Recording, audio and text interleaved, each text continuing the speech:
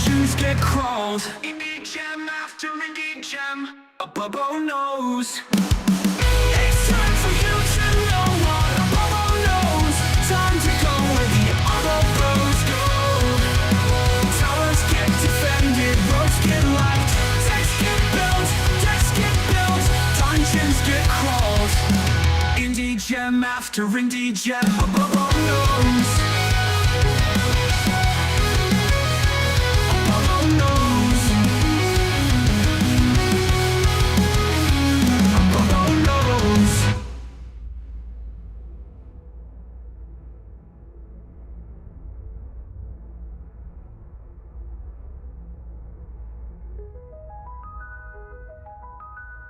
AboBRO knows. AboBRO knows. It's time for you to know what AboBRO knows. Time to go where the AboBROs go. Towers get defended, rogues get liked, decks get built, dungeons get crawled. Indie gem after indie gem, AboBRO knows. It's time for you to know what AboBRO knows. Time to go where the AboBROs go. Towers get defended, rogues get light, decks get built, dungeons get crawled. Indie gem after indie gem, AboBRO knows. AboBRO knows. AboBRO knows. AboBRO knows. AboBRO knows.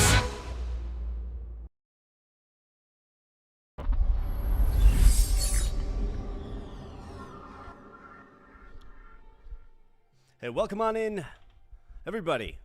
Get this thing fixed.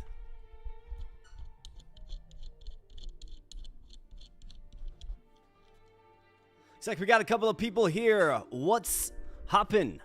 You guys hear me? All good?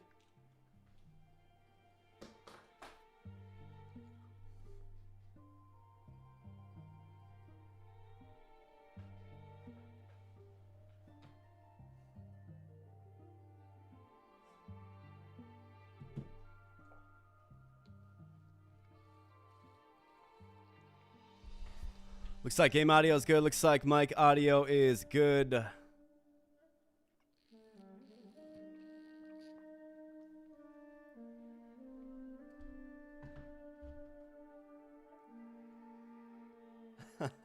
LNXY, what's up, my man? Good to have you here, my friend. The audio is good. All right. Well, that's absolutely fantastic. And thanks for the $2, man. I really do appreciate you. And before we hop on into the fitness goal, I actually want to poll the community. Like, what do you guys want to see? I see it as probably 3 viable exercises for a fitness goal. So I want to poll you. I want to poll you.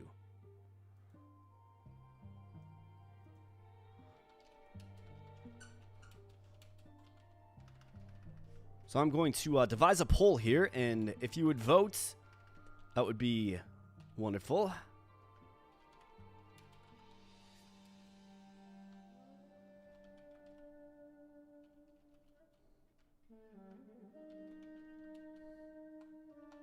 We got Fraser Mansion in the house, or Machin in the house. Hi from the UK. Hope it's all is good with you, dude. Hey, man, absolutely. All is great. I hope you're doing well too. Good to see you in the chat as always, my man. It's been a pretty eventful past few days here for me. You know, Thanksgiving being yesterday, and Black Friday today, which is a crazy shopping endeavor for Americans, I suppose. It's mostly an excuse to just, I suppose, bust the front doors off of retail environments and buy things for a perceived sale, I suppose.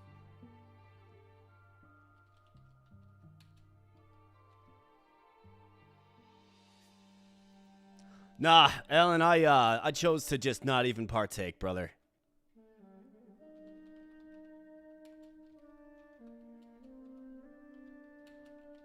I chose to not partake. In fact, if you really think about it, a lot of those deals just extend through November anyway, so the mania of going into the store and like trying to, you know what I mean? Like that's pretty it's just not necessary anymore.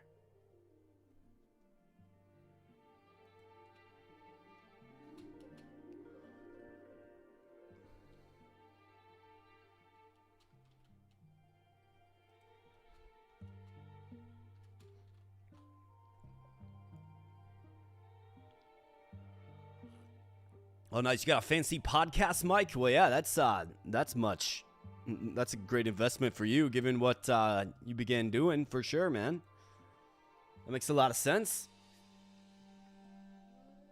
So, friends, I'm going to be throwing a poll in the chats. Vote on it if you would, please. This will help us determine what tonight's exercise will be for the fitness goal. Of course, Alan got the dono party started with a $2. Thank you, Alan. So I will owe the community whatever we decide upon here. You got 3 choices. So let me know. And then we will rock and roll with that. It's the first poll I've ever done, so it's kind of exciting stuff here, man.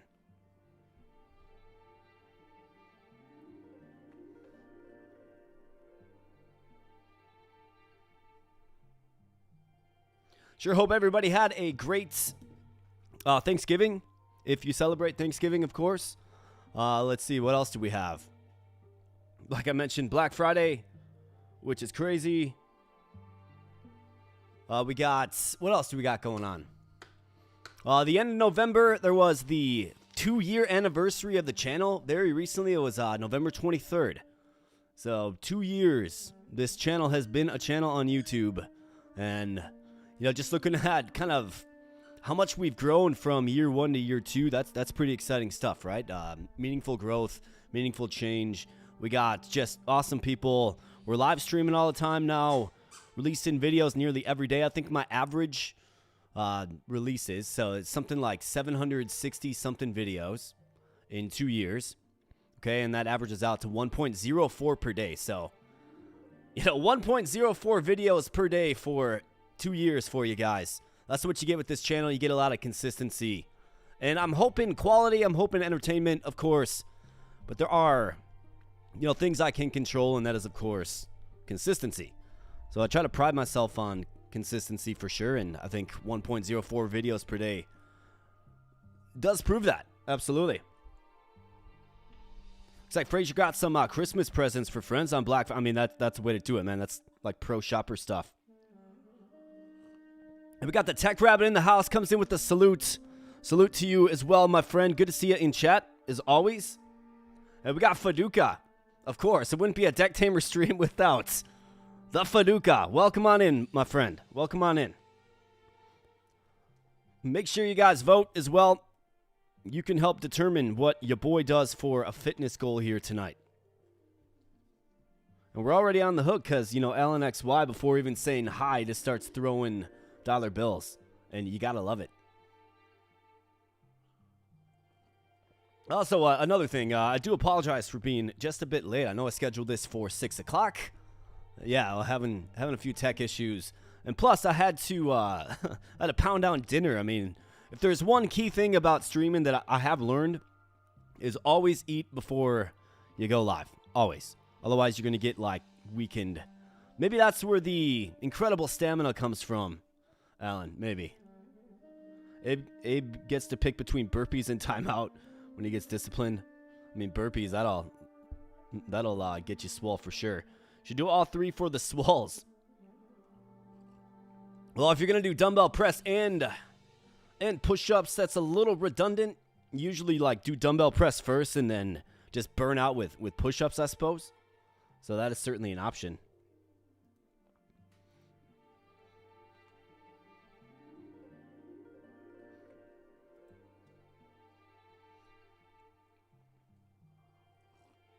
But while you guys are voting, let me kind of intro this. So welcome on into the Decktamer stream, right? We're doing a boss rush challenge. Now, I did throw another poll up, right? We've done a lot of polls this week on the channel. Threw another poll up on YouTube, and I think we had like 80 plus votes. So a lot of engagement with the poll, which is awesome, right? Super awesome. I gave 4 options for a game mode. which is, of course, a challenge mode. And the boss rush won by like 57% of the votes. So a huge amount of votes for the boss rush. So we're looking forward to doing the boss rush here today. This is a Black Friday edition of the stream, a Friday fun day, but a Black Friday edition of the stream here. And looking forward to diving on into some boss rush. We'll see how far we can take it. Absolutely. Now, I don't know if you saw the conclusion of our endless mode stream. I mean, that's crazy. Like, if you wrap in the live stream we did and then that video I did, which was another 2.5 hours, I mean, that's like 12 hours for one endless mode stream. I had somebody in comments say they got to like wave 80 something, which is absolutely insane. Like wave 80 something. And then they basically said it like took way too long to conclude turns and things of the like. So, although I'm, a little saddened that it had to end in the way it did, I'm kind of glad it ended because it does open up a new door for us here today to do yet another challenge mode without me having to, sacrifice the endless mode progress that we did. I think wave 23 is good. Obviously not the best, but good enough. Learned a lot, had a lot of fun, put together some powerful things. Well, we're going to be shifting gears here a bit today. So the game mode, as mentioned in the thumbnail and already, is Boss Rush. I have not done it. From what I understand, you just do a typical 1 through 8 waves to build up your team. And then I think it puts you in a gauntlet of fights with the bosses. Starting with the Eye of the Abyss, ending with the Lost Explorer, I think. At least that's the way it makes sense to me based on the description of the game mode. So, not only will we be having some fun with Decktamer tonight, but we'll be learning a little bit more about Boss Rush. Because like I said, yours truly has not tried it yet. Did you activate the tryptophobia filter? I mean, I certainly can. I'm a little grossed out by it, I suppose. But yeah, I mean, we can do that. Not a problem.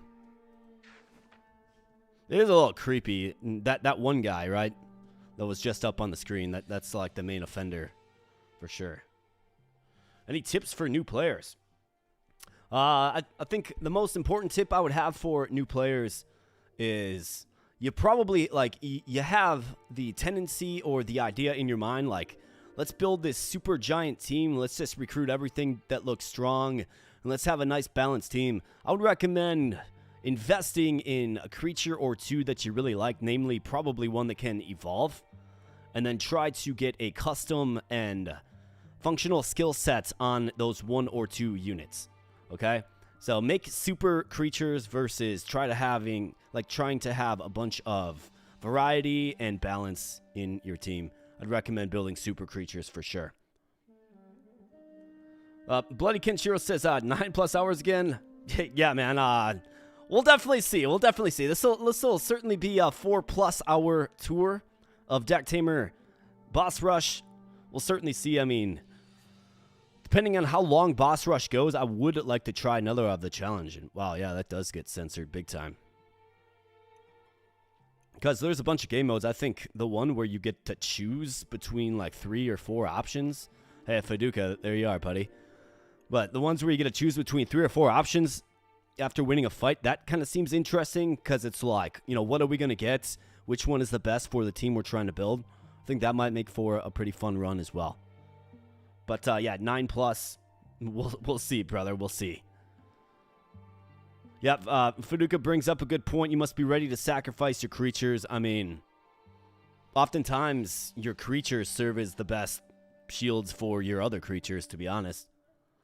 That's another tip. Like, don't get too attached to your creatures that kind of serve you through the early to mid game, right? You definitely need to have... You don't want to be whittled down on your most important creatures. You want to keep those healthy. We got Vorpal Snack in the house. I banged my knee. It is now swole. Well, let's try to get there. It looks like push-ups are winning with 56%. I'm going to close out the voting here real soon because I do owe some push-ups thanks to Alan. So if you guys take a moment to vote, got 3 different workout types there. You're going to help me, or you're going to help determine the exercise done for the fitness goal here tonight on the channel. Push-ups is winning out at 60%. Yep, so we've got some big support for push-ups. see the bestiary before we jump to the abyss? We certainly can. So bestiary looks like this. We got 105 of 147, so we've done some good work on it. All of the anomalies have been scoped out, right? Well, the trypto whatever censors that out too, huh? Interesting. We'll have to see if I like that or not. So we got all the anomalies taken care of, right? We're going to be, of course, going up against them today. The spectral specimen. So we've got several. There are, several that are still locked up, which is pretty exciting because I've literally never seen them. So it's pretty cool. I mean, we basically, we've been playing this file together, right? All of my Decktamer time has been spent on the channel, okay? So we're building this thing together. We're exploring new creatures together. So that's pretty cool. The special specimen are obviously the evolved form of danger level 1 units. For unthinkable, we definitely need to do some work here. We've got the cave maw, great shell. I mean, we've seen the great shell a ton of times. The carcoplid. I mean, we've seen a lot of these. Looks like I haven't even seen this one. I do think so. I saw a new update with this game. They're adding 3 units. I don't think it's implemented yet because I didn't see the update. It was just announced today, but they're adding 3 more units to the game, which is cool. I do think they're all danger level 4 units. But looks like we have a couple of these to even just come across for once. So that's exciting. Lethal. I think we've at least spotted all of these. Yeah, we spotted all of these. Just haven't recruited all of them necessarily. There's the terrifying Grimjaw. Moderates. Got a lot of these guys. I mean, I tend to pick the same ones in the moderate category, including Pillar Pole, one of my favorites. And then for minor, these ones can typically evolve into something. Of course, we have the Amethyst Ant, the Hero Ants. And then one of my favorites, where you at? Where's the Charming Hippopotamus? Did we miss it? Might have missed it. But we have the Charming Hippopotamus. It's somewhere. It might be actually the next tier up. So yeah, the bestiary certainly coming around a little bit. Definitely is. Absolutely. We got Alex Corral in the house. What's up, Alex? Good to see you, my man. Great to see ya. Yeah, the special specimen, those are the evolved ones. Yes, correct. Correct. So ancient one, right? The ones that are affected by the gold or silver beetle. Yep. Then of course you get the star up there if you manage to beat it on Pioneers, the blue star. Very hard or whatever is before. It's the gold star. So it's definitely coming around. 105 of 147, right? So it'd be cool to complete this out. We'll see if we get there with Decktamer, but definitely coming around. Absolutely. All right, so I'm going to close out this poll. We're going to end the poll. And push-ups won by 60%. Yeah, 60%. A resounding support from the 10 voters on push-ups. So that's what we're going to do for the fitness goal. Now, you're probably wondering, what do you mean fitness goal? Well, on this channel, of course, we like to stay fit. And we also like to have fun through video gaming. Obviously, to stay fit, you can do things like push-ups, hammer curls, dumbbell presses, things of the like. Well, what we do is, to drive engagement and donations, I like to set up a fitness goal. The fitness goal tonight is any donation of any kind at all, so any value, right, will get you 20 push-ups, okay? And if we hit the 10 donation goal, then I will throw in a bonus 100 push-ups, okay? So if you do the math on that, the math kind of maths out at 300 total push-ups per stream if we meet the goal. Now, of course, I got to work, but you guys have direct control over how much I work. So consider that. Certainly don't have to, but that is certainly an option. We got Josh Brent says 2 million push-ups. Ah, man. Be here all night. Doing push-ups till my back blows up, I suppose. So I'm gonna go ahead and get it done here, boys. We're gonna do 20 push-ups, and then we're gonna hop in. We got 28 people here. Welcome on in. Black Friday edition. If you're having fun here tonight, smash the like button. If you happen to be new here, then consider subscribing as well. And yeah, just let me know I think the last time we did a live stream with Decktamer, there was good engagement. We were able to kind of chat about different strategies, about different units to use, and I found that helpful. So keep that up for sure. Let's get 20 push-ups, and then let's go ahead and rock and roll. Let's jump on in. We're going to do boss rush mode. Rock and roll. Oh, one more thing. We do have the Luna machine in the house as well. She's sleeping over there. Let's see if I can maybe... Luna? What are you doing? So Luna's sleeping in her bed. And yeah, gamer dog of the century, of course.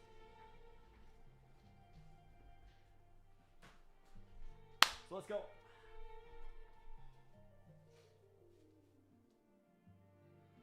right.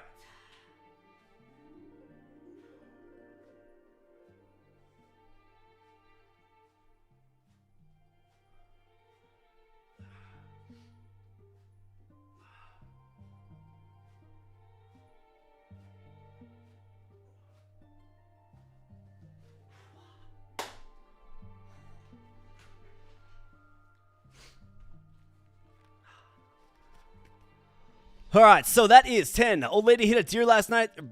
Vehicle is basically totaled. Oh, man. I'm sorry to hear that, brother. That's terrible. I've hit a few deer in my day as well. Not a cheap fix. And kind of a traumatizing event as well, for sure.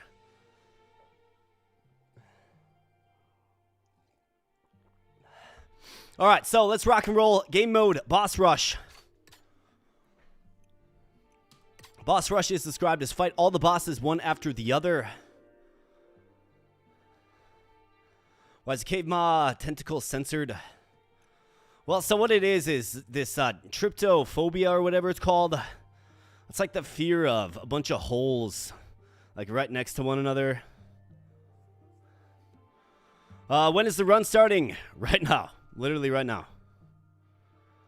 Now, if you look up what, like, tryptophobia is, it's like... It's a bunch of, like, little holes next to one another. It's like the like, disgust of that or something. And I guess I can kind of, like, understand what that's all about, because I do feel a bit of disgust when I look at that one guy. Like the tryptograph or whatever it is. That one unit, right? Yeah. So... They gave you the option to censor it out. I'm going to crack this window one sec.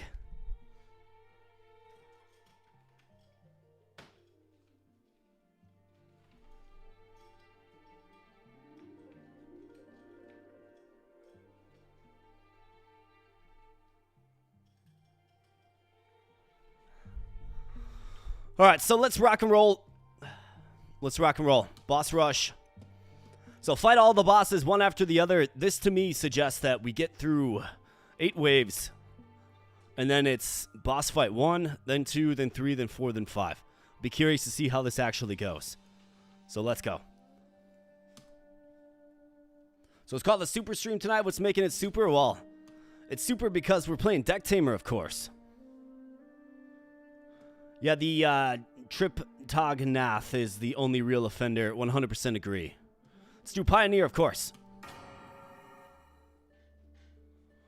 All right, so for our starting creature, I mean, Shellcat, one of my favorites. Super, super strong. We got Quetzi. Now, that's a unit that I have not evolved on this profile yet. So that's kind of compelling because of that reason alone. 4/4 unit, all about the poison. What I don't necessarily love about poison is the damage takes place after. So it takes place after battle, meaning you do take damage a lot. So that is one.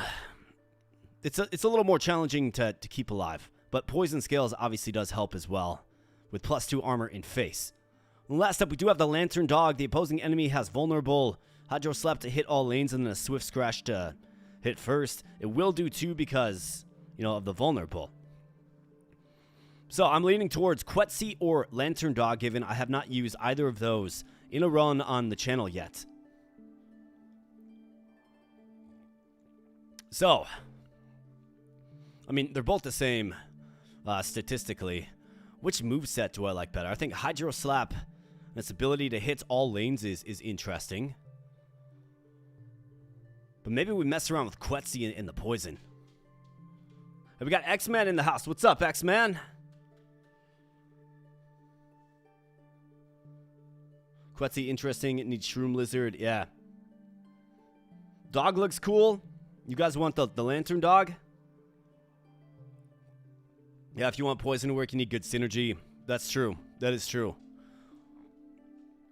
I mean, honestly, like, I played the demo of this game. I used Quetzi. I've never used a lantern dog. Oh, Shellcat's phenomenal. Shellcat's wonderful. This ink stain technique is great.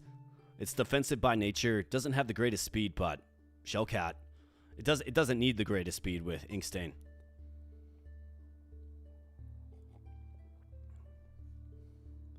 We got some varying votes for Quetz, but I'm seeing a few more votes for the dog. So let's do the lantern dog, and who wants to be the lantern dog? Throw your name in the hat right now. We're gonna do the lantern dog. Anybody in particular want to be the lantern dog? As in, get your name in this game right now. First one that says, throw me in, you're getting in. I'll take you all the way. All right. So Tech Rabbit throws his name in.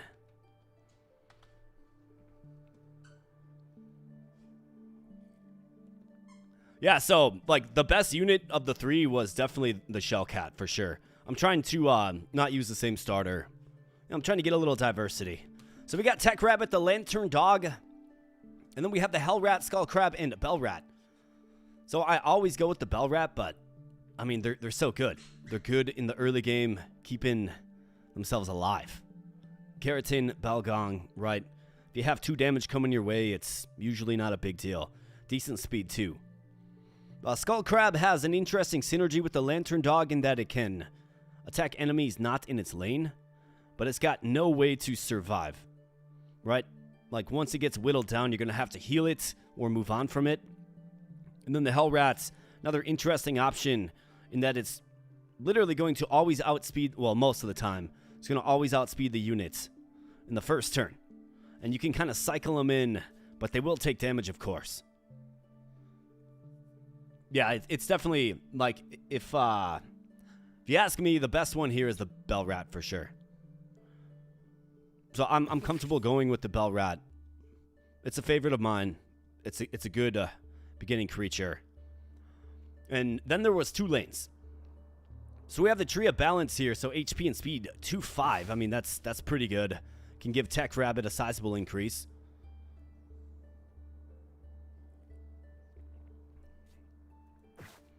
And then we have, I mean, I could do up to 7 with the curse, I guess. There are ways to cure curses. Looks like we have Glowtongue on each lane. We have an unknown creature right here. That's that fox creature that's chasing that butterfly. But if we're going for a boss rush and we want to be successful, I mean, this guy's actually, he's got vampirism as well. Hammertail. I mean, do we like vampirism? It feels like a decent early option. Has poison, it also has 2 weakness. Wow. Doesn't have a way to put poison on him, at least this one doesn't. But 6 HP and 4 speed, my goodness, man. And place inflicts poison to the opposing enemy. These two have good synergy with one another. No decision can be made. You could always roulette. Yeah, just bust out that little wheel. I think, X-Men, I think you're right. So it's 8 normal waves and every other wave after that a boss. Is that how it goes? I'm under the impression on 8 of 8 we fight our first boss and then it's just boss, boss, boss. Maybe. But then again, it wouldn't allow you to supply yourself with items and stuff. Rewards. Distraction gives 2 armor, or gains 2 armor, gives strength to the ally to its right. I mean, that's pretty good. As we think about skills to sort of poach. This 6-4 Glowtongue is better than this 5-4.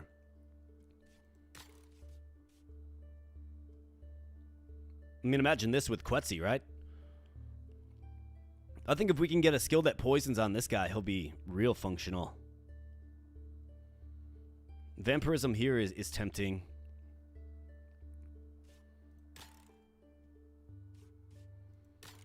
I mean, this glow tongue is much stronger.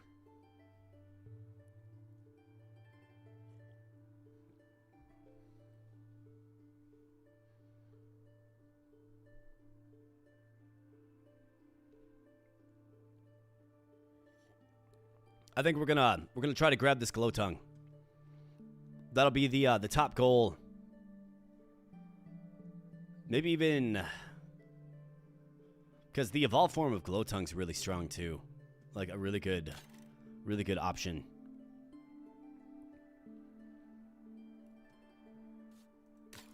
Yeah, let's go with this, and we can of course improve a creature to 5/5, or maybe even 7/7 if we want to get crazy.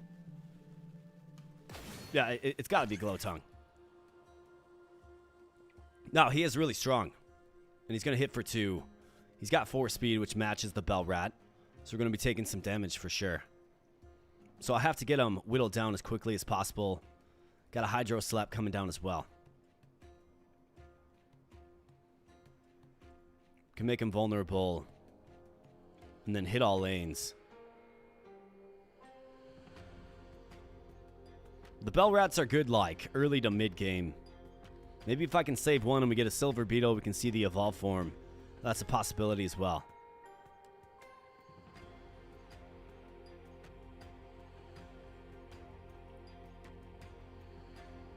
We have to pop things off with Tech Rabbit. Can at least get a hit on you.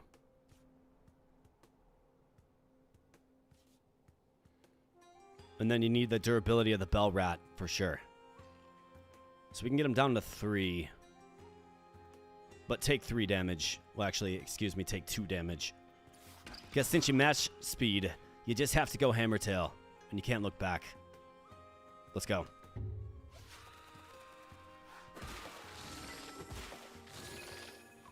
What good thing is he goes first, I suppose. Alright, so big hits all around. So he's going to Hydro Slap again. This guy's going Glow Lick.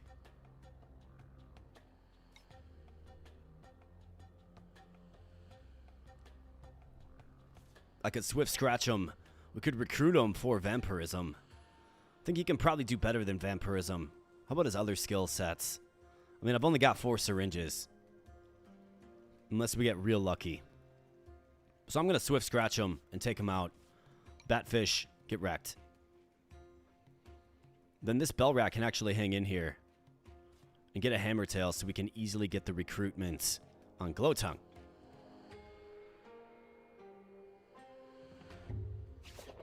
Bam.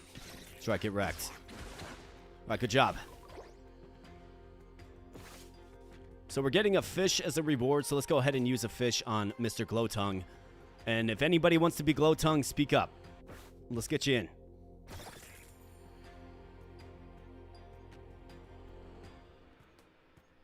Throw me in, Chief. All right.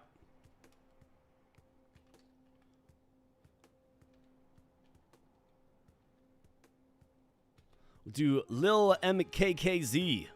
You know who you are. All right, fantastic. Welcome aboard. All right, Venomous Bite. Guy with super high speed again. So it'll do a maximum of 3 damage. Obviously, Tech Rabbit. We don't want Tech Rabbit taking that hit. This is where the Bell Rat's super useful. So let's pull you out. Let's go this way with you, and then I guess a Bell Rat has to tank this.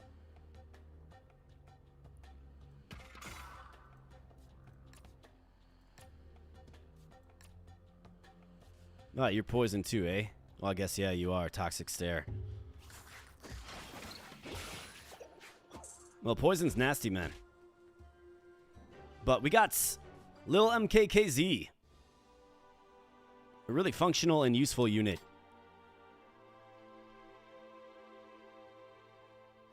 Bloody Kenshiro wants to be a great shell, man. Those guys are tough to handle. All right, a 5/5 creature. I mean, he's got Swift Scratch, so he can always hit first. He's a 6'5", so he actually gets a reduction in HP, but an increase in speed.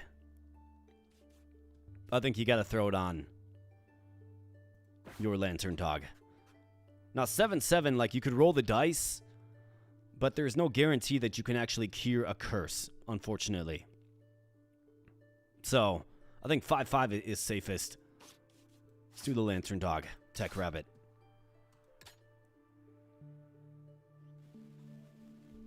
Well, it's not going to heal up the bell rat, unfortunately. It won't heal him up. Gives a special item that tames without fail. That's a really good one. And then pillar pole as well with defensive. I mean, this is terrific. An amazing unit is pillar pole with defensive. Not to mention the naked worm newts as well. But I've only got one fish. Yeah. On death adds honey to your inventory. 7 speed on this guy with a sting that hits for 3. Yikes. That's where the always go first attack of the lantern dog is useful. We have items. We have a Quetzi, another defensive pillar pole. I mean, Quetzi with you is actually decent. You could throw Quetzi down, right? Venom spray, and then have him deal with them. I mean, do we maybe go this way with Quetzi and pillar pole? The reward is obviously better here, right? It's a free tame without fail, which is pretty good.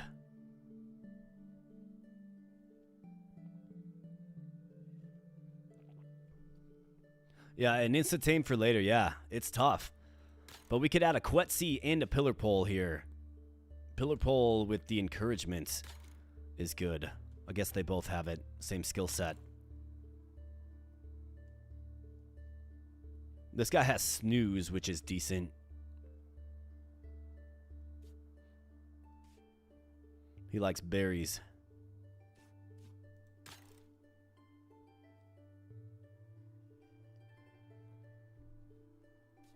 Silver Beetle of Doom, yeah. I think the Silver Beetle, if we secure Quetzi and pillar pole, but Quetzi in this next one, I mean, yes, right? He's got bonus HP on this lane, which is decent. I mean, obviously, the Forgotten Laboratory is a fantastic event reward. Item gathering, I mean, we could get something that's useful. I think the unit selection here is better. And I'm kind of compelled by the Quetzi Glowtongue combination. I really am. Naked Worm Newt is good. The problem here is they both like fish. So we would have to take one or the other, because I don't think it's wise to use all of my food stuff with a chance of recruiting. But yeah, he is very good. He is. He can just debuff attack. I am a fan of the Newt. You guys want Quetzi?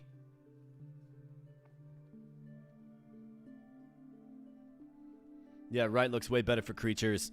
And plus, you get the poison effect, right? So you can throw in Quetzi, you can poison a unit, right?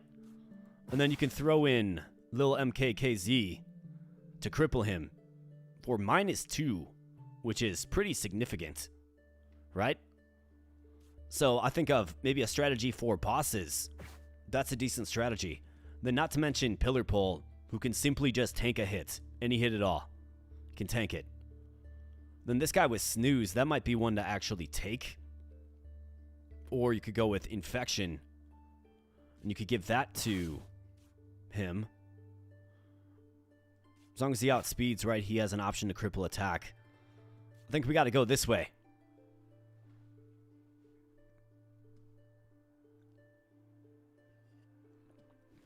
That's what I'm thinking.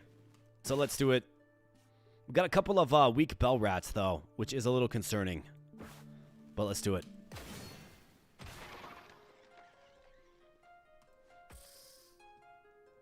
Alright, so this guy's going to gain armor and inflict poison to the target.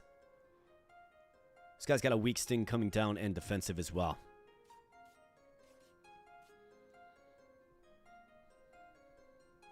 He outspeeds us. And these are the two that we want to get.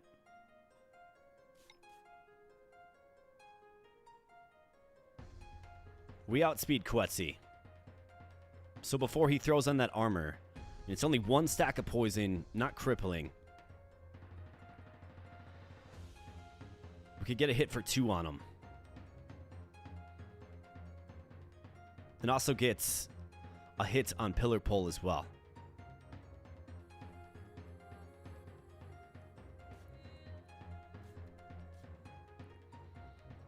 Could certainly sacrifice a rat, yeah. I mean, we're gonna have to. For sure.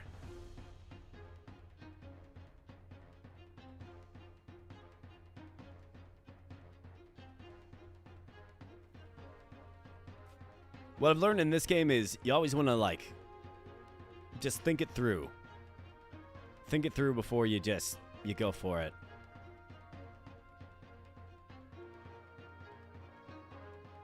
We've got to get... I think Hydro Slap is a good option. Can do 2 damage to you, 1 to you. We can always cycle in a Bell Rat who matches speed.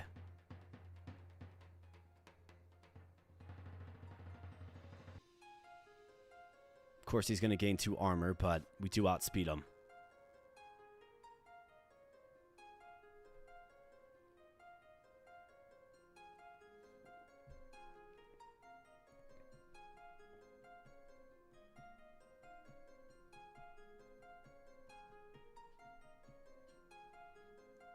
I think you go Hydro Slap. I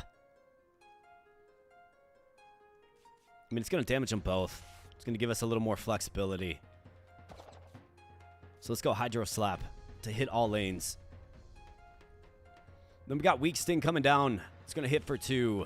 Of course, we do get 1 armor. This guy can actually survive it. We don't necessarily have to sacrifice him yet.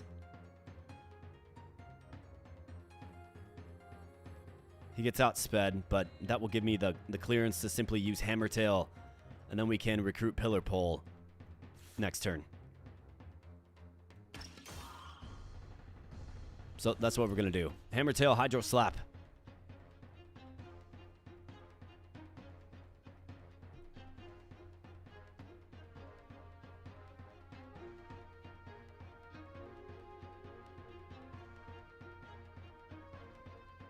No, I'm going to use Hammer Tail, because we want to get this guy down to 1.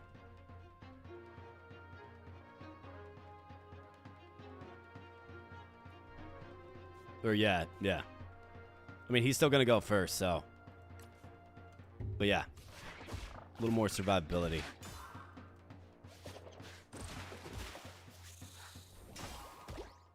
Alright, poison comes on down. Now, let's see. I could throw little MKKZ out there. Could glow lick him. Got Furious Fangs coming down. Match speed with the Bell Rat. Weak Sting takes him out. Hydro Slap. If we throw him down and we go Tongue Wiggle on Quetzi, we can get him recruited. Be nice if this Bell Rat outsped. It doesn't. Could do Swift Scratch, but then he's taking a hit for 2.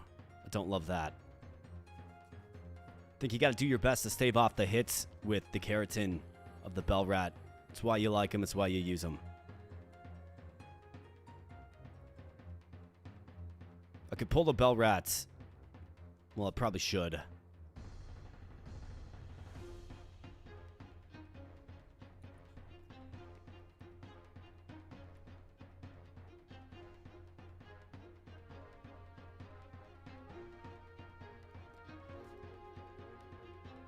Yeah, I think, so if they share speed, he's not going to get his armor, though. I don't think he gets armor, right? If he did, that's what I would do. But I think if we use Belgong over here, he's still going to take me out, right?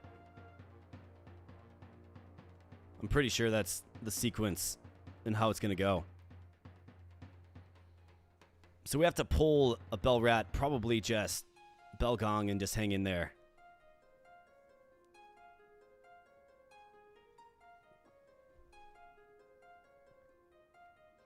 We could ambush pillar, yeah.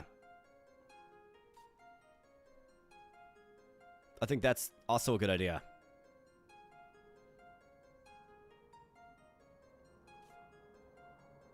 That's a really good idea. Because then we're not taking any damage on this lane.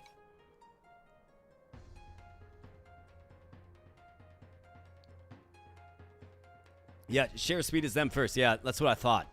So we'd be sacking the bell rat. So let's pull the bell rat and let's just go ahead and ambush them. Let's do this. Bam. And then let's go ahead and secure the recruitment. Pillar pole, get it.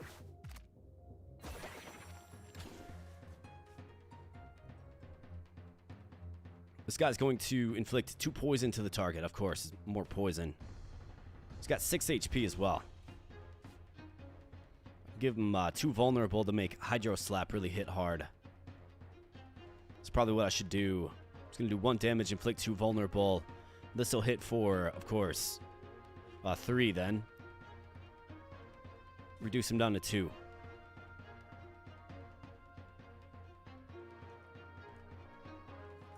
Yeah, sleep is great in this game. It really is. That's why I love the Amethyst Ants, as displayed right here, of course.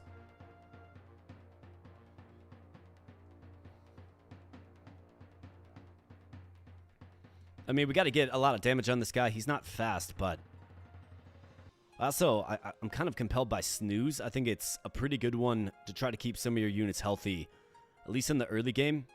I mean, 4 HP is no small amount. So he's an option, and even if we don't steal the talent, we could still use him as a meat shield of a sort, right? Just fall asleep.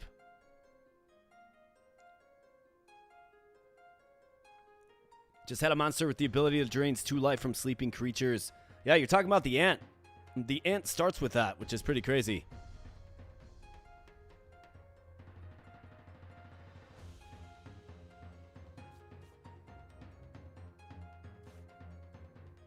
You're thinking focus on the Quetzi recruitment here. I mean, we certainly could. I mean, either way, we're taking damage, right? This guy needs to accumulate damage.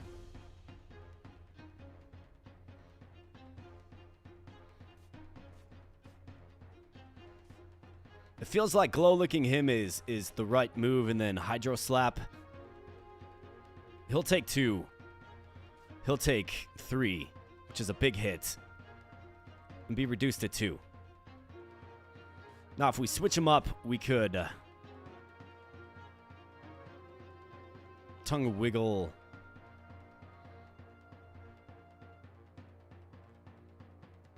This guy likes what? Berries? Yeah, he likes berries. Quetzi likes meat.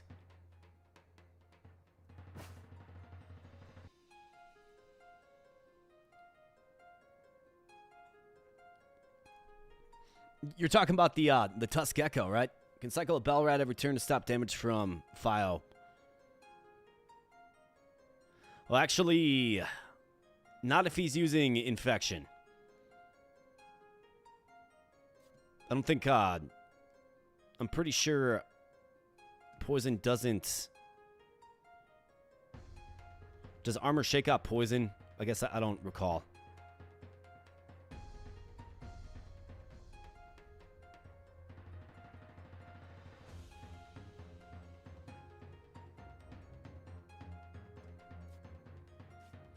So he's not gonna have vulnerable on him. When I move him, right, it goes over. So he's still gonna have an HP left, right? That's where we do run into a few issues. Nah, it's all good. There's a lot to think about in this game, man. Armor does block poison. Okay. Well, then this guy's not really a big deal to cycle in the Bell Rats, given we outspeed him. So let's find a way to get this guy down then. And the way to do that is, of course, so if we Hydro Slap, go boom and boom, he's going to take 1 damage from that. And then if we tongue wiggle him, he'll be reduced to 1 course, we will be taking damage. Not good, but it's the way to secure the recruits after this round.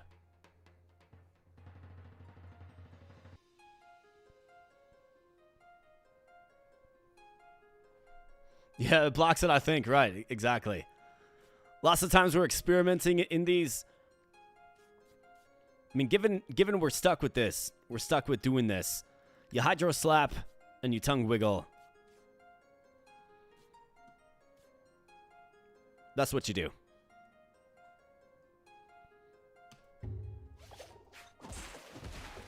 It's the way to get our boy Quetzi locked in.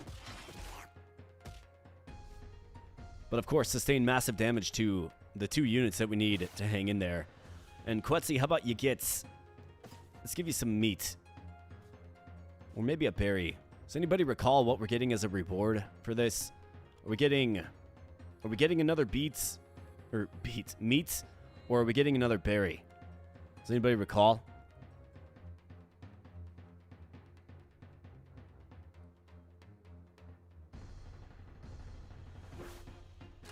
He's got this Marifu coming in. Meats and berry, okay. Well, then let's use a berry.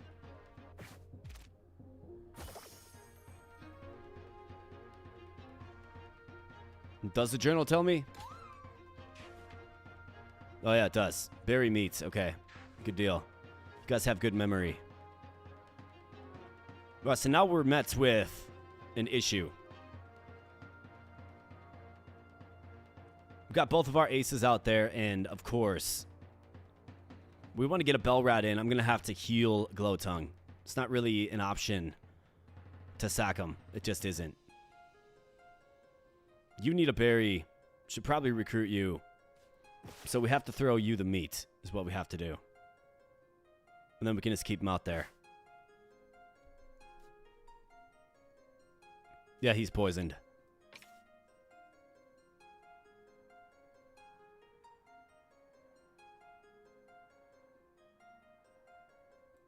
We're going to pull the tech rabbit. And we're going to get... Well, first and foremost, let's find out if poison truly does block armor. For some reason, I don't believe it does. But we're going to find out.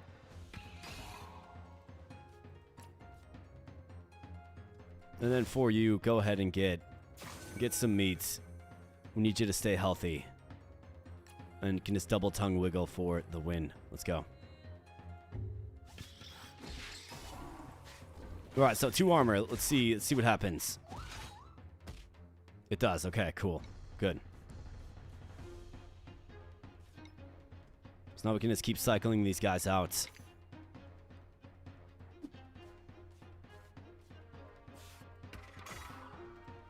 And Belgong, again.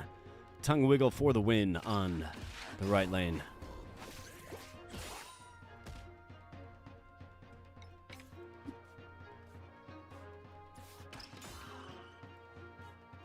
Belgong. And you just stay put there, pal.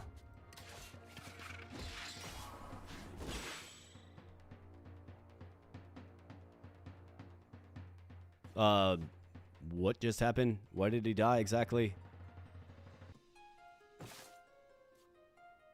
He used Belgong, right? What was that?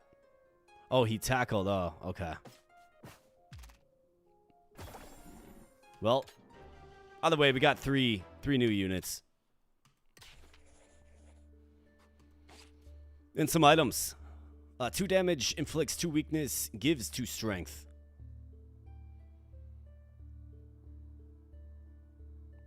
I think 2 weakness is probably good for like the upcoming bosses. There you go, fully heals. Yes.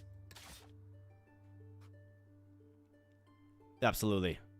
All right, leftovers, that's a decent one to keep everybody healthy. If your team member uses a status move, it regains 1 HP. That's good. And then Herb Finder as well. So that's an option to keep our team healthy. This Lily Goose right here, and we do have a berry. Otherwise, we have the hunting ground for some more food.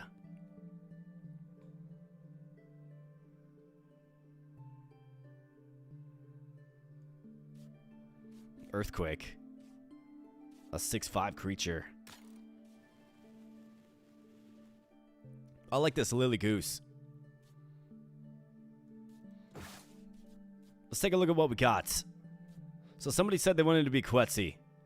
Who wanted to be Quetzal?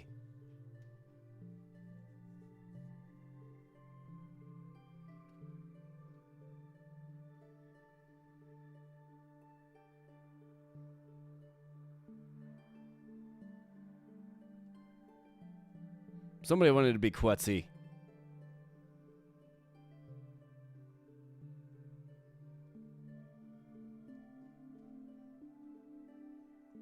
I'm trying to find it.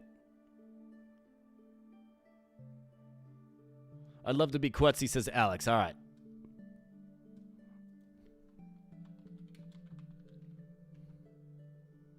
We got you, man. Alex Corral, the Quetzal. Anybody want to be Pillar Pole or Fio Poda? I think Bloody Kenshiro said Fio Poda, right?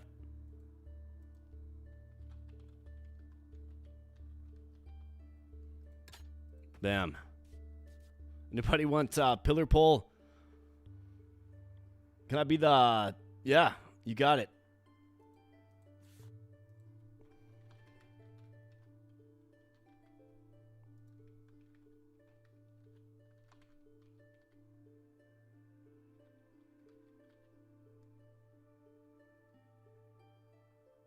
Bam. We got it. Hey, you bet. You bet. Just a small way to show my appreciation for you guys spending some time on a Friday here. For sure. All right, so leftovers, I think it's pretty good. You can use it 5 times, restores 1 HP. Good way to kind of, I guess, keep your units topped up. I think the Lily Goose is good. Crafty is really, really good. And then Snow Cover. I mean, we don't necessarily have a speed debuffing build, but I do like Herb Finder. Especially when we have like an open slot. It's the last unit. You can throw them in there and use Herb Finder, right? This guy also has this crippling disease. Swift Bite hits for 2 and hits first. And then Dual Stab. This guy's kind of a challenge. 3, 2. Getting a little weakened. We do have, of course, Pillar Pole with defensive. Not to mention encouragement as well. It's good like lead-in. Defensive and then encouragement.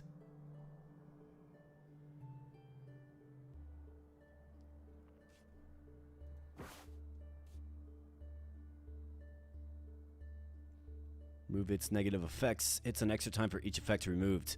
Yeah. That is true. I don't often see this one.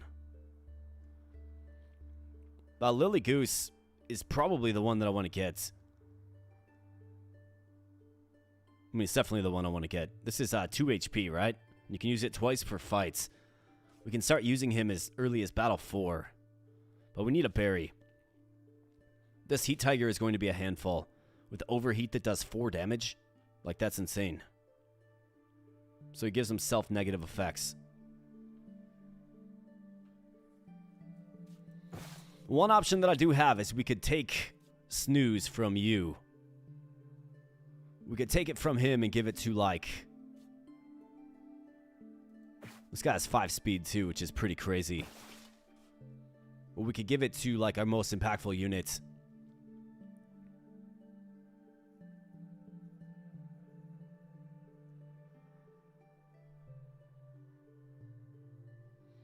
Yeah, so there's statistical variance, there's moveset variance. Sometimes units have like...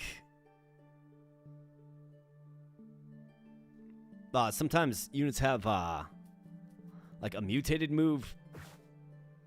It's usually is shown in red. Yeah, so all these stats are the base stats of the units. But if they have a mutated stat, it'll be red. Meaning it's usually higher. But we got to go this path for sure. Leftovers as well. Alright, so as predicted, this guy comes out with an Overheat. Now he is going to debuff his speed. but it will also give him the clearance to use Steam Purge. So, of course, I mean, the natural solution to this is Pillar Pole with defensive, right? Get a weak sting.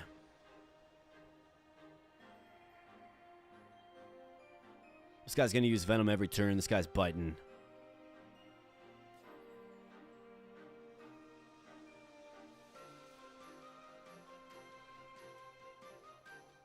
So Lily Goose is going to be tough with Crafty to recruit.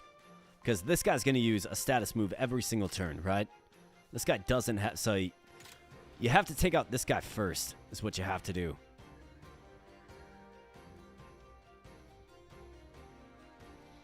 Heat Tiger is scary, but good thing, like, this is why you get Pillar Pole. He's going to take 1 damage from that 4 damage hits, and then this guy will debuff his speed. So I think what we do is we probably go for the all-out offense on him. 3 poisons, brutal.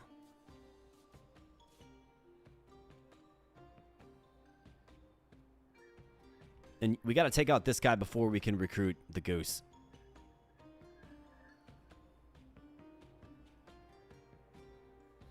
Could buff a unit with Pillar Pole. You could.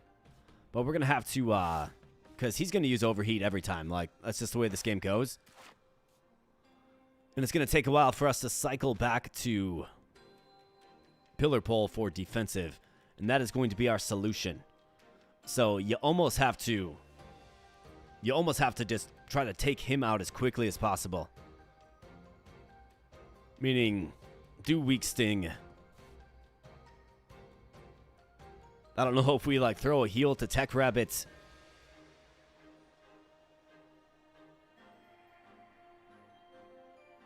Like, a healing item to Tech Rabbit. Use Hydro Slap to get him down to 2 HP. And then we'll be able to outspeed him with even, like, a Bell Rat to take him out next turn. We can't let him just overheat every single turn for 4 damage. It's gonna, like, it one-shots basically everything on our team. Ambusher's also useful. This guy can sleep, but again, it's 4 HP, right? So, yeah, so if you play on Pioneer mode, you don't have the undo function, correct?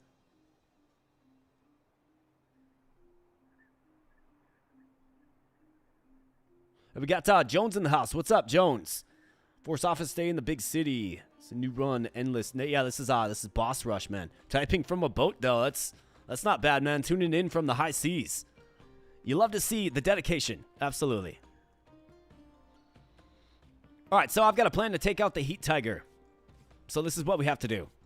It will involve a food item, which is unfortunate, but I can use this meat.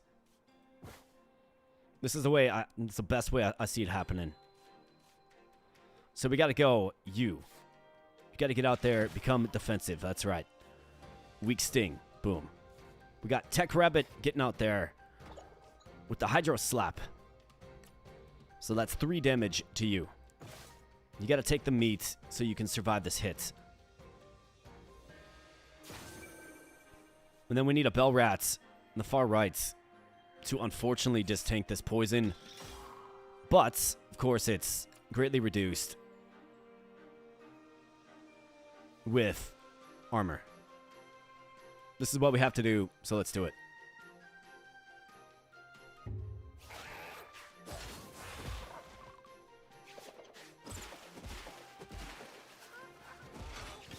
All right, tough hit there for the Lantern Dog.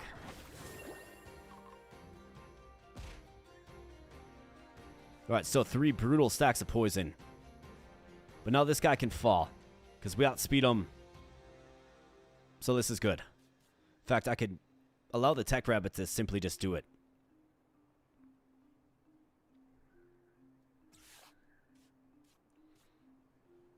I could Hydro Slap again and take him out. He's got weakness on him. 2 HP left, right? So we could do this. That'll get you down to 2. I obviously don't want to kill him, but we need this Jelly Mim out of here, so I think this is probably where you go. Encouragements. Either that or we're pulling. probably have to pull him. We can actually avoid poison because we can outspeed him. We could. I don't want to kill the goose. And obviously, like future state, the plan would probably be to swipe defensive from pillar pole, throw it on a more impactful unit, but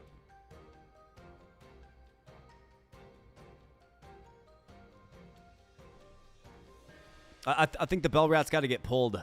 He's useless. He's not adding any value. If we had 2 stacks of encouragements, well, 4 stacks of strength, he would hit for 2 with the hammer tail.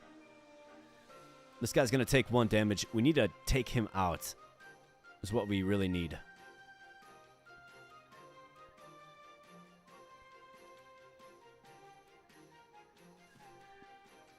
Could also throw in you, who can tongue wiggle and then, of course, ambush. The Hydro Slap. So 3, 2, 0. So that takes him out. And then we can Weak Sting with you to make... Actually, no, never mind. Don't do that, because then you die. Because you're getting Hydro Slapped.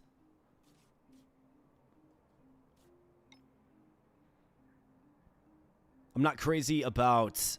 I think I'd rather have the Bell Rat take the hit than the Pillar Pole from the Goose here. He can still Bell Gong him and gain armor in face. Although he has poison. That's an option. This guy's got to go down before he can apply another 3 poison, though. So I think naturally, you probably call upon... Well, I guess you could maybe get him out there.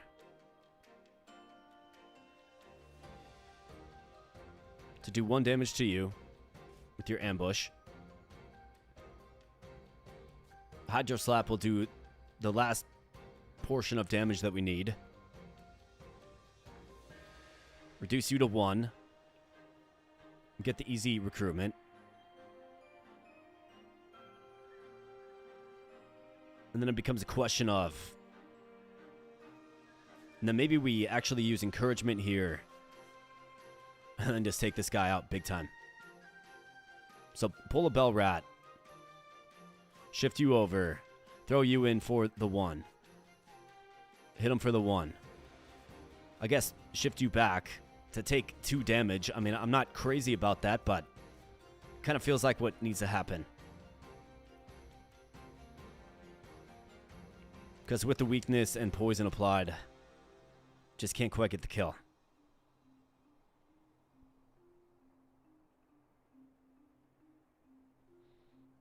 Yep, Bell Rat will die. Yes, correct.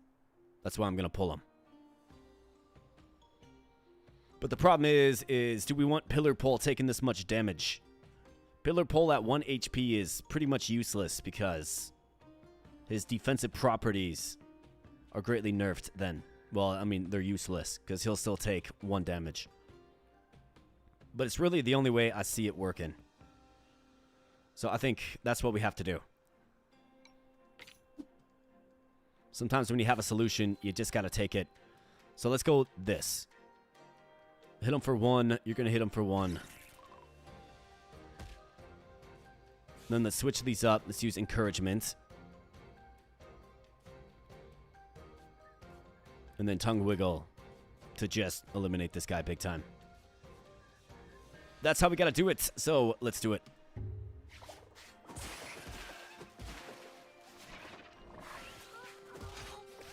Bam. That's right. Get wrecked, jellyfish man. Sick of your poison. All right, this guy's going to hit first. That's all right. Let's throw our Lily Goose friend a berry. All right, good job. Anybody want to be the Lily Goose? Let me know in chat. All right, so Swift Bite hits first. Obviously, you got to go Bell Rat to stave off some of that. And then we bring the aggression.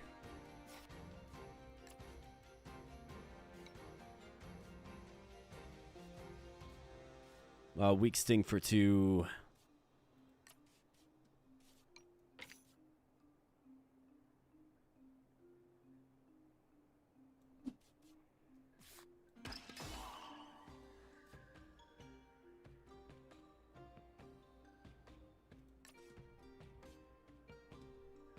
go with that.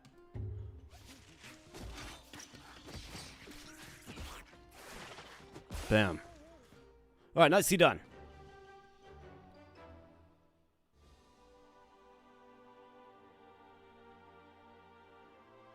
GG's. And we got double fish. All right, restore 1 HP to a creature 5 times. Yeah. All right, so we got some heals to throw around, which is good. You certainly want 1 on Pillar Pole, so his defensive properties works. This is actually really good. I mean, let's get our Lantern Dog. Let's get you healed up. Let's give the Lantern Dog 1. This guy can heal up already. I think you probably go 4 speed. I mean 5 speed. You'll likely outspeed.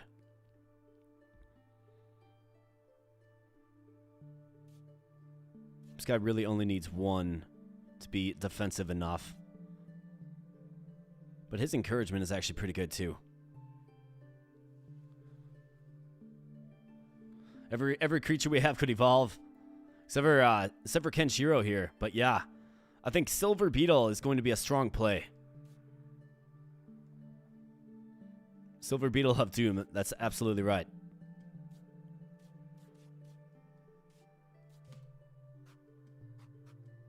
Right, fantastic. Right, so Battle 4 of 8, we have Metabolism Shifts. Give it 3 max HP at the cost of 3 speed or 4 speed at the cost of 1 max HP. This is really good. We also have the terrifying Tricaudal Hyena with the Giga Sting. Now, I used this guy in a recent run. I mean, he was actually really, really good. But recruiting him was made much easier when we put him to sleep. I guess the Pillar Pole could actually do good things with him. But imagine having a powerhouse like that on your team, able to hit for 7 with like vulnerability and stuff. So that's an option. Vengeful is also pretty good. Well, at least it was good in the Endless run. Otherwise, we have a Nest. So gives an egg that can be used to heal or hatch into a creature. Hollow Ape with no skill set. Another Herb Finder. The Tuba Bear. There you go. Iron Head on the Aspaceros. This guy would be indestructible. I don't have a berry, though, unfortunately, but this is an incredible unit. A powerful attack. Shells up, 2 armor to the team, and then Iron Head plus 9 armor is absolutely insane.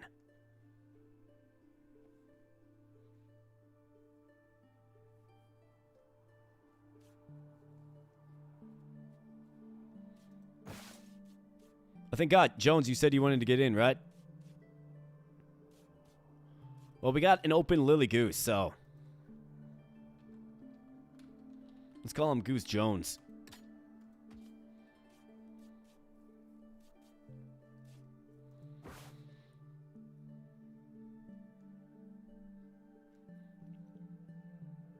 This one has Life Pulse, restores 4 HP to itself, man. And again, the berries. Yeah, the Grimjaw. The Grimjaw hasn't shown up yet.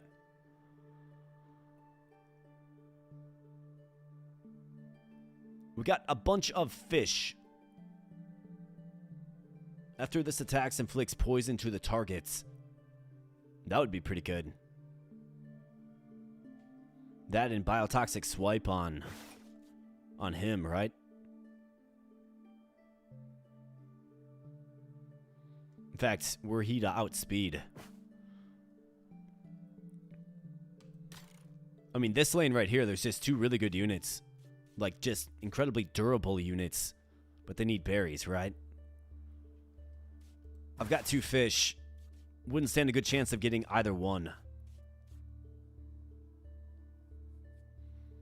Yeah, left his attack, right side his defense. For sure.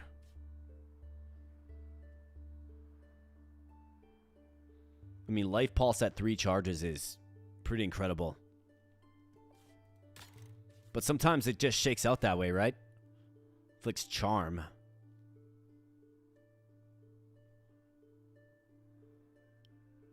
That hyena is really terrifying.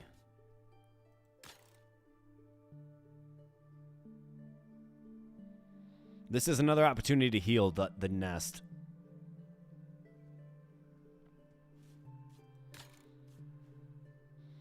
Yeah, Tideweaver at 5'6" with the body slam is pretty good. It is.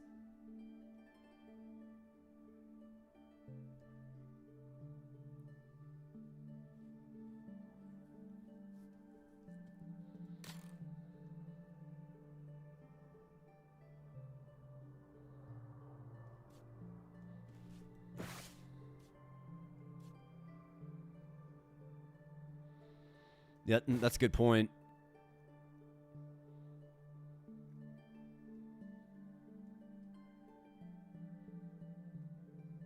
Man, why can't you like fish, bro? Why can't you guys like fish?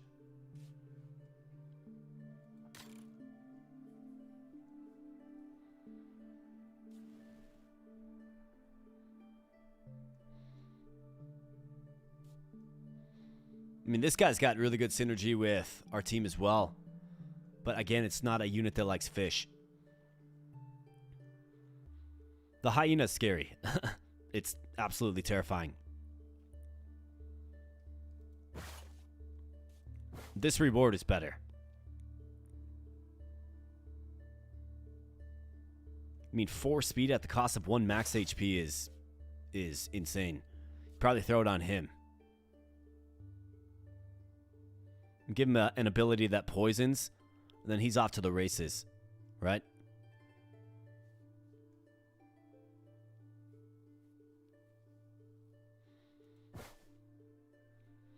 Problem with the hyena is he likes meats. I've got 2 fish, right?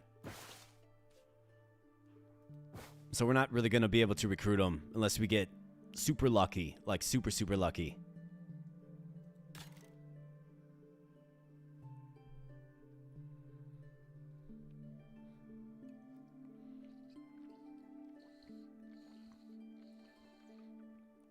I think we'd have an easier time with this lane.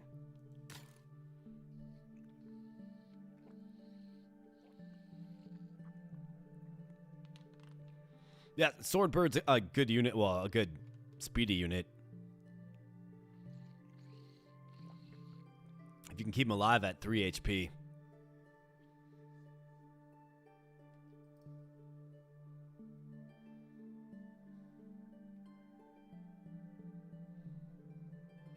Fast Predator off the bird for good scaling. As long as you have a way to get it speed up, for sure. I mean, you'd probably want Fast Predator and Momentum. Right?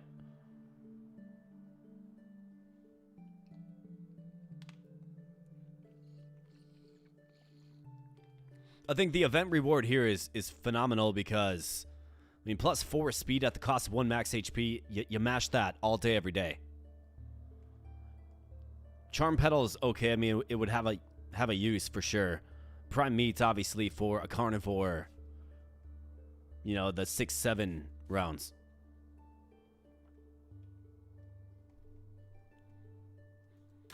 We have poison elements to our deck for sure. I think we have an easier time with this lane. We do.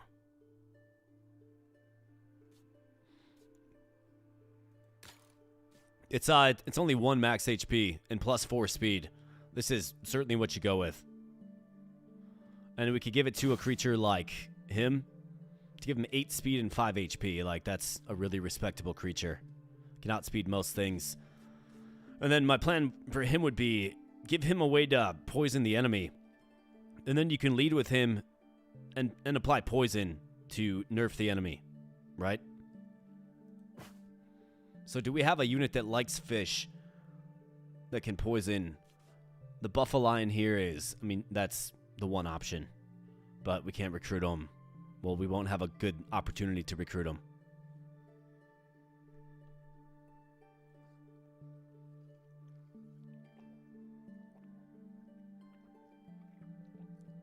Metabolism, the bird to be bulkier. It would make him a 6-5 creature with momentum. Yeah, I actually do like that.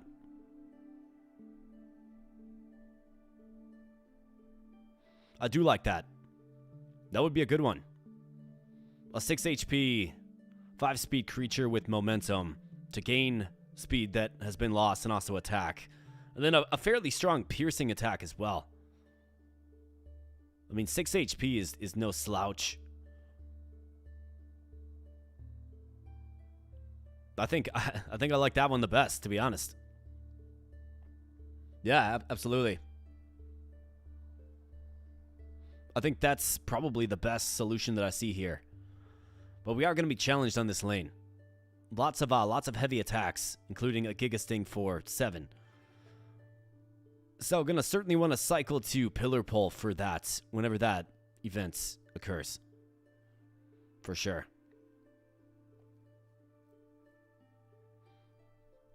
Got Ad Mortem says, I saw how the endless run ended. Heartbreaking. Yeah, man. That Faduka blew up, left in open spots, and a miscalculation, and then it was all downhill from there.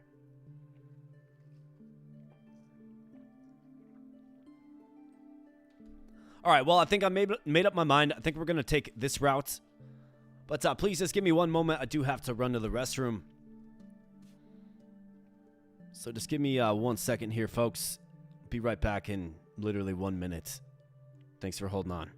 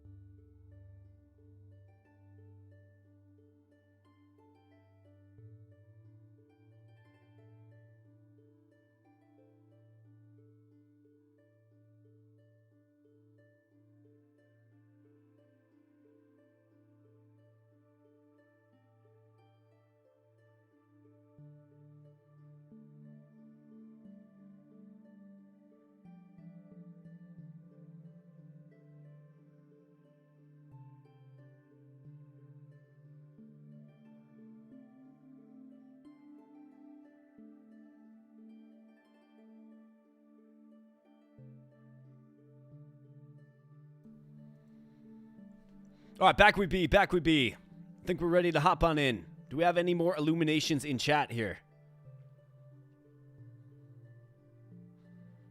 You guys are reflecting on Beef Bowl.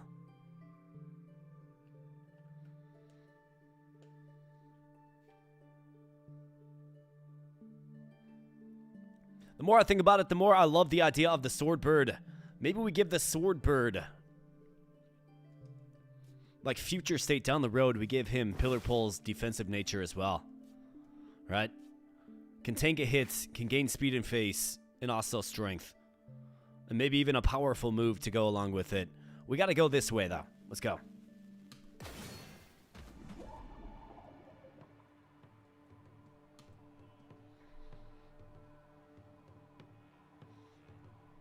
Alright, so body slam bites, body slam. So lots of damage coming down.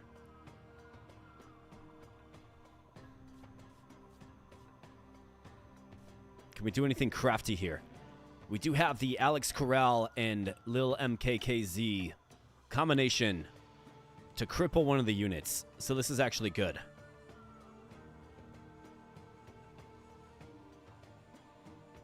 We do outspeed, so I think it's pretty obvious what we do here. Well, eventually, we'll want to cycle, like, we're going to have to cycle either back to Pillar Pole or just hold on to him. I could always snooze with Bloody Kenshiro. Okay. I think I see a pretty obvious opening here. So, let's do this. Let's go. You. That's right. Get poison, bro. Poison scales for you. Let's just nerf that attack. We could tongue wiggle him twice.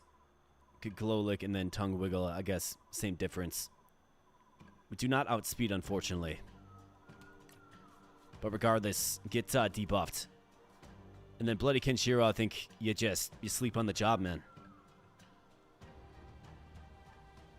You don't outspeed him, so you're gonna have to just sleep on the job. Completely fine.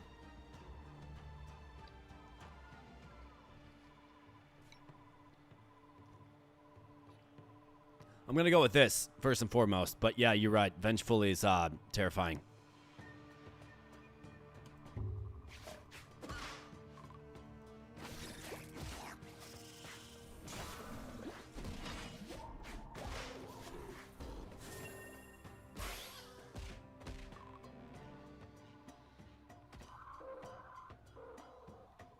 And we got the hyena, so this is where you need the pole of pillar, of course. Either that or we're sacking a bell rats and we're getting encouragements from pillar pole. Well, I guess that doesn't really work.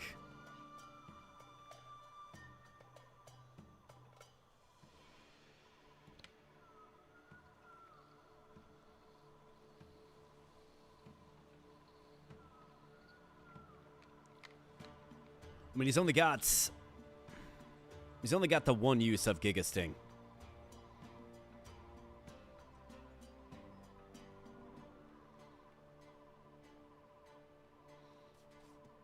So you probably just sack this bell rat here, just have him eat it. That's probably what you do. We actually tie speed so we could get a hit on him, at least. Which means we need pillar pole to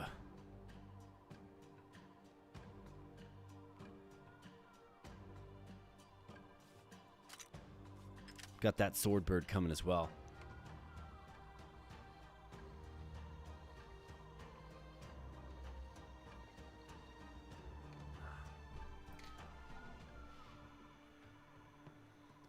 Yeah, we're going to be sacking a bell rat for sure. I might have to hold on to pillar pole. Because what we can do,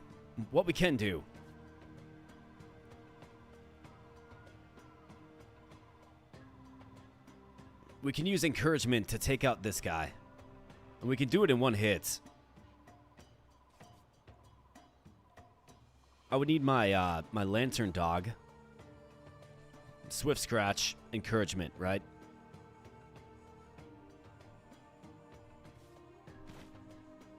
That will get the job done.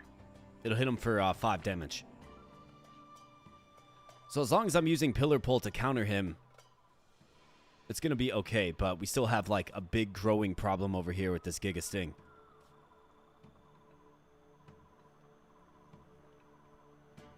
So I got to pull a unit. We've got to pull a unit. We've got to get a bell rat in here to absorb it. Well, not absorb it, but get pulverized by it, I suppose. And then we have a very hefty body slam as well that you would ideally throw pillar pole in to counter. But we're not quite set up for that yet because we don't have Lantern Dog or somebody that can outspeed him, which nobody can. It's Swift Scratch, right? That's our money skill.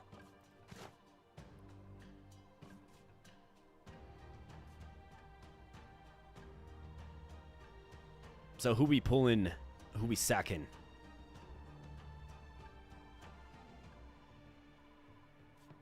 And I've got 2 of my good units out there. I guess if we healed him up, he could take it. I've got fish. I could debuff him. Could debuff him and snooze.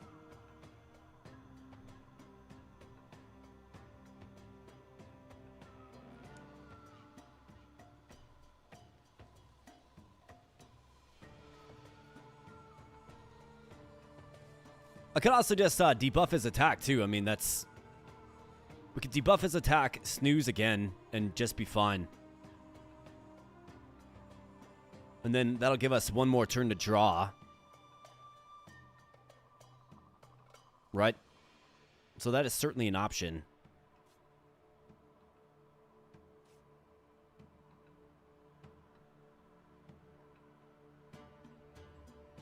Yeah, we won't be killing Slusher this turn. He's got 4 HP. I would probably throw... I'd probably glow lick him.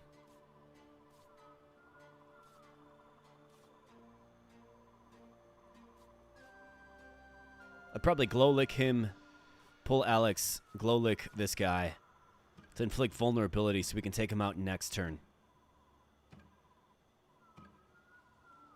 And hopefully we get the Lantern Dog.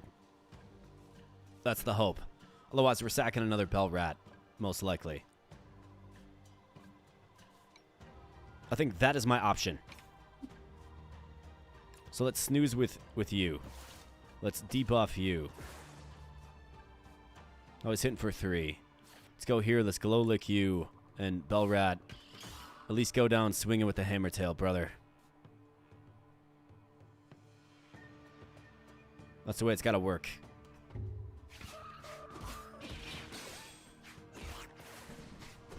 That's right, get debuffed. Big body slam, but sleeping on the job. All right, nice. We did get Mr. Tech Rabbit. So this is big. All right, so here's how we handle this. Nice, he's going to chill wind as well. So this is useful. Very, very useful.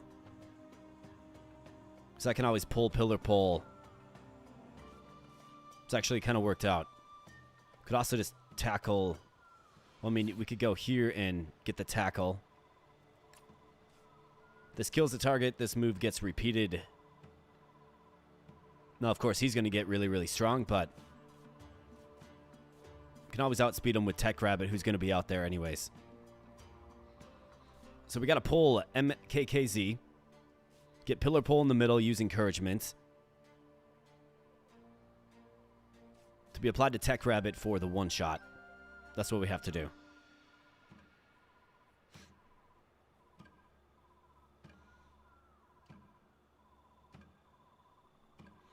So let's pull him. Let's go Pillar Pole.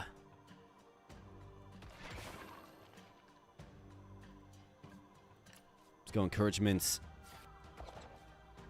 And Swift Scratch to hit first. Always. In fact, we could actually Hydro Slap. That'll take out you. That'll take out you.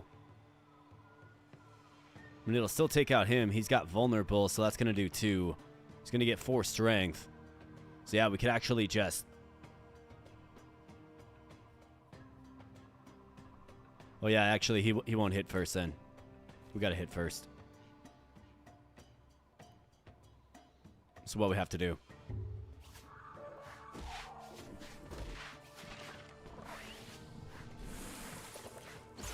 That's right, get wrecked. All right, so momentum coming in. Let's see. So what does it look like? 60%. What do you guys think? You think we go for it?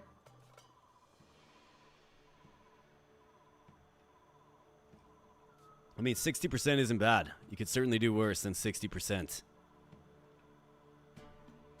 YOLO it? You guys think we should YOLO it for the Tricaudal Hyena?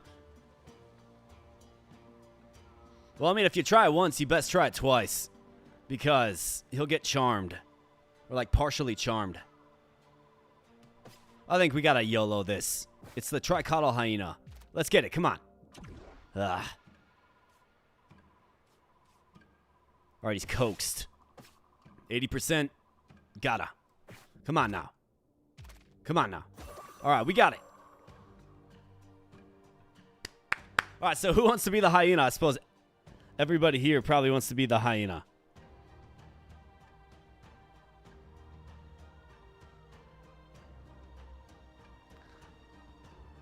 Ellen, you want to be the hyena?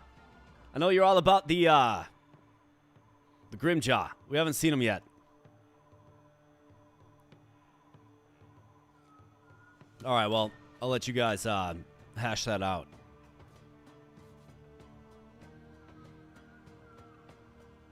And he's still got defensive on, which is fantastic. Okay, so how can we best use...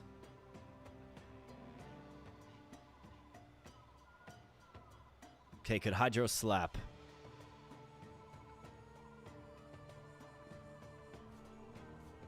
So we could do this. We could...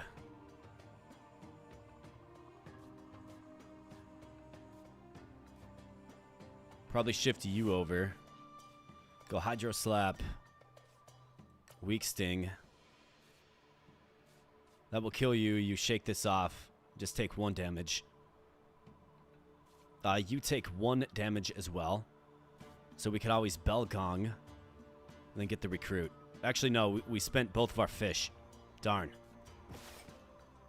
That's right. So we spent both of our fish. We were trying to go for the Sword Bird. But we got the Hyena instead. I mean, I really liked the idea of the Sword Bird here. Grimjaw, Best Jaw, AboBROs. No says LNXY with the $2 dono. Thanks, buddy. Appreciate you, man. That'll get you 20 push-ups. We'll get that completed after this fight here, but yeah. Nah, I don't think we're screwed.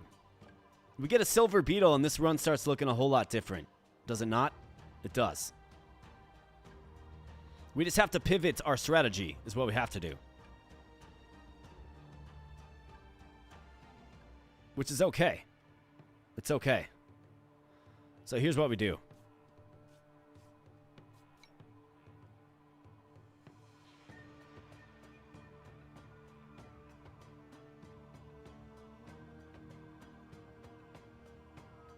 You go Bell Rats mid to absorb the hits from the Sword Bird.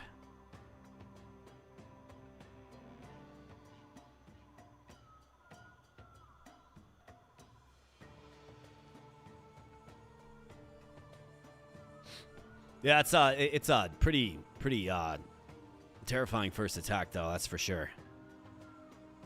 Could always take Giga Sting from him as well. So we're gonna pull you. We're gonna go Hydro Slap. So that's 1, 2 for the kill. And then for this guy right here, we can go. I mean, he'll take 1. Get the Hammer Tail.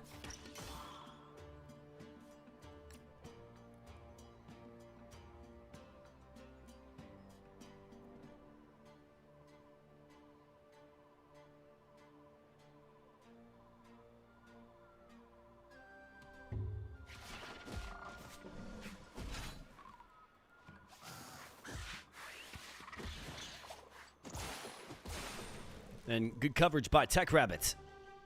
All right, we got the Hyena. Let's go to get Charm Petal and Prime Meat as well. +4 speed, -1 max HP, or +3 HP, -3 speed.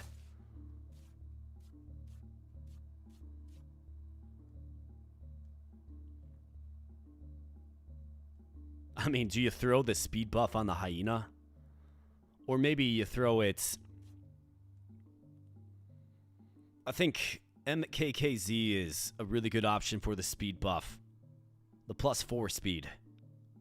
He's got 6 max HP, which is pretty high. If we can get him evolved, right, it turns into a pretty powerful unit. Might even be able to steal Giga Sting from him. That's just a very strong opening move.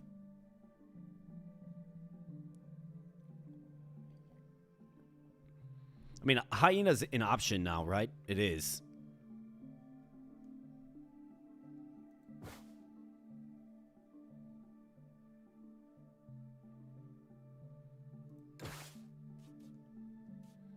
I've got to think of the units that are going to be long term, right? I don't necessarily view the bear as long term. I see him as basically doing what he did in that last one, getting down, absorbing a hit, resting HP. Future state, we might just swipe snooze. I think 8 speed on him is really, really strong.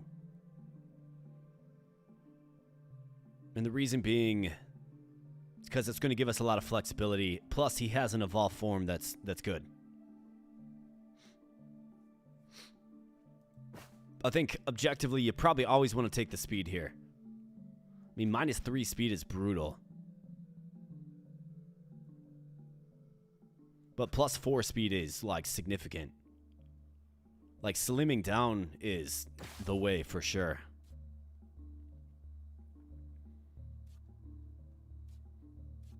I think Lil MKKZ can be our menace. No, if you give them stat increases, they maintain when they evolve.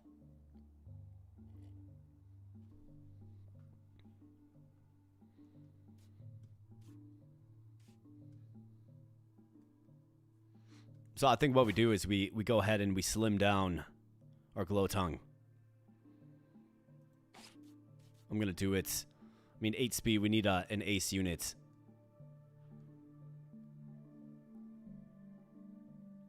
He's just going to be our do-it-all unit. I mean, maybe even do something crazy like give him poison scales too or something. Something that can inflict poison. We'll have to keep our eyes peeled for an opportunity.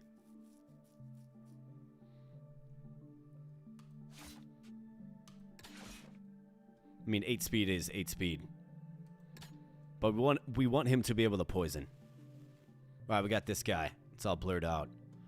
So I've got exactly one. I've got the prime meat. Could fully heal with the Reno bean as well. Silver beetle, here we go. Poison claw. Inflicts poison to the target, does 4 damage. I mean, there you go. And he is a meat eater as well.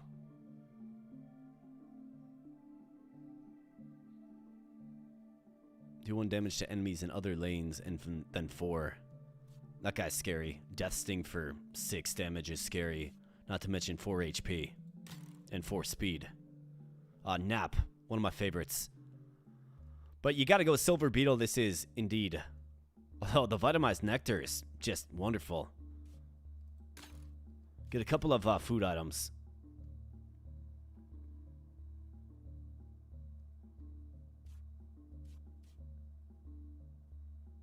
This guy's always a handful.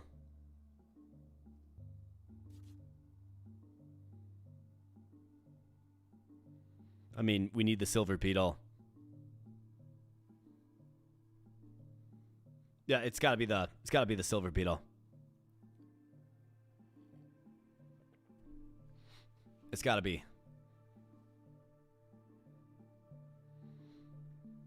And I think I would try to recruit this guy for Poison Claw.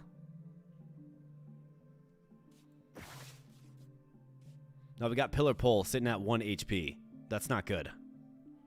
We've got him sitting at 1 HP. Also not good. Hey, we got Kelly Bone in the house. What's up, Kelly? Good to see you, my man.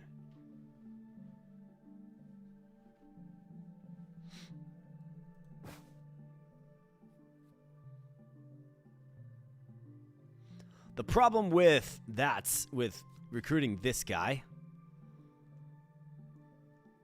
is we don't have a fish, right? We got 1 unit of prime meat, meaning if I can get out early and get a hit on this guy, like as big a hit as possible, maybe we try to like poison him or something. I mean, that's going to be our best option. I'll probably have to use the Reno bean in this one. Probably will. It'd be nice to use to spam some herb finder as well.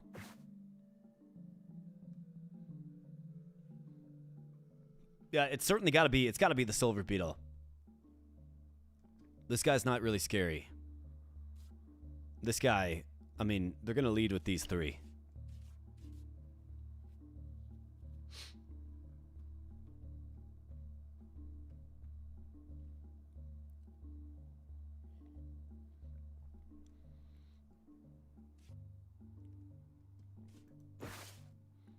So I've got to be prepared to, I mean, maybe even charm him too. We could probably charm him at half HP and then throw the prime meats with a pretty good chance of getting the recruit. But if you can get Poison Claw on him, he'll likely always go first with 8 speed, and he can lead with Poison Claw to debuff attack.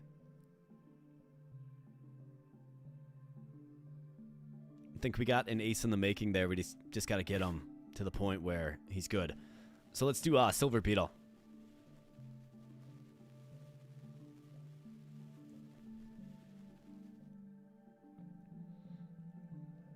Charm plus Pillar Pole should be 100%.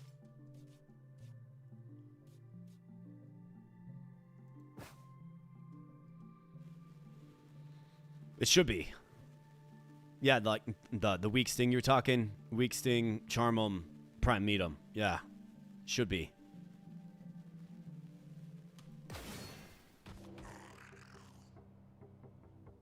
One damage to enemies in other lanes. We got Electric Shock coming down for a debuff. Then Siphon Soul hitting for 4. This guy usually uses the Suction Cups.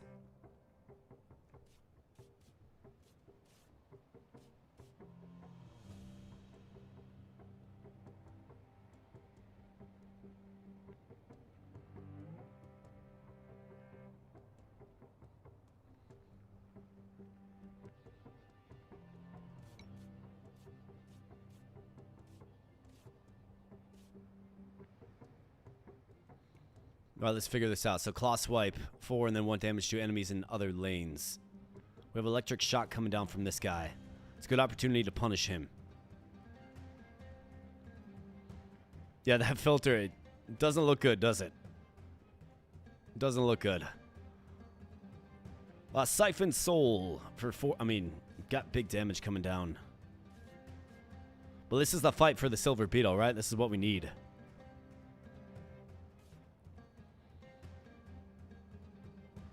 To get any value out of this skill, we're going to have to use... We're going to have to heal him.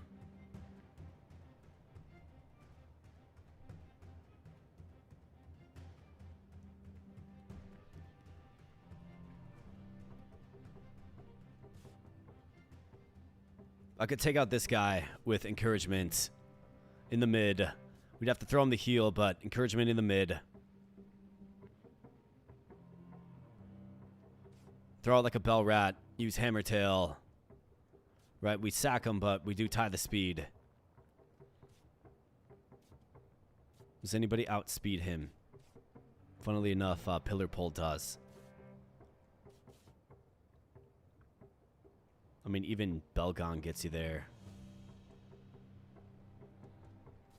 Be nice to cut this guy down early. Yeah, Pole has to be in the mid for sure.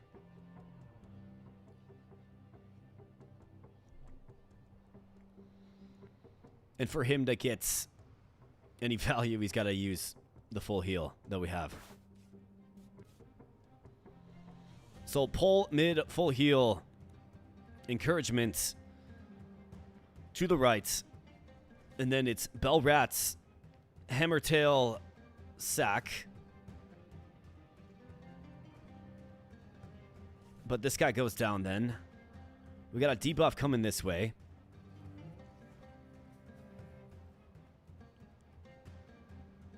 Let the goose loose.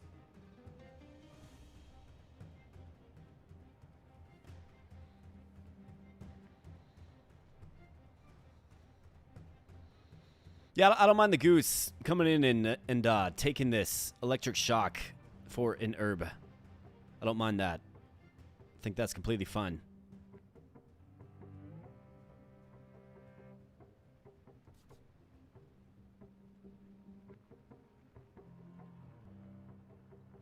I mean, that's his function after all. He's going to get hit for 1. Well, actually 2, excuse me. Claw swipe. So you go Goose, you go Pillar Pole, and heal him. And then you go Bell Rats and take this guy out with the Bell Rats and encouragement. That's what I'm thinking. We do have Alex and then, of course, MKKZ. Though we can funnel a healing herb too, of course. For a little bit of healing support. And then, of course, we can debuff attack. We got this guy coming in, which is... That's a terrifying proposition as well. We're going to have to outspeed him. There's only one unit that can really do that. Well, I guess you can.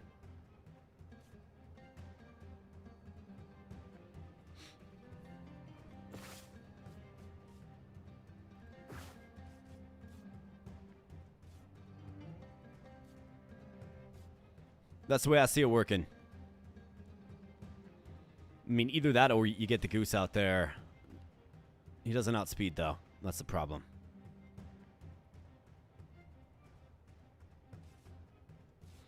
Yeah, I'll be able to maintain probably one bell rat, maybe. Maybe. But we got this guy coming next, right? Death Sting is his only talent, only skill. And that hits for 4.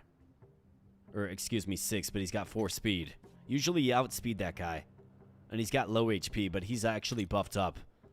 So the number's red, right? Or pink. So he's buffed up in both categories.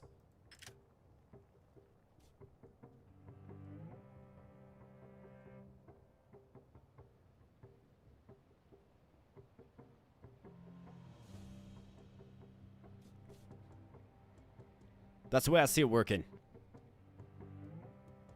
Charm at 3 health, it should work.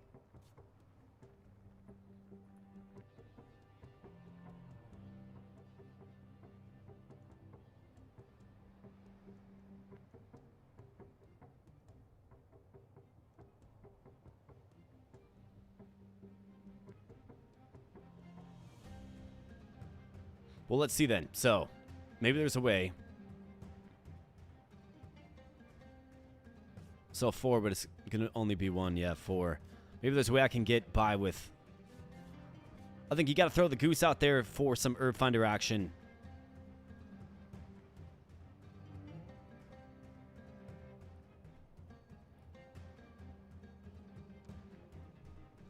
Sack of bell rats, and then heal up pillar pole in the mid.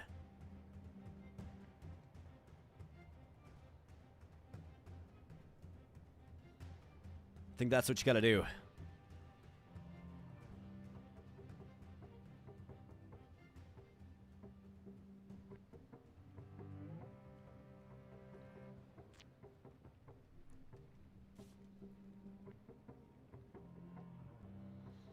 Or you could go herb finder. You could just sack the duck, go herb finder. Get an herb, and then heal up pillar pole next round, and basically just sack an entire round.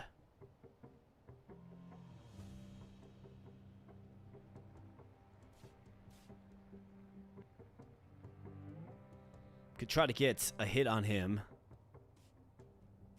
Can anybody survive a hit for 4, though? No.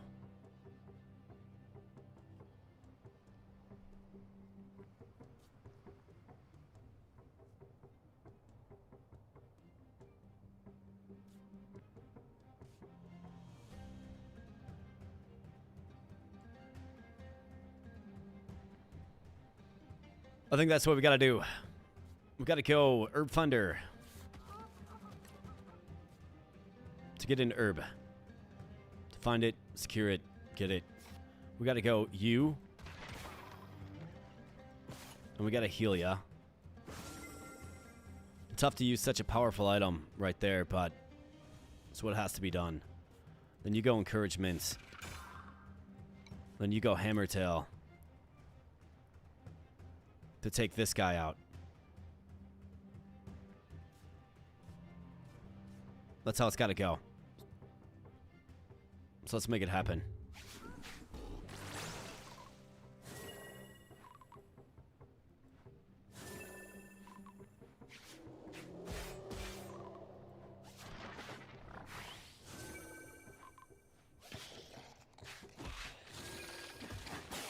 All right, nice.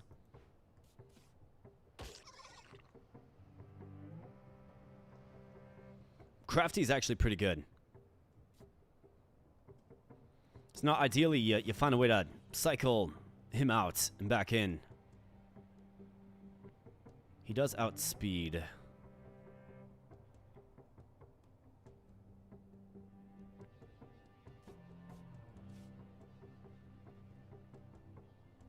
And we get you. We do have a heal.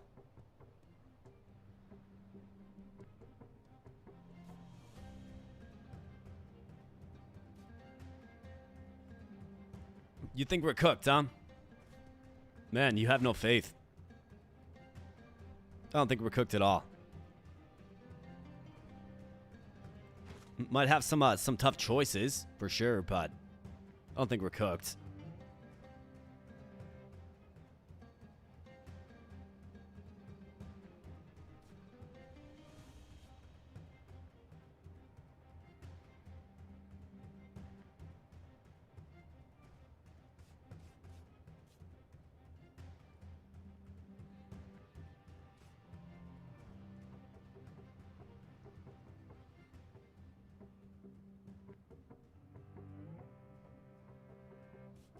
I mean, that's 4.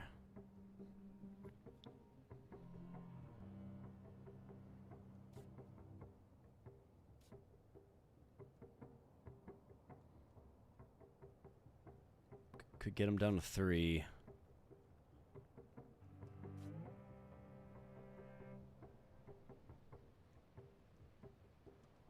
How can we possibly handle this guy?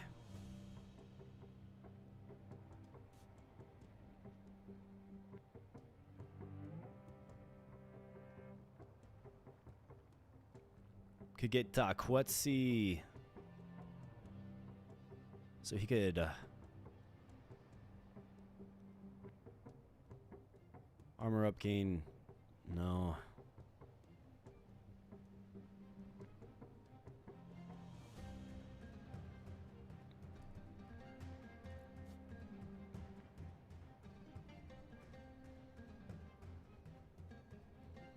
Like each battle round in more challenging fights it's like a puzzle, man. It really is.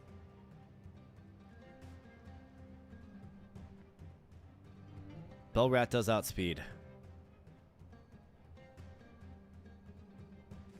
I like the Goose's crafty ability. Probably swipe that from him with a syringe if we're gonna sack him.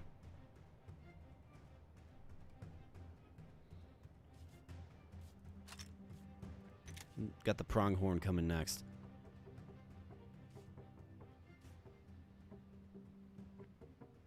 Alright, so this guy. Gotta try to get a hit on him. Like a decent hit. For like 2 or 3.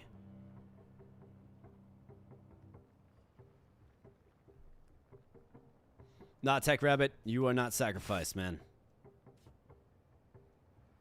I'm just trying to figure out this puzzle.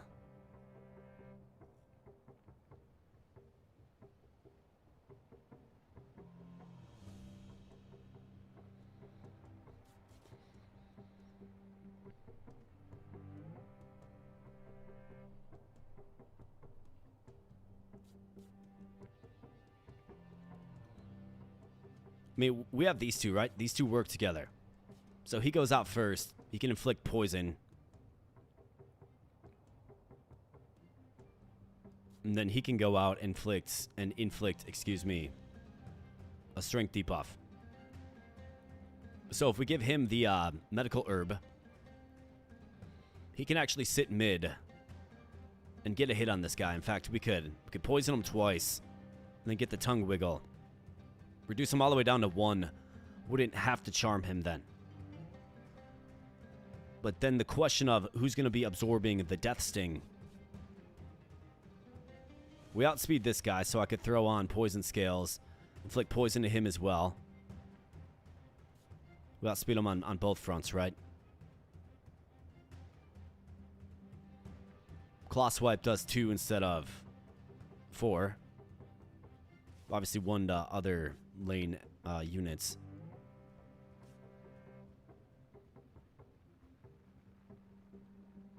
And then I could look at maybe pulling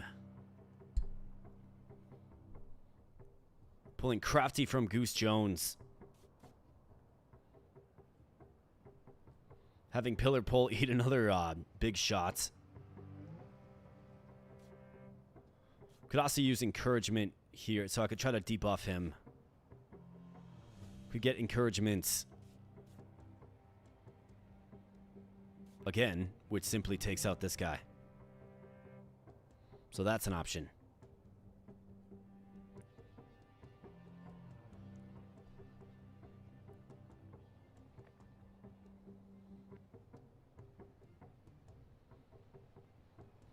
I mean, it would be good. It would be best to use your high-speed units on getting rid of this guy.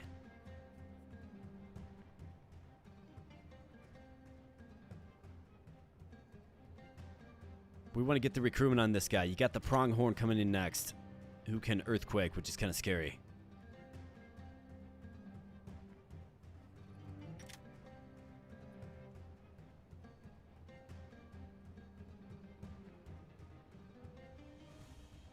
So if I debuff this guy's attack, so get you out there. You out there to inflict poison. You out there to debuff attack. He's going to hit for 2. He won't kill Pillar Pole then. We go encouragements here. Throw you out there. Give him the herb. Heal him. Use tongue wiggle to kill this guy. And then what's it look like here? So Alex will ultimately end up here. He's got 4 HP. That guy has 3. Well, he's going to do 3 damage. We could do poison scales. We do outspeed to really stave off that attack. And that's the way I see it working best for us. Meaning, pull the goose. I mean, we're going to have to because this guy's claw swiping. That's what I'm going to do. So, you, pal. You have to get poisoned.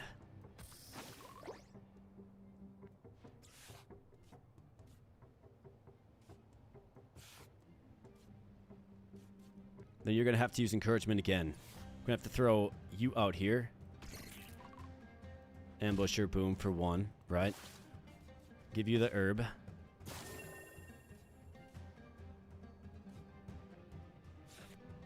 Wait, that's not going to work, is it? Oh, he still hits for 4.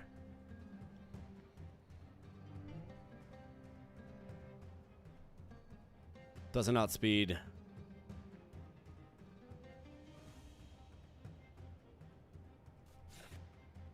I mean, he survives this. Pillar Pole does not survive the Death Sting. He does outspeed, though. Could at least get a hit on... I mean, that's a bit of a miscalculation. I could always just take defensive from him, too. Which is what I plan on doing anyways. It'd be tough to lose Mr. Pillar Pole, but I think that's what has to happen here.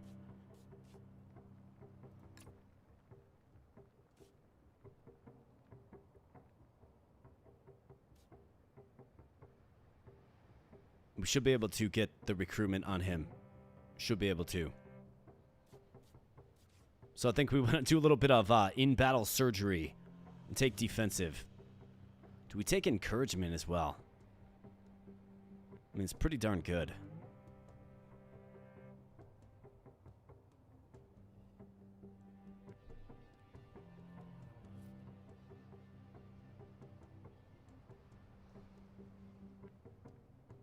Yeah, syringe mid-fight, just give it to Quetzy. Yeah, I agree. I mean, we're stuck with this anyways, right? So, empty syringe. You take defensive for sure.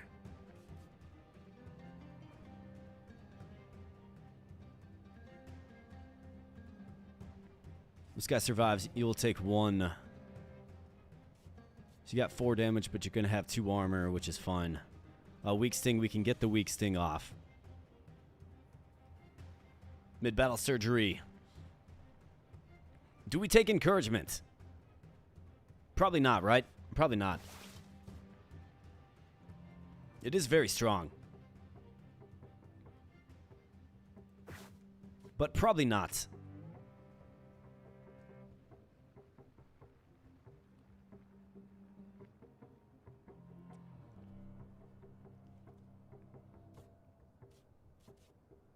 And then next turn, this guy can just consume this guy.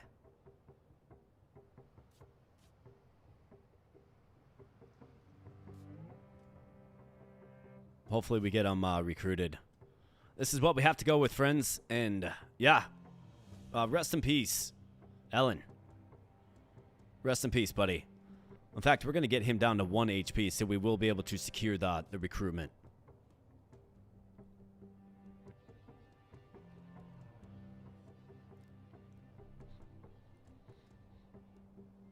I mean, we could use encouragement with Crafty, right? We do have other status effect moves. I think I'm okay without taking encouragement. Got to save our syringes. It's one of the most sparsest resources. So this is what we're left with here. So let's go.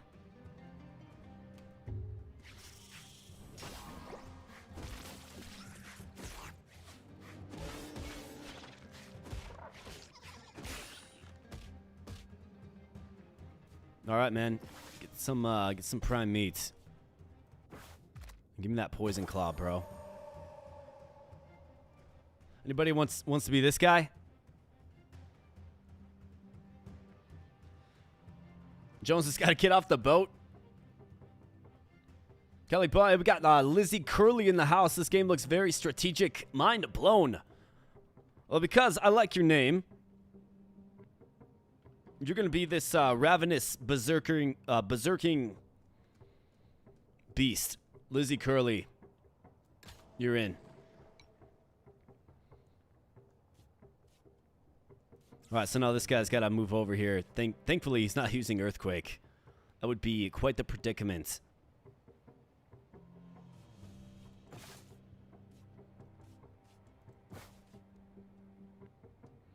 Body Slam can always just snooze that one off.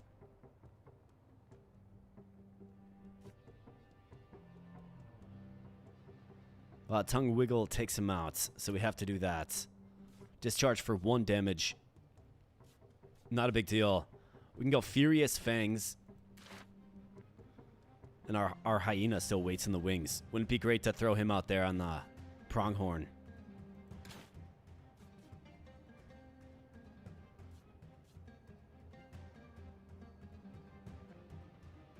I could use Infection on him. Well, I suppose not. Maybe Tackle.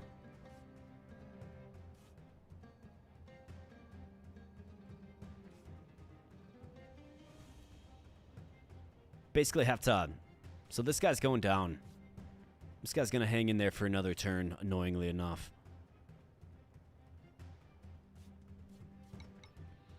I could pull out... I guess it's only 1. We could actually throw in the Bell Rat. Pull out Alex. I think so. Let's pull him out. Let's get the Bell Rat in there. For the Hammertail. Just pure value. And we can get you in there for a little sleeping on the job action. Let's do that. Bam.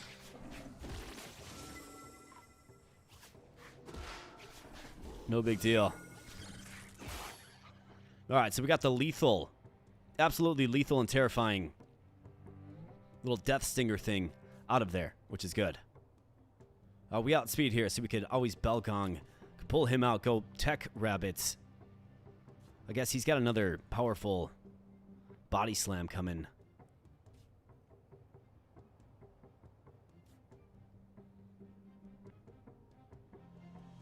I think you go with the tackle. Can always move him off to the side and snooze later. So let's do this. It'll be 5 damage on him. Belgong up on this guy.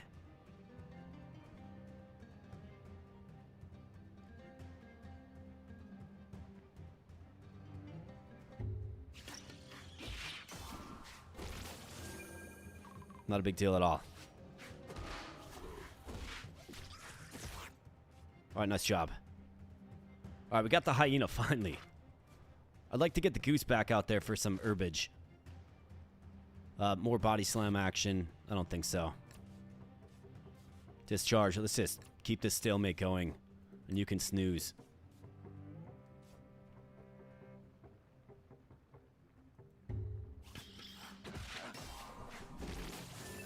Keep the stalemate going. That's right, get wrecked. Right, Kenshiro.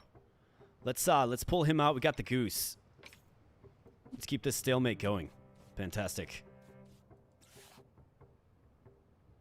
In fact, this guy can actually heal with crafty, right? So this is good.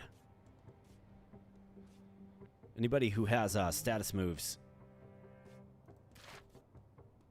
of which we've pretty much used them all up, except for Herb Finder, but gonna get some HP coming across the board.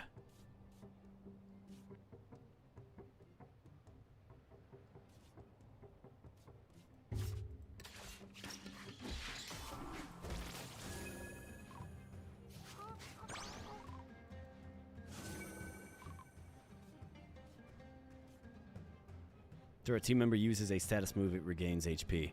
Okay, never mind. It's not across the board. But still, pretty good stuff.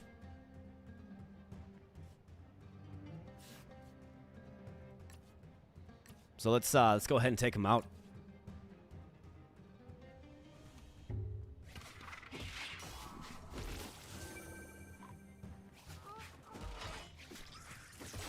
All right, nice. And we had Lizzie Curly to the team. Just looking for blood, man. Look at this graphic. Just such a brutal looking creature right there. But we got Poison Claw. It's going to be a big one.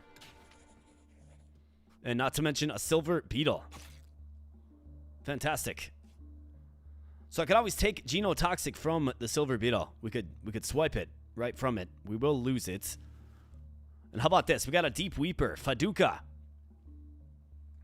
Likes the berry. We have a berry, man. I don't know. I'm a huge fan. After my endless run, I'm a huge fan.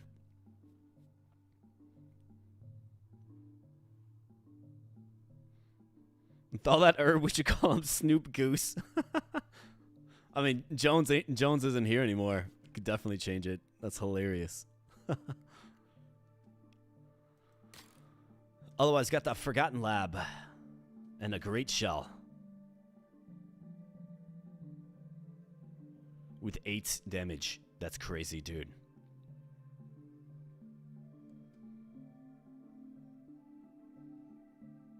Hyperstimulation. There's that again.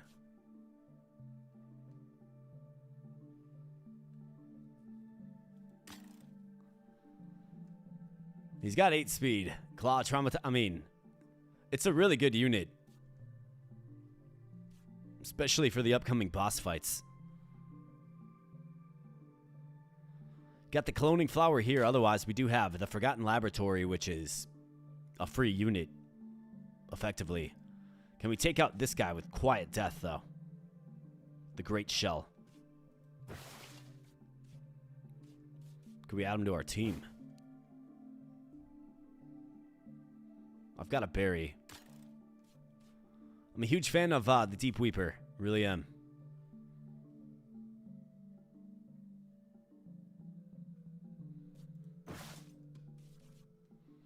Right, so 4 Poison Claw. Inflicts poison to the target. Makes sense to go on him. He can get out there and poison. However, we do have the Silver Beetle now, so. And we also have defensive. So who do we want our defensive presence to be?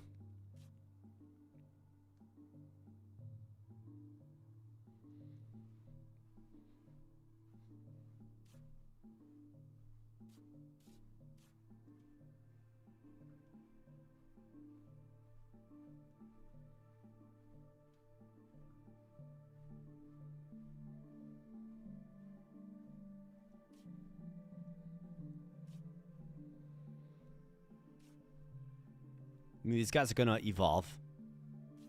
Of course. In fact, we have, what, 1, 2, 3, 4. We have 4 units that will evolve.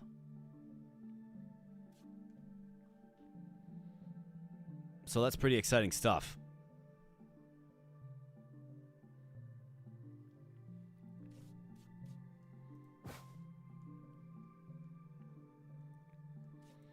We are looking a little thick in our roster though. We have 8 units, 9 units plus the silver beetle, right? I mean, this is a free like elite unit. But we also have the Great Shell with Tidal Wave and Quiet Death and Crushing Weight. This guy's going to be an absolute menace.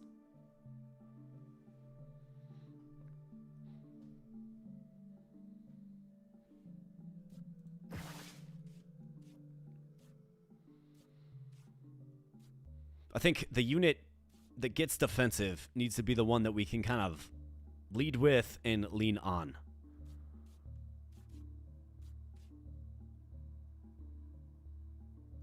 We're about to experience Quetzal's evolved form. It's been a long time since the demo of this game dropped, since I've seen it. I mean, I guess like, so I don't know what kind of power we're sitting on with the ability to evolve these guys now.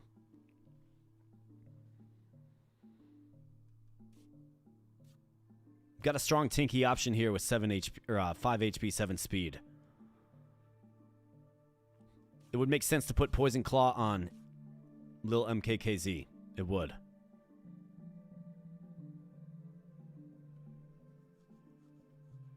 Let's level up in face, says Alex. Yeah, absolutely. You bet, man. That's what we're trying to do. Trying to evolve in face. And Kelly brings the answer is yes emoji. Yeah, that's the one that I used. In fact, now that I'm thinking about it, Alan, thanks for the dono. I've got 20 push-ups to do, so let's do that while we consider our best options. Want to make sure I keep everybody nice and trued up on the fitness goal. The answer is yes. That's right.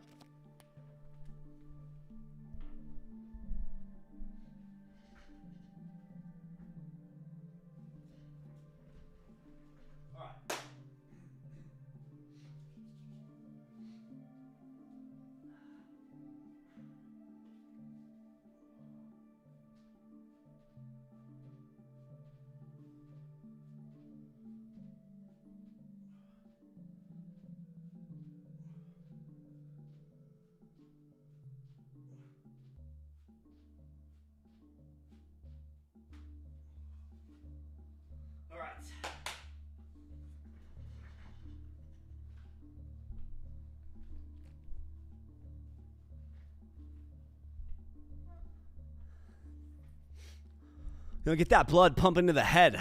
Maybe help me think about this a little clearer. With defensive, we have... I just don't know what power I'm sitting on, right? What power with Quetzal, the Lantern Dog. Glow Tongue, I know what we get. That's a really good unit. Bellrat even. No clue.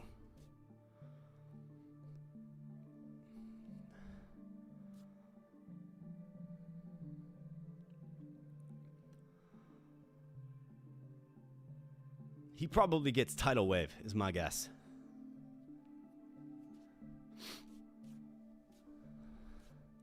What about Bloody for defensive? Certainly is an option.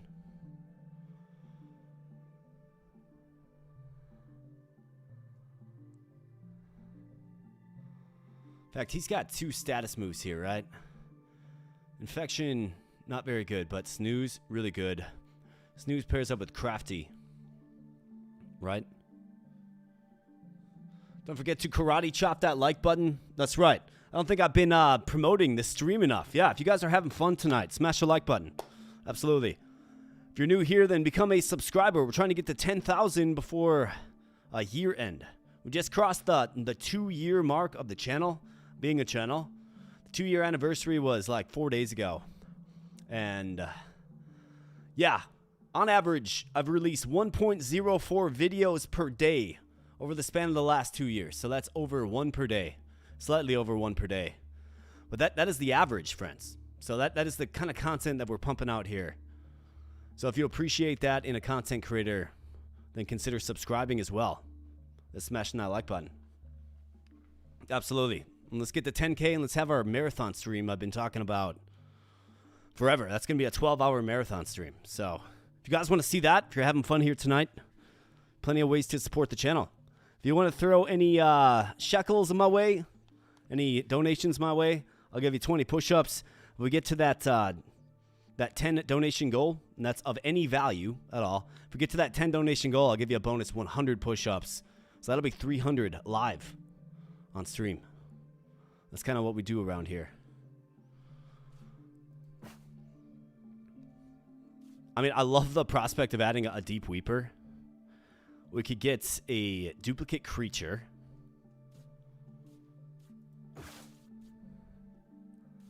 Which is all kinds of compelling.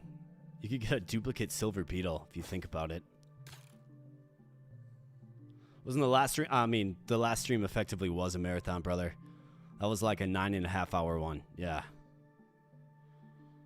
I basically had to throw in the towel. It was an endless mode run that literally went the entire... It was one stream. One run, one stream, right? All 9.5 hours was one single run.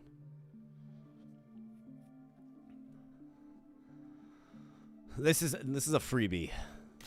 We've got to figure out what we want to do here. Cuckoo is terrifying.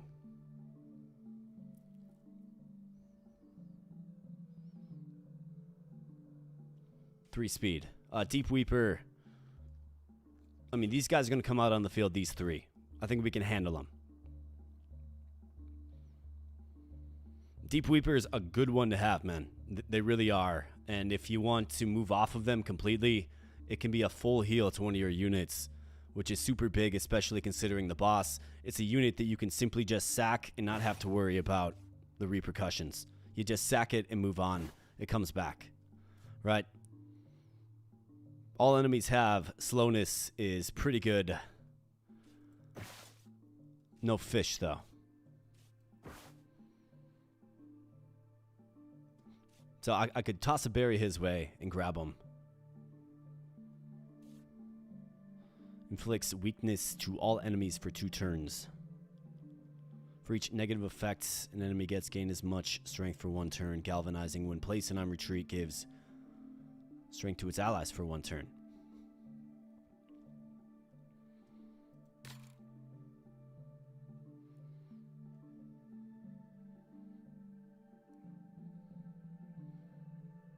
I mean, I think we probably have an easy... Like, this guy's terrifying. If I had the Forgotten Laboratory, I'd throw it to the Great Shell immediately. That guy's really incredible. Immune to negative effects as well. Quiet Death hitting for 8 is wild. Insane. Tidal Wave hitting all lanes for 3. One-time use. Get a bunch of strength stacks on him. That does insane things. And then Crushing Weight is just like your basic attack to fall back on. Also pretty crazy. Doesn't really outspeed anybody. Could get a Cursed Creature that's duplicated. But most importantly, you'd secure one of these guys. I'd easily be able to do 1 damage to him.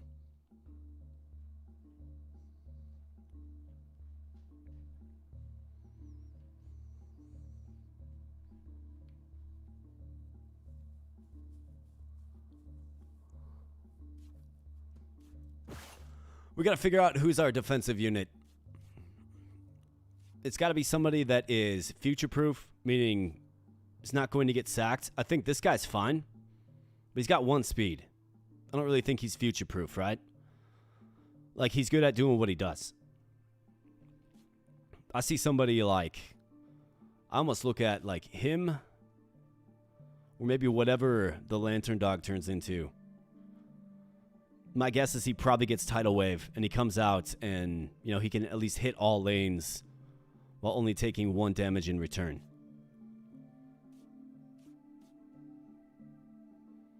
And then, of course, we also have the Poison Claw. I think defensive and Poison Claw. It's a good way to bleed. Because you can poison them with Glow Tongue, which cripples them. Right? Dog with defensive sounds nice. And he does have vulnerable too. So he can actually do some impactful offensive things. Then he can do Swift Scratch to get the kill. and then keep defensive, right? So that's an option.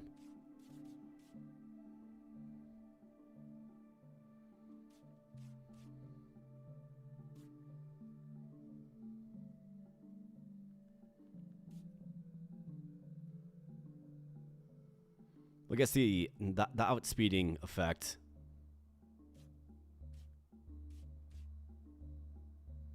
Like, he's mostly always going to outspeed with 8 speed.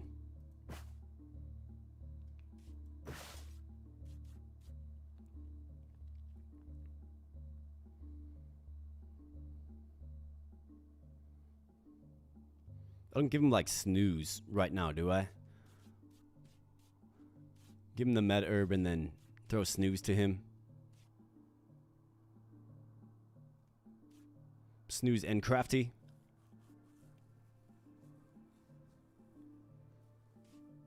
If we had more HP on him, I would consider it. Could throw a couple of food items to him and get it. I feel like we just need like a super powered creature. Maybe it is Glowtongue. Maybe it is. Guy that can keep himself alive with snooze.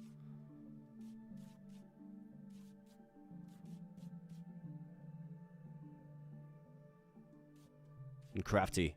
I mean, it's an option. The options are literally limitless.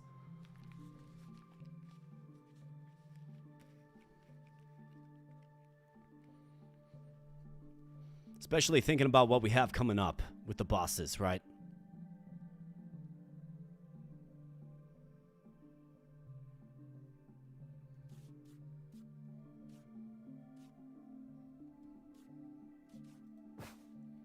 If we had the Deep Weeper, I'd probably... So if we take Snooze off this guy, it kind of makes him expendable, which I think is fine because we do have our rosters filling up. If we take Crafty off him, I mean, obviously Herb Finder's nice, but be an opportunity maybe to move off of him.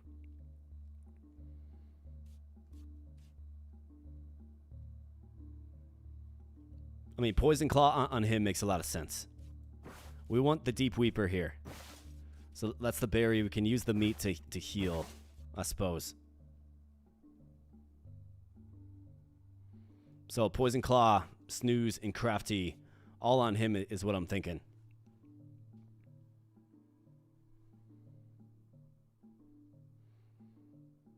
And then let's see, so Poison Claw, Snooze, Crafty, that's 3 HP. Which is 1 meat. Give the meat to him. Give him those 3. Defensive. I mean, he can outspeed. And not to mention debuff attacks, so defensive probably isn't the best fit for him. Maybe we can find out kind of in fight who should get defensive. Maybe that's what we should do, because I don't know what the evolved forms look like on most of our units.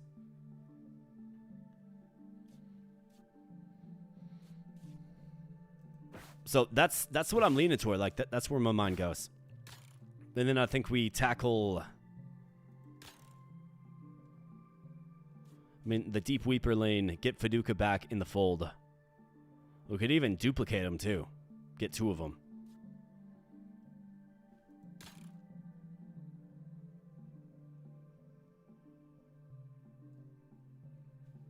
I think that's the play here, friends. That's what we have to do. So let's do it. So Crafty, get it.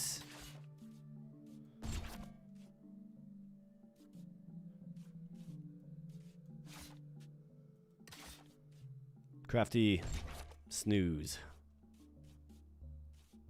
And then we need Poison Claw.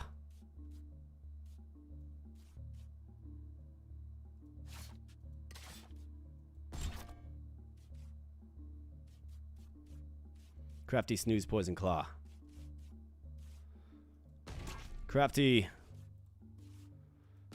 Snooze, Poison Claw. We got a very versatile unit now. So let's go.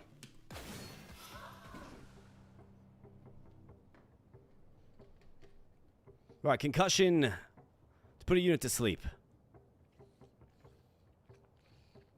And then we all know the gimmick. Put him to sleep and then just keep awaken punching him.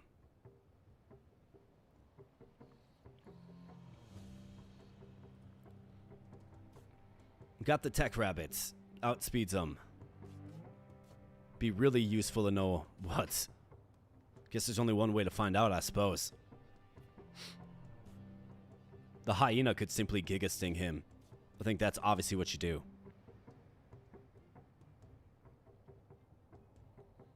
But we could get tech rabbits in this guy out there. This guy can snooze. Just snooze up.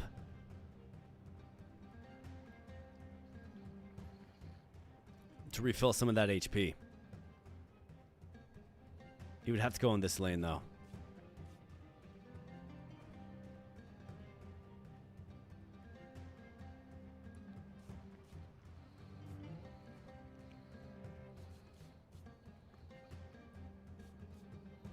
Go Silver Beetle with Tech Rabbits and Lil MK out there.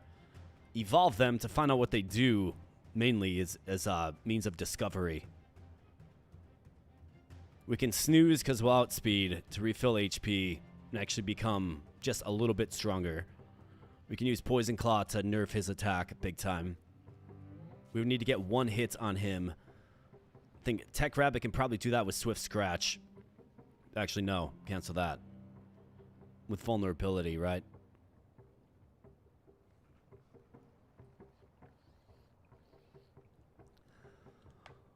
We'll catch you later, man. I think the hyena eats this guy. That's a pretty obvious solution.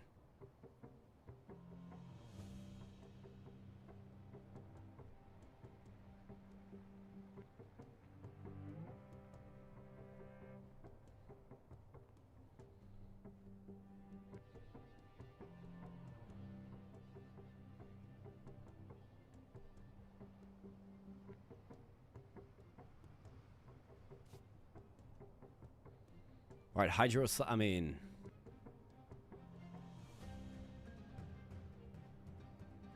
It's probably the one time when, like, vulnerability works against you a little bit.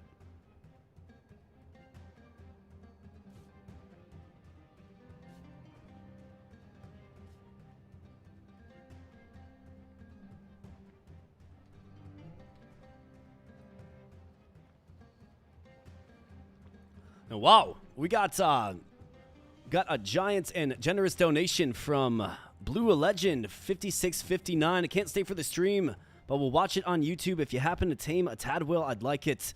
Good luck on the boss rush. Well, thank you so much. I really do appreciate that. Absolutely, and you bet. We got you locked up as the Tadwheel if we come across it. You bet. Absolutely, and thank you so much. I do appreciate it. And of course, as always, the live will be left right up on the stream. Absolutely. Thank you. Yeah, actually, you're right. Who said that? Glowtongue on Deep Weeper is a free catch. Yes, you are correct. So that's what we have to do. Then we can always snooze up.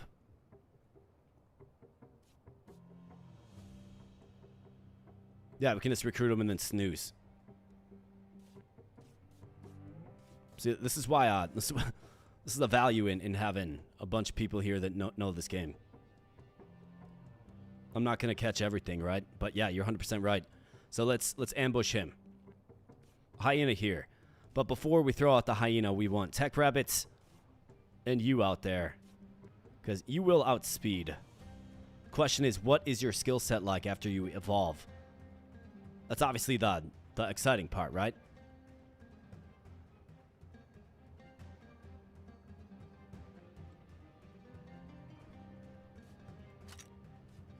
That means this guy's going to be coming out. He's going to galvanize everybody.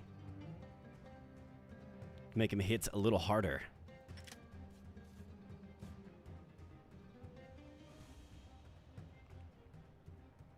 I wonder if maybe we throw defensive.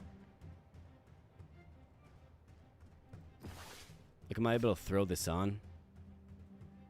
No, it doesn't let me.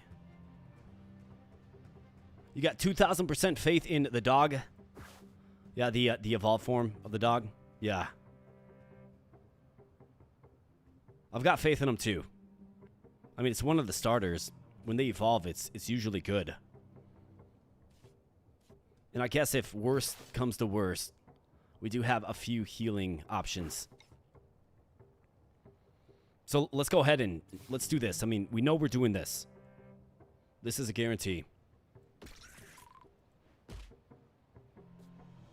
And then we know we're going to do this. Right?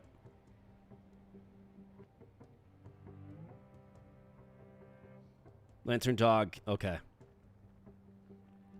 Well, that's good because that's kind of what we're looking to do for sure.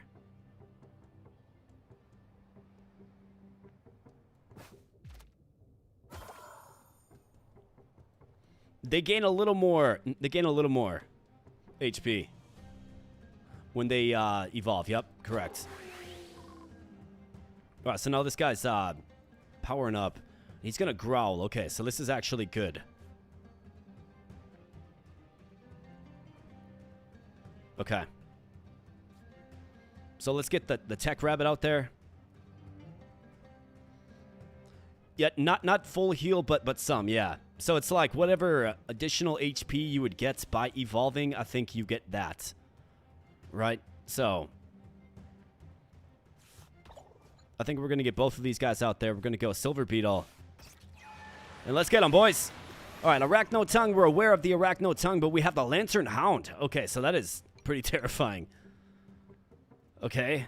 The opposing enemy has 2 vulnerable. Wow. Okay, Bolt hits first for 4 damage. Hydrostrike hits all lanes.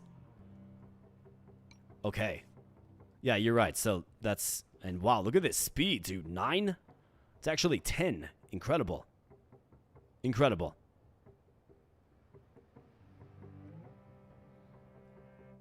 I mean, that's fantastic. Hits 3 times, inflicts vulnerable each time. So he outspeeds. So hits 3 times at 1 damage, but vulnerable each time. So it's 1. So it'll be a total of 3 stacks of vulnerable. But he does what? 1, 2, 3. So that's 6 damage. Is my math right on that? He outspeeds him, so I think we can use Tongue Fury in face here and take him out. Bolt just gets it done simply against this guy, which is phenomenal. And then we can pull this Silver Beetle and throw the Tricaudal Hyena in there for the easy clap. Giga Sting, take you out. 6 damage, says Mystery Spider. All right, man. And even if it's a bit of a miscalculation, we still have... he's not attacking, right? So let's use that, and then Bolt simply gets it done. Insane speed on the Lantern Hound, though. Wow, what a unit. In a lot of ways, exactly what we needed. So, yeah. Got the Hyena coming out, but we can outspeed him for speed. So let's get it done.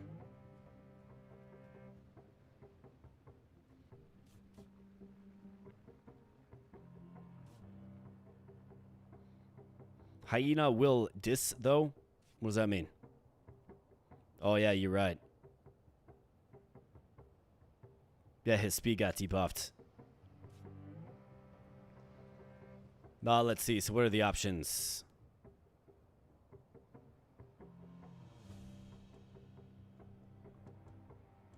Well, unfortunately, we don't outspeed. Hyena can go mid and tongue on Sleepy Dude.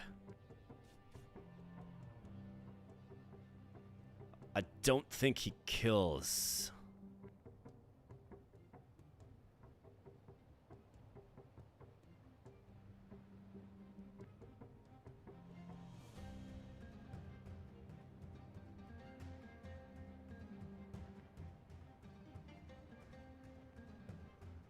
Yeah, he's not... this guy can't kill this guy. Yeah, he would, yeah.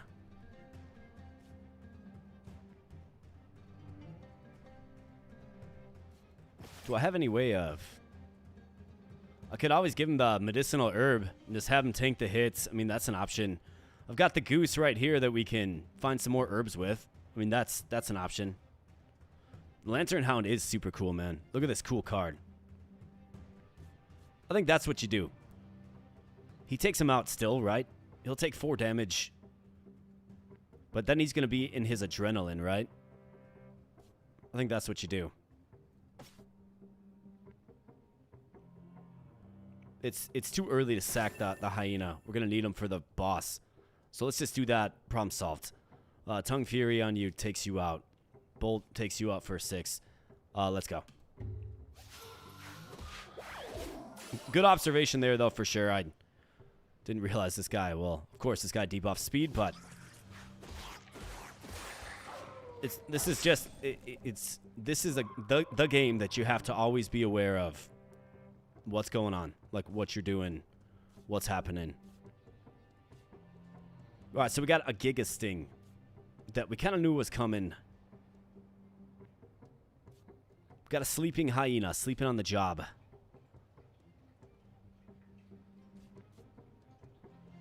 Do I have any option? I mean, I can take him out with the Lantern Hound. And we could get 1 herb. Could snooze with him. I mean, I think that's the best move for us. Right, so we take 6 damage, 4 plus 2 is 6. Snooze for you. And then Jones, use the herb finder. 4, 5, 6. He's got 6 HP. We're good. Bam. So there's that crafty, right? Snooze and crafty plus 5 HP. And then not to mention a free herb. And then crafty procs off again. All right, good deal. And we got Faduka back, a familiar face. We got Burying Meats. Now we can duplicate a creature. The copy does get a curse, but who do you think is our most impactful creature?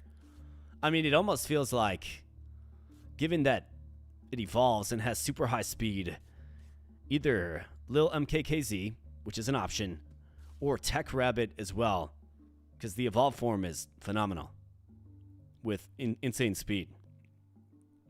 Could also just dupe Faduka. The curse won't really matter. It's just a meat shield.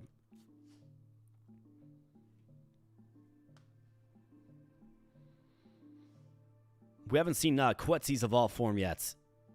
We'll be seeing that soon, I trust. Bellrat as well. Definitely want to see both of those evolutions.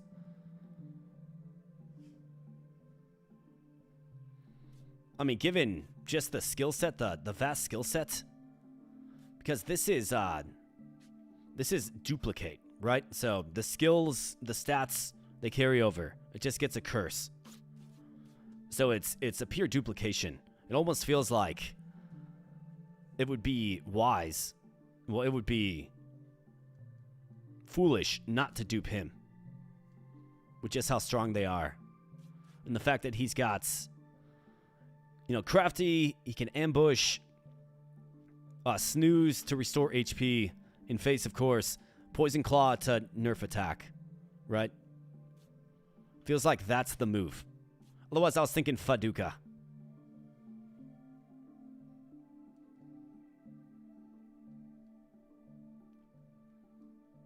Although, the Lantern Dog, the ability to hit all lanes, it's another impressive one. I think you got to go with this.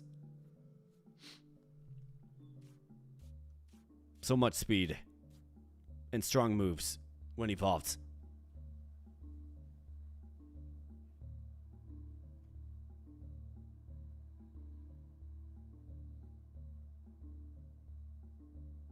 Something cool with the Silver Beetle is if you take their ability while they are evolved, if you evolve them again, they won't lose the ability. Okay, interesting.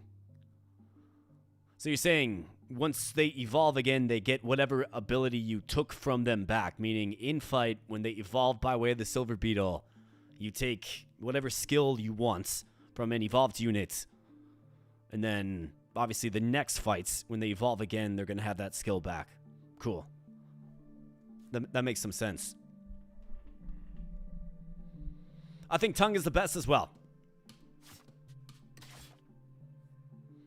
All right, so what does he have? Faint-hearted, always has vulnerable. I mean, not great, but we have ways to offset that with snooze. So that's good. So do we give defensive to the lantern dog now? I mean, I think so, right? I think Tech Rabbit gets defensive. Because he can always go... Well, he can usually go first and get the kill. And if he can't... Well, so if he gets the kill without receiving an attack, right, defensive stays on. So it makes a lot of sense. If he can't get the kill, then at least he only has a return for 1 damage coming his way.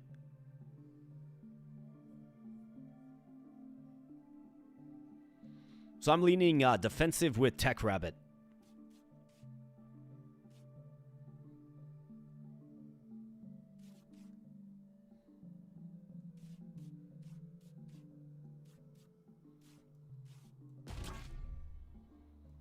Makes too much sense. All right, so battle 7 of 8. We have a former human, another unit that would do well in our deck. It would with the Silver Beetle. 12 HP. No abilities to speak of, but 12 HP. We have a Swamp Beast with Life Pulse. I don't have a fish. I always run into this guy, and he's always got the Life Pulse, which is a great move. I suppose Snooze does about the same thing anyways. Another Deep Weeper over here. Likes the berry. Experimental Syringe. Okay, so this is good if you think long-term. It's got to be danger level 3 or less. We do have a berry for another Faduka. Trench Crawler.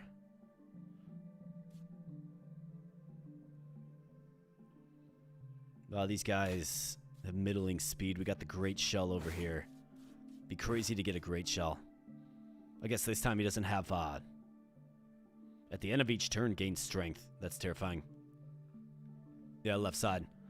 Especially with the former human as well. Although this is good. If you get the right assortment of units. No danger level 3 anymore at this stage. Well, I guess I don't know what's after, after we do fight our first boss. We're going to have the speed advantage on this lane big time.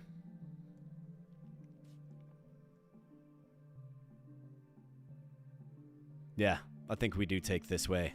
Maybe, just maybe, try for the Great Shell. That's what I'm leaning toward. However, friends, just real quick, I do have to run to the restroom.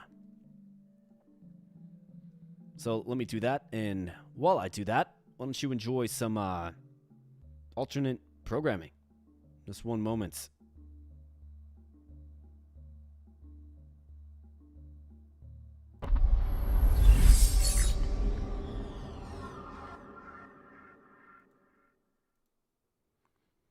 So why don't you enjoy some fun times I've had with the Luna machine.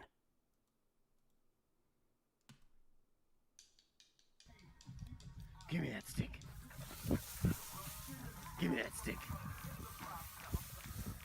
Good girl, Lulu's. Give me that stick. Give me that stick.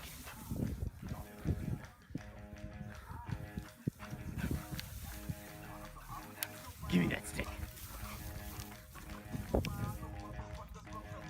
Get it, Lulu. Get it. Give me that stick.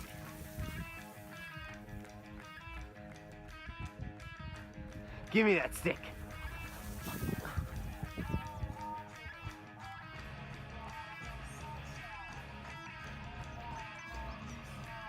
Give me that stick. You silly puppy.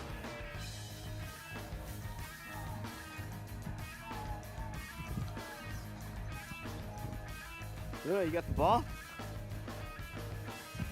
Here, give, throw, give, give. Alright, you ready? You ready? You ready? 1, 2. Here, go get it. Go get it, Luna. Get it, Luna. Good job, honey. Good girl, yeah, good job, sweetie. Good job, Luna. Good girl, honey.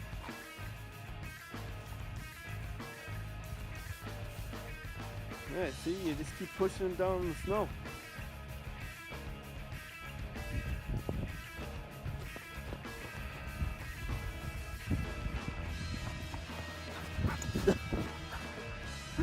Luna is such a little horse.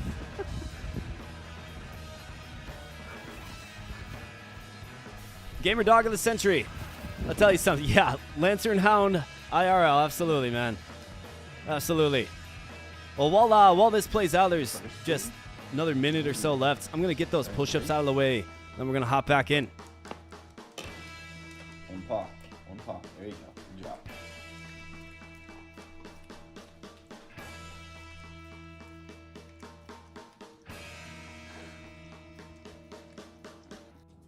Luna, do you want a birthday treat?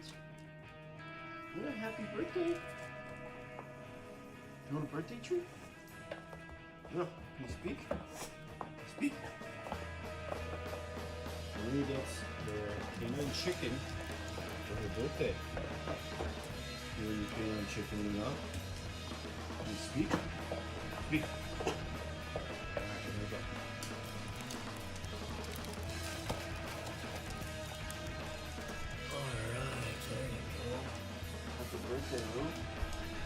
All right, that's 20, and thanks, of course, to the generous donator. And Daddy adopted you. It's been 8 years of joy. I love you, honey. Happy birthday. So yeah, that's my Lantern Hound, and of course, Luna's awesome, and she's sleeping right down there. You guys can see her. Oh yeah. Luna would carry an entire tree, even if she could barely lift it.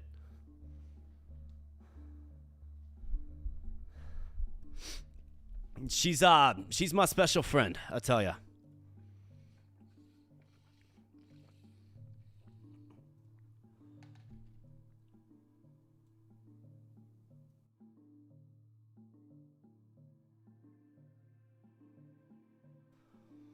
All right, so let's start again. We got battle 7 of 8. I think we're cooking finally.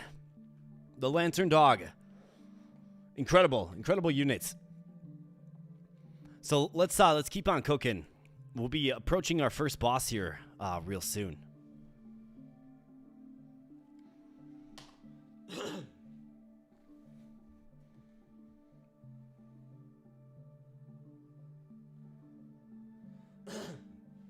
All right, so I think we decided that this is the way.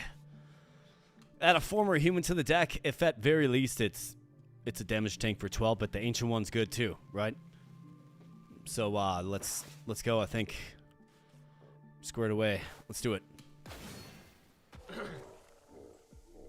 right, Cuckoo, Needlefang, and Swamp Beast.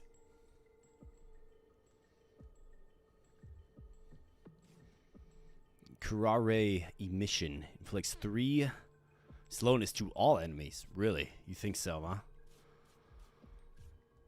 Well, how about this opening draw?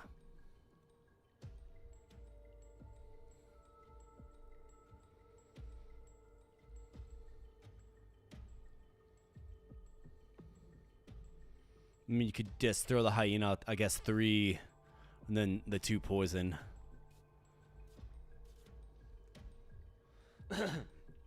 Yeah, it inflicts poison too, man. This guy's gonna life pulse this the Swamp Beast.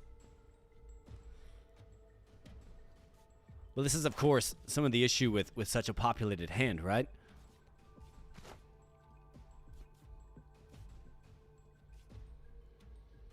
So 3 and then 2. That's 5.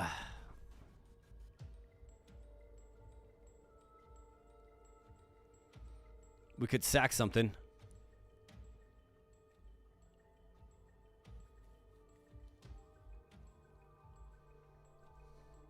Oh, yeah. That's a good idea. That's a great idea. The hyena would get sacked. Because we got 2 poison coming our way, right? With reflexive sting. Could always throw him the well, he's actually, so the hyena hits for 10. Yeah, the hyena hits for 10 with adrenaline.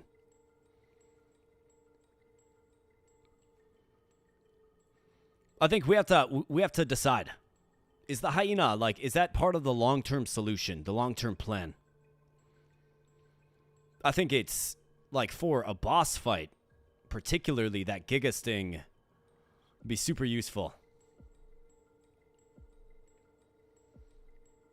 You can evolve the Bell Rat to protect the hyena. See, I'm not sure what the Bell Rat does evolved.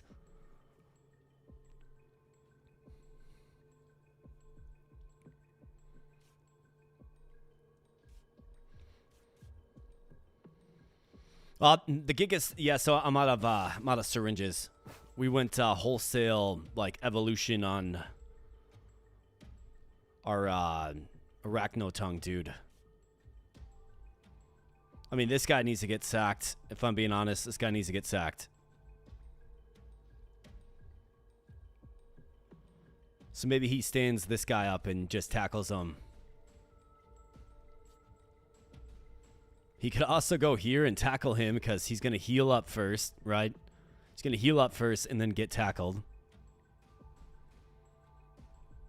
And just kind of occupy space on the battlefield. I mean, this is obviously a good opportunity to punish. It's, are we okay moving off the hyena here? If I don't want to, I can throw him the med herb. And we can just take this guy out. Right? That's an option. Not really a big deal.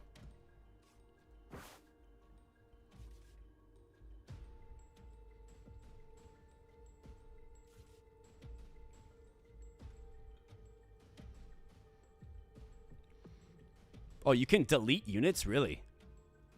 Well, I suppose you probably can. Yeah, you just, like, let them go, right?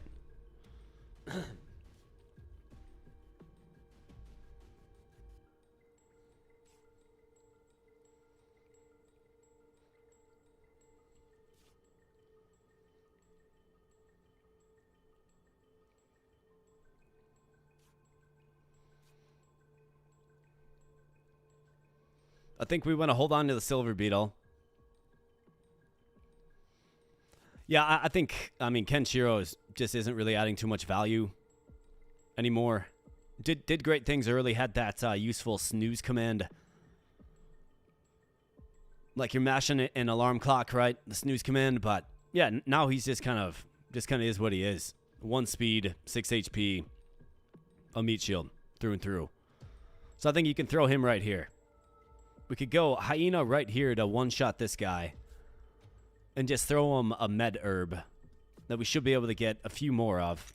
Now, we do have the great shell. This guy's scary. Like, really, really scary. So we want to try to take out as many of these guys as possible, like this turn. Either that or you just sack Kenshiro.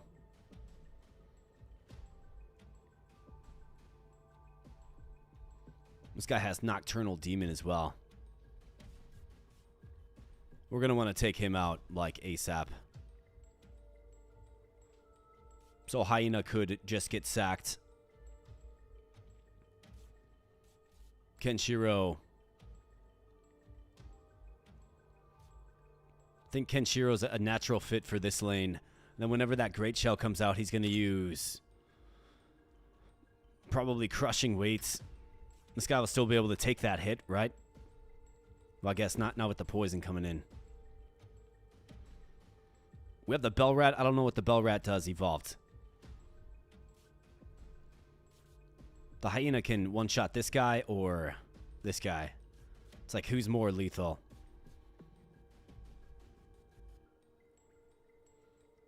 I mean, 3 slowness to all enemies is brutal.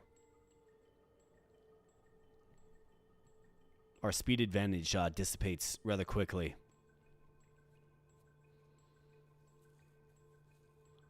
We could take the hit here.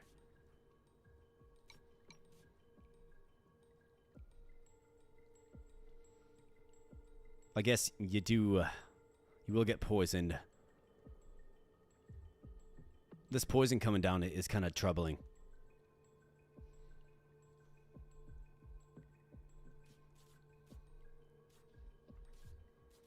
I think you gotta hold on to the silver beetle.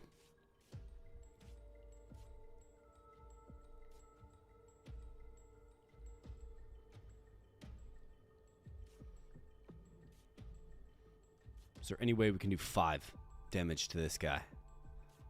No. Could do 4.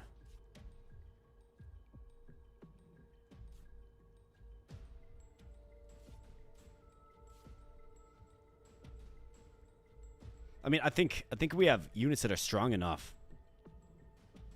Like this hyena, he's got 4 speed. We're going to have to just keep healing him if we want him to stay alive. This guy's going to get his massive speed debuff off.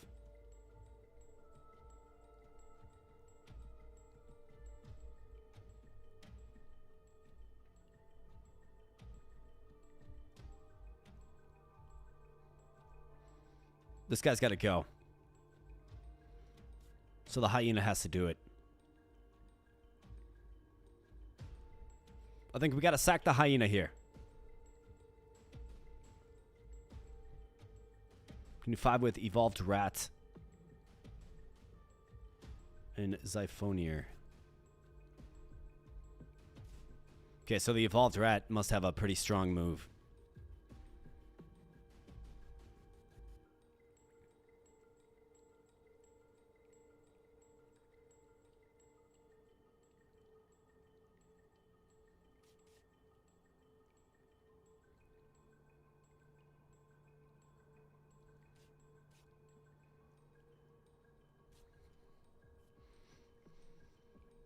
I think we can probably just, I guess I don't know. It's like, is this the time? Is this the right time to sack the hyena? That's kind of what I'm ruminating in my head about. Do we sack the hyena here? I don't see him as part of the long-term plan. I really don't. Giga Sting is great, especially with Adrenaline. I mean, that's 10 damage, which is crazy. But we do have other moves on the team.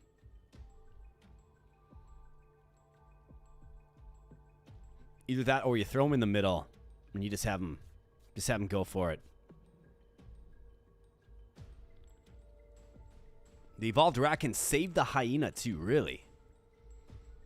He must give like protection or something.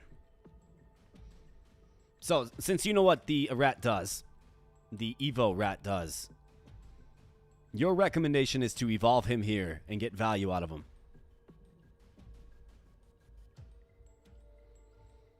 If this guy gets concussion off,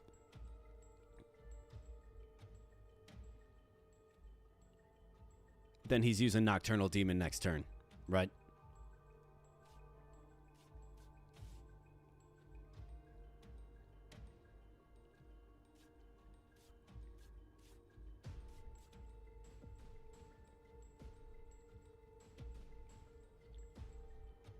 I mean, it wouldn't be the worst thing to save the hyena either. It really wouldn't.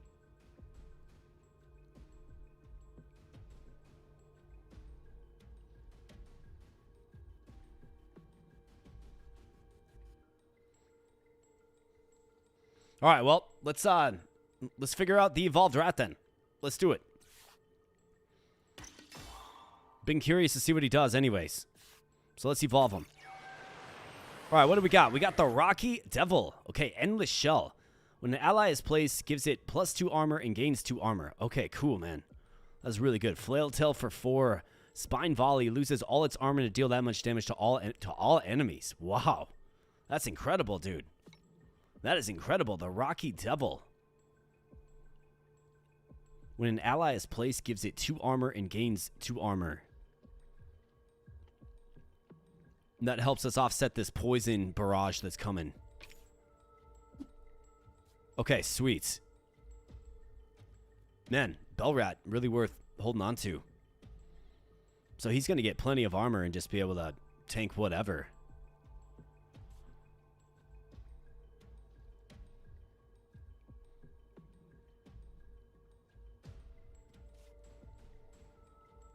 So what I could do is I could give him the med herb.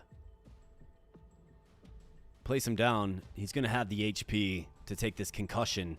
Now, he will fall asleep, but he'll get his Giga Sting off to kill this guy. This guy's going to be hitting for 10 next turn. And we're probably not going to be able to outspeed him because this guy with his nonsense. So I think perhaps we go with these two, like you're suggesting. But instead of Zyphonir on the left and Hyena on the right, we flip-flop those and go with Med Herb. Because I want to take out this guy as quickly as possible.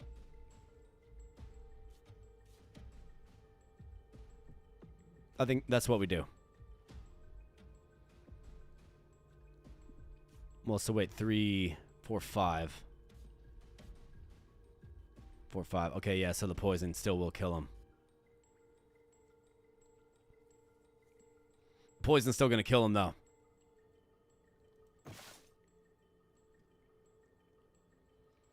One thing I didn't consider.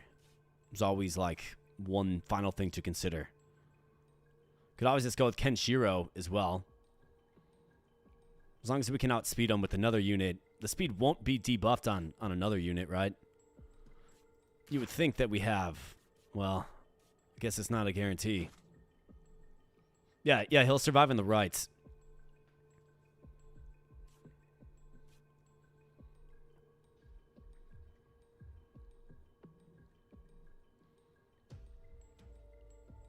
He will survive on the right.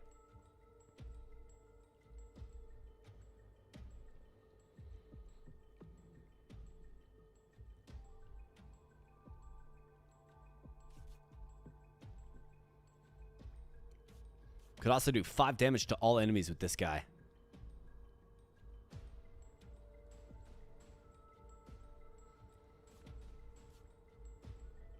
That is that is quite the ability. It really is. To all enemies is pretty crazy.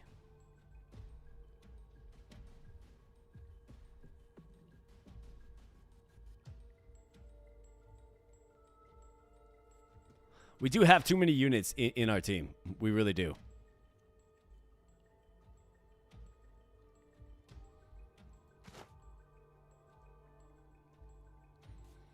We do have too many rats. Or too many rats. Too many units in our team.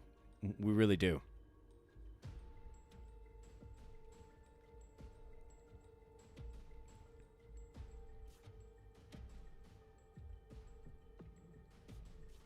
So something that I could do.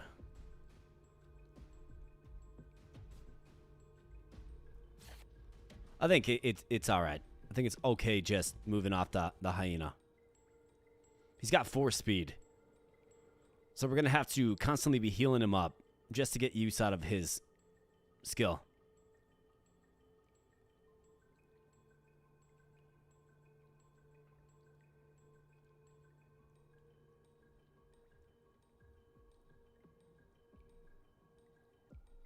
I could also just like spine volley.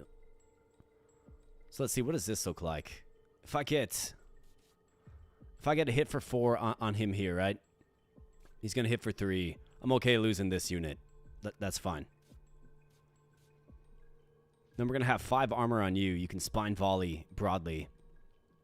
Maybe that's the play. Then you can take out this guy and this guy. Reduce this guy to 1.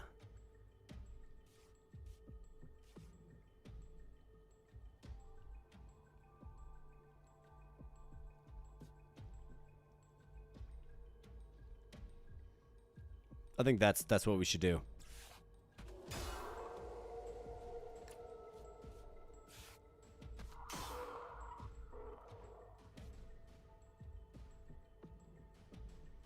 This kills the target. This move gets repeated for 5. So now we're going to be hitting for everybody for 5. This guy falls. Actually, all these guys will fall.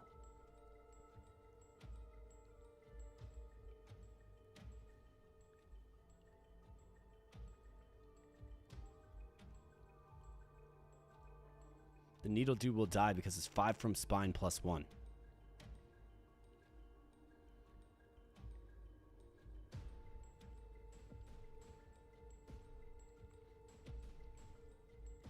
Yeah, I want this guy to die. Yeah, 5 is going to be... So he'll get hit for 5. Then he'll kill this guy. Repeats. If he kills the target, he'll kill this guy. Claw swipe here with priority. He gets put to sleep. Spine volley takes out him. I mean, this will wipe the field, the opposition. Got a couple of hits of poison coming my way, but that's about it. And even this unit survives too. That's what I'm gonna do.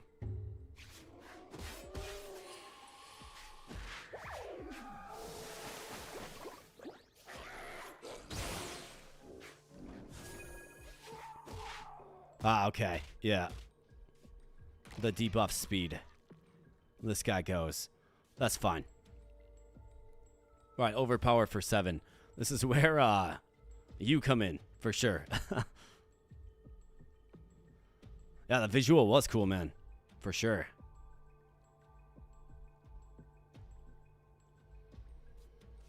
We could also just, I mean, we could just sack this unit. It's got poison.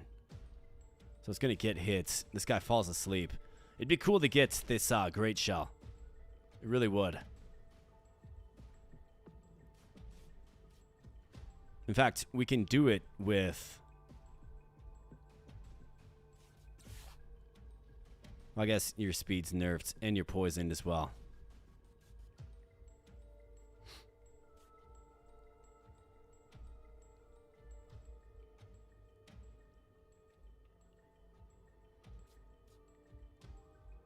So we'd have to pull you if we truly want to save him.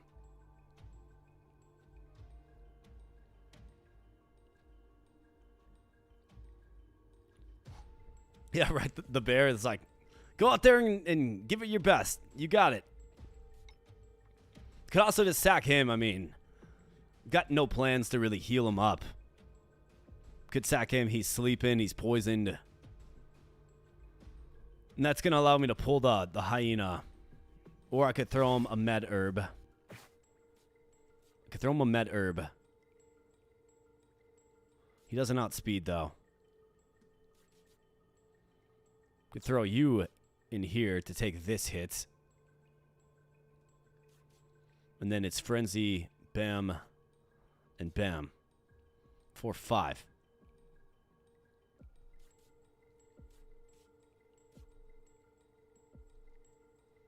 That's an option.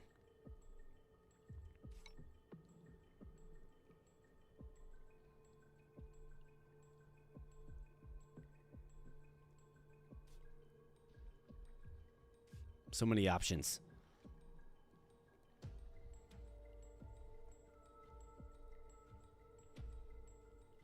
I guess he's going to do a little bit less. So he'll do 7, actually. Yeah, I'm going to sack Zypho for sure. I've got to start clearing some space. And I say this as I continuously try to save the hyena. I mean, I'm going to sack it eventually, probably during the next boss fight.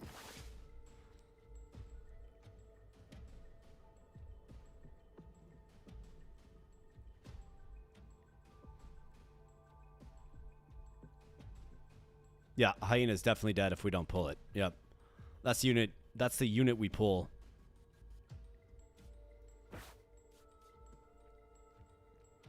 If I don't keep him in this slot here and give him a med herb.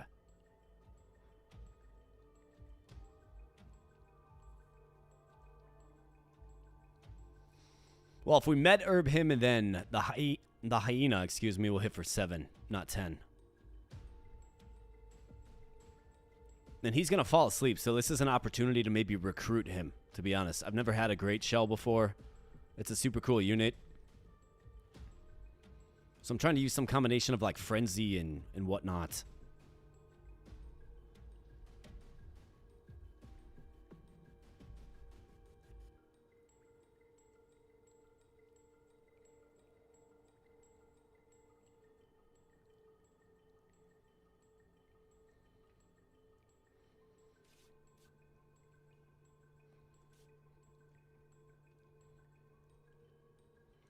I mean, we could take out this guy easily. I could pull the Rocky Devil. We could pull him. We could go with you. Furious Fangs. That's a hit there, and then a hit there. So that's 9. Giga Sting is a whopping 7, right? Then this guy will be asleep next turn. Could probably find a way to do 1 damage to him, I would think. Maybe. There's got to be a way to do 1 damage to him.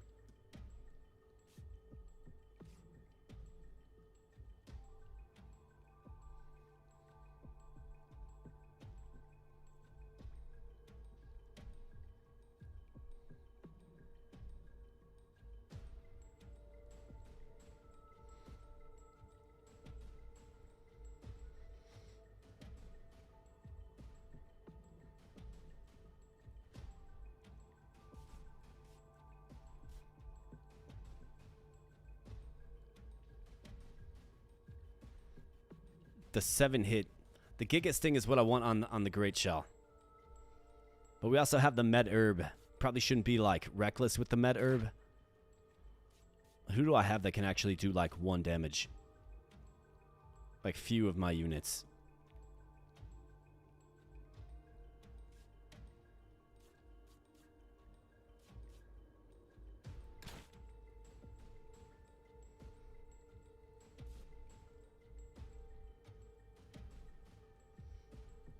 Double Sack of Doom, low-key. Just to clear out the roster a little bit.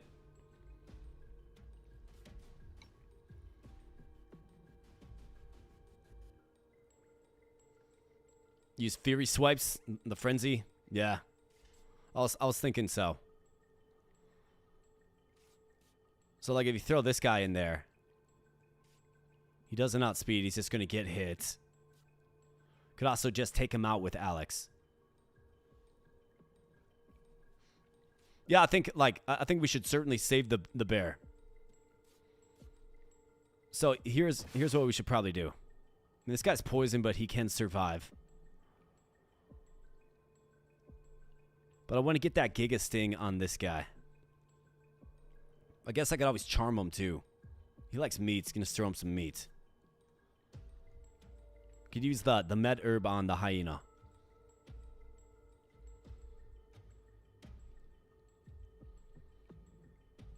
A Giga Sting and a Frenzy is going to be enough to get the recruitment on this guy.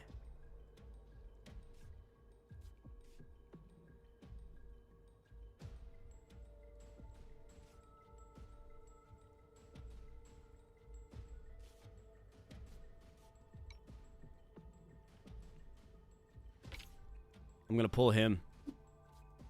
We're going to go Med Herb on you. You're going to hit for less, which is fine. Then we get Alex in there.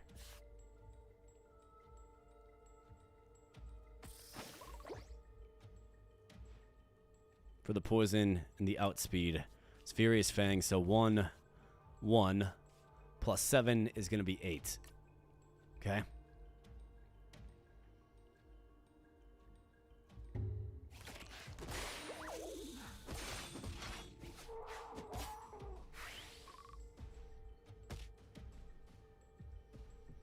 Okay, so now, this guy for the 1 damage and the easy recruit.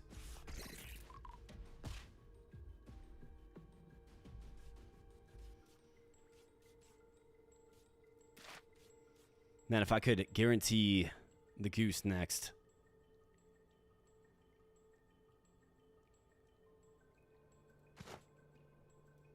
Let's just do it like this. I've never had a great shell, so we might as well get him. I think Bloody Kenshiro said if we get a great shell, he wants to be a great shell. Whoops, Bladu. Bladu Kenshiro. Took them with me, so the deck grows even more. But luckily we get a full heal here, so this is really, really good.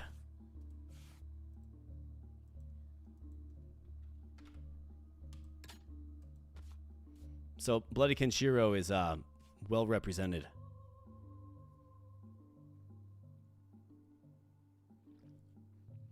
Well, it was predicated on a little bit of luck of the draw. with getting one of these guys. Otherwise, we were going to have trouble doing 1 damage to him. So I might have charmed him. But either way, I was leaving there with that great shell. So let's go ahead and rest. Get everybody all patched up. And then let's see what this next fight brings on. It's going to be the Abyssal Eye. Alright, so 15 HP, 10 speed. We've got strength debuffs, and then Impending Doom, which is gains 3 strength for 1 turn. Of course, that's really brutal with Annihilation. We've got to take out these guys as quickly as possible. We're just going to have to cycle units in and out. Now, we could always throw the goose in there for a little herb finder action. Tech Rabbit, of course, can hit all lanes. We've got a big Giga Sting we could lead with.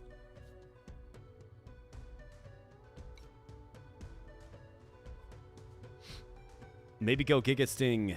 Well, we want to get rid of these guys, but this guy's kind of scary, too.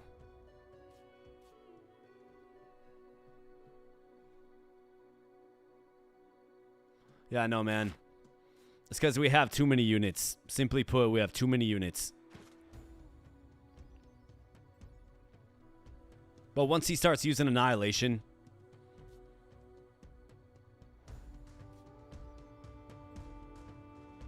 and stuff like that, right? Like, it's going to get tough on us. Probably take the opportunity to grab some herbage. And get the hyena down for a Giga Sting. I think, why not there, although we do get outsped. So maybe go Giga Sting mid lane. Just a big hit for 5 on him. That's a possibility.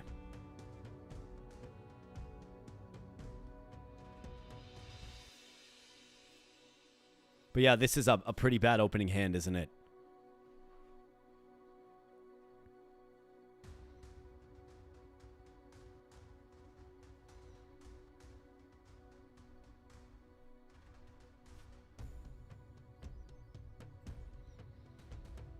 I don't think I want a triple sack. I think what I want to do is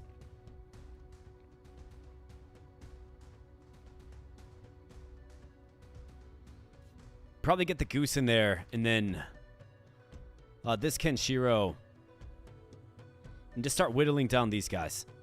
I think the goose gives us the herb, and we can just pull him. He's got defensive, but it's probably best paired with the silver beetle. Because this guy's going to get strength, 3 strength for 1 turn. He's going to use Annihilation. Or maybe even Calamity, I suppose. But that's what's coming next. So you probably get the Giga Sting. It's just 1 strength down. A big hit for 6. Feels like the right move.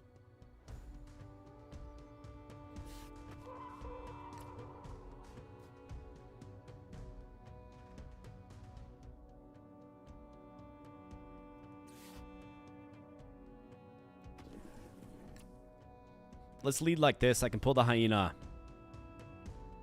I could get the goose in there, but we're going to hold on to the goose for, well,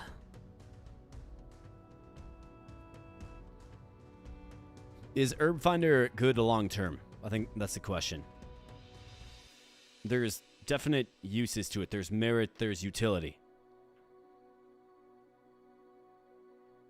But it takes time to set up, and it's best used when the fight's and battle is won. You got the enemy debuffed or whatever, and you can just throw him in there and use it twice and then end the fight. It's the best time it's used.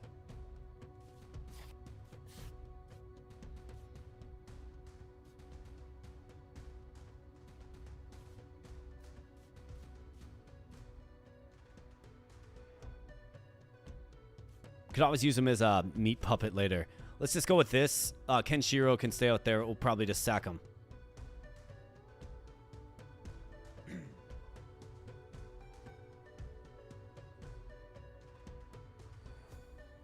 Yeah, 9 is a big hit.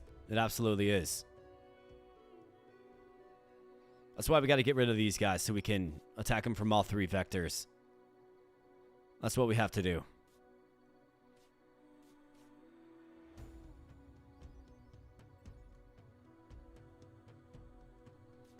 Let's go with this.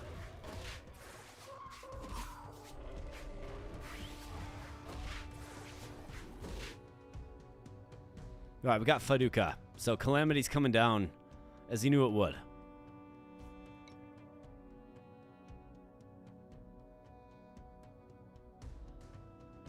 Moves the negative effects from adjacent creatures and gives them 4 armor. Well, you don't have any negative effects there, pal.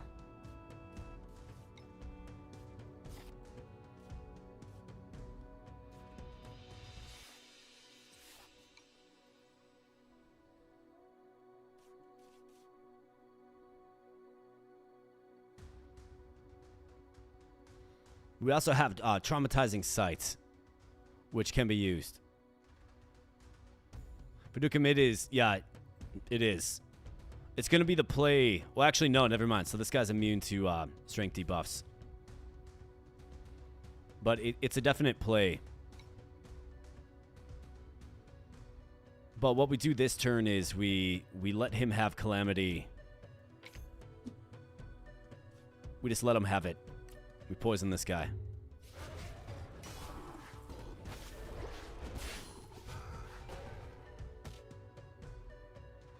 Alright, so we got you. Calamity hitting all lanes for 3. Much more manageable without that strength buff. So now we have Tech Rabbit and you. So now we can actually we can actually work with something here. I've got items to restore HP if needed. The bear did not deserve all that. You know, just like with all fallen soldiers, we give him the salute. Right, so this guy has the faint-hearted. We don't outspeed, but this guy's almost down.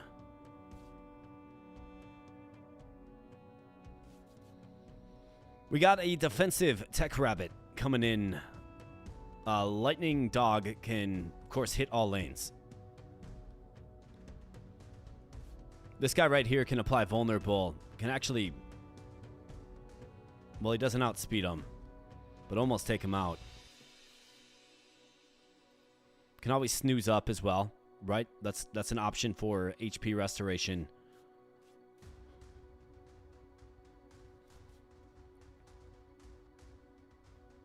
I mean, 2 vulnerable and defensive as well.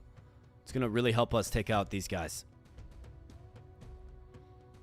Could also Poison Claw him to debuff his attack.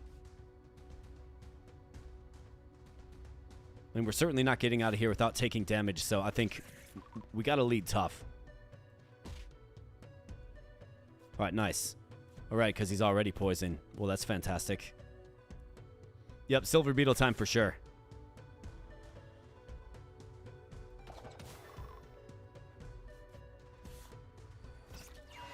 Let's get these boys evolved. Lantern Hound. Welcome back. He's got 10 speed, man. It's just so strong.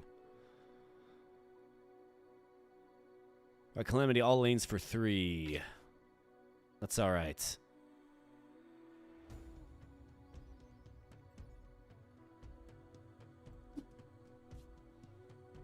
This guy's already down. He will take 6 damage from Tongue Fury.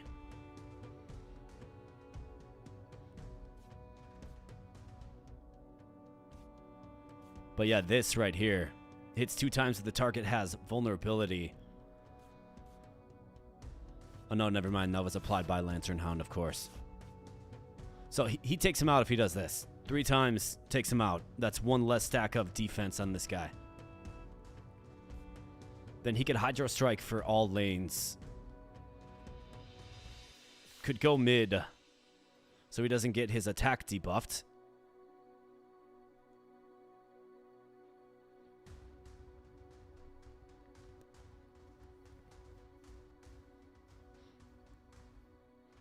Alex is an absolute legendary ninja, man, around these parts.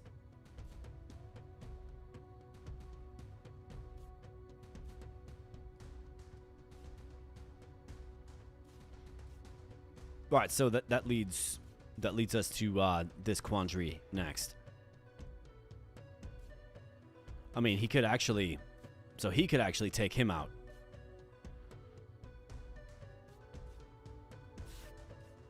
Although it's probably best to have you here because you get the damage debuff.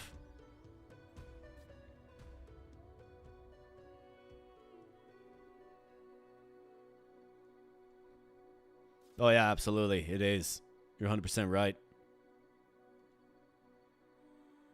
Critical strike on the Lantern Hound would be OP. But this guy's got a lot of damage coming his way. And we do have another one, of course. You obviously want to get Tongue Fury on this guy. Like, that's very important. Get those vulnerability stacks on him broadly. But let's take out one of these guys. That's what I've decided on. Let's take him out. We could Hydro Strike all lanes.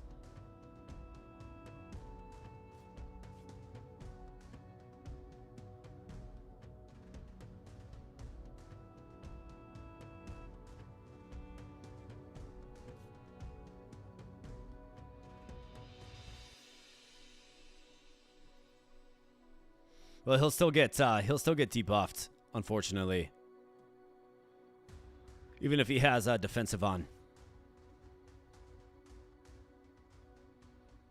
It would be best not to get him debuffed, but it's like, what are we gonna do about this guy? I mean, I could Hydro Strike to hit all lanes, but I don't really feel like I need to do that. Or that it's the best thing to do, more like. Faduka simply dies with the Calamity. Lantern Hound can shake off with defensive.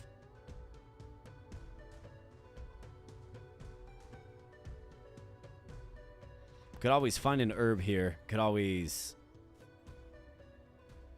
I guess he's hitting all lanes for 3. So we could go Herb Finder and then just sack Goose Jones.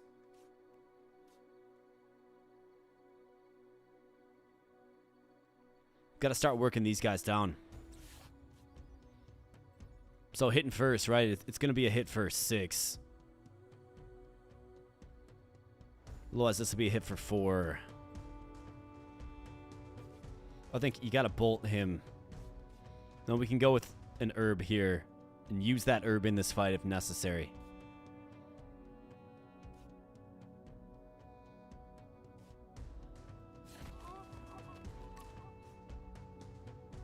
I think that's what we have to do. Blight coming in. Tongue Fury. Wait, he shuck off that first attack. Oh, right, because he has his attack debuffed. Of course. Well, let's find some herbage then, I guess.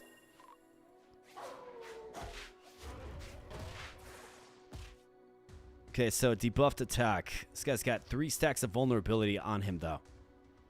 Calamity hitting all lanes for 3. We got another attack for 3 coming down. Can do 5 damage.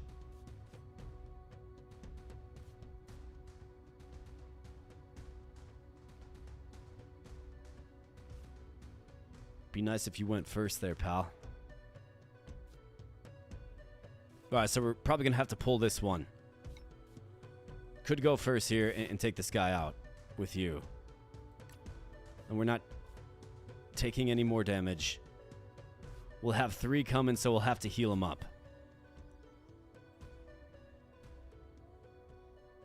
Yeah, we've got 47 folks here. If you guys are having fun, as the chat recommends.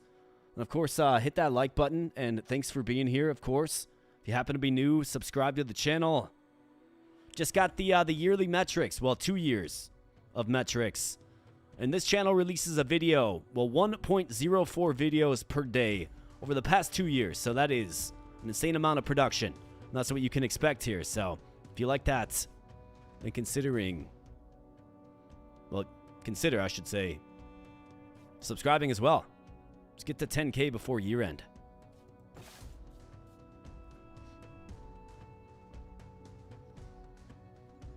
Okay, so we're going to heal up the Lantern Hound. He takes out this guy, which is great. This guy needs some more damage on him. I think you have to pull Arachno Tongue.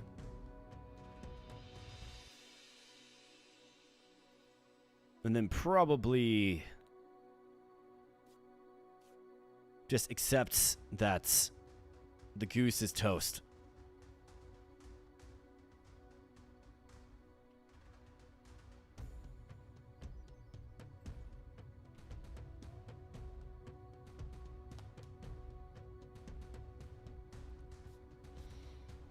Yeah, you're right. We could use Snooze with the Arachna Tongue.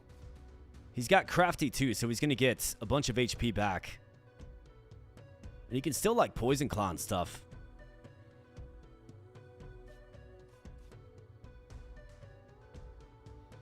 This guy gets the kill here though, because he will hit first, right? So I think I certainly want to do this.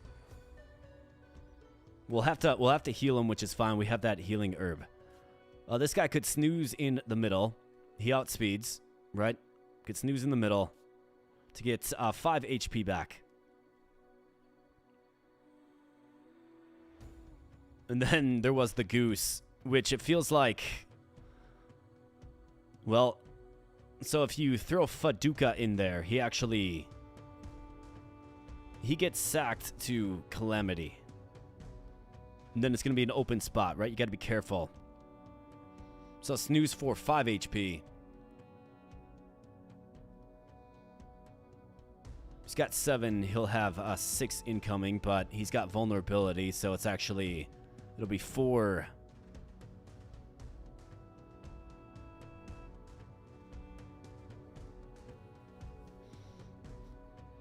Yep, so Faduka on the right gets destroyed by Calamity, which leaves a wide open lane for this guy to attack here, right?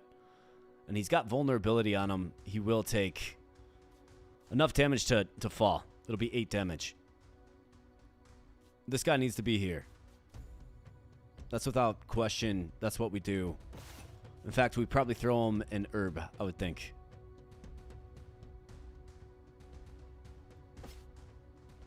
So he can stave off the 3 hits. I think you're probably, like... I want to do damage on this guy. It's just... It's real tough to do. Current state. Can at least work one of them down, I suppose.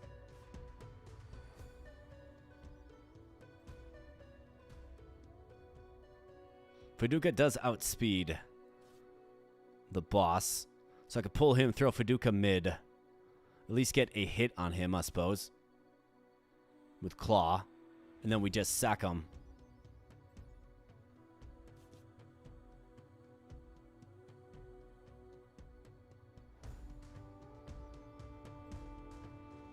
I don't want this guy attacking this guy, obviously. That's 6. Takes him out. Can't have that.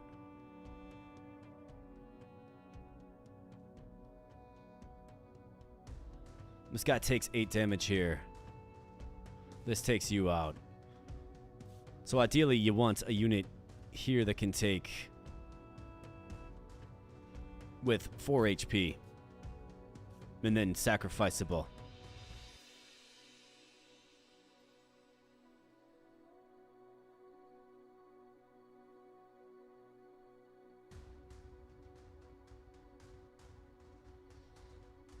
We're going Lantern Hound here. That's locked in. That's happening. He takes him out.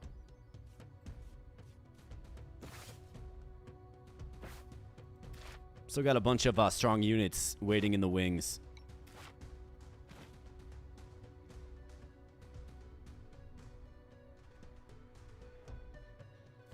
We could always do this. I could give Jones a berry. Or meats or fish, whatever.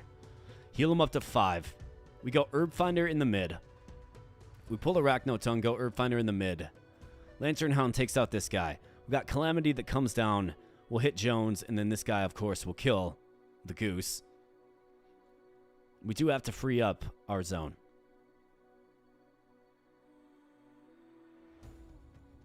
Yes, you actually bit the bucket this time, but... Kenshiro, you're going to be happy to see this right here, man. We got you, buddy. The Great Shell. I think you said you wanted to be a Great Shell. So we got you. I think that's what we have to do. We have to heal up Jones and just tank a hit. I've got to get... We at least get an herb back, right? So it's not like a huge loss. But at the very least, we get this guy out of here. Reincarnated, absolutely. Reincarnated. So we got to pull you. Let's pull you.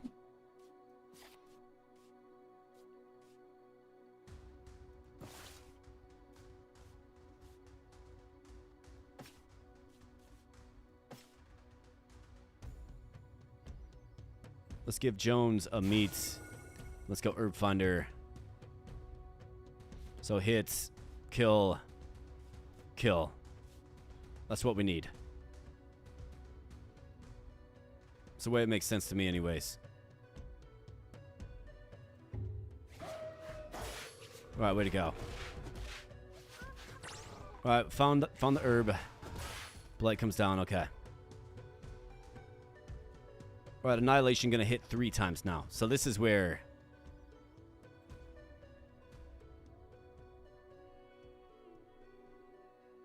you could use a defensive unit, which is Lantern Hound. But of course, he needs to be cycled back in and healed.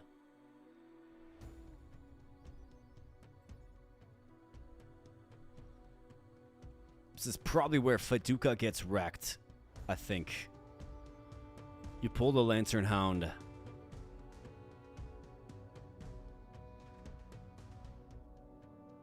Although +4 more armor is brutal.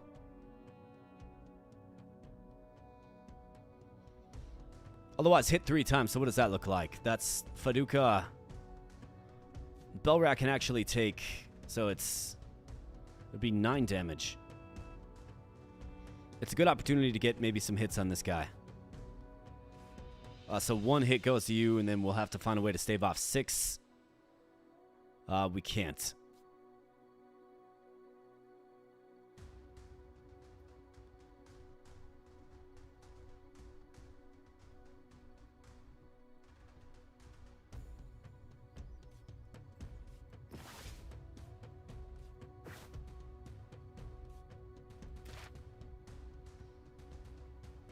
We got our ace coming in soon.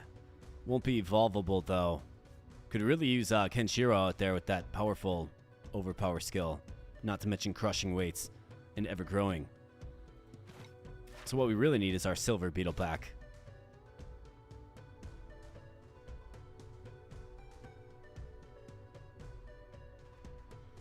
It'd be a good opportunity to punish this guy, but can I stave off 9 damage? That's the question.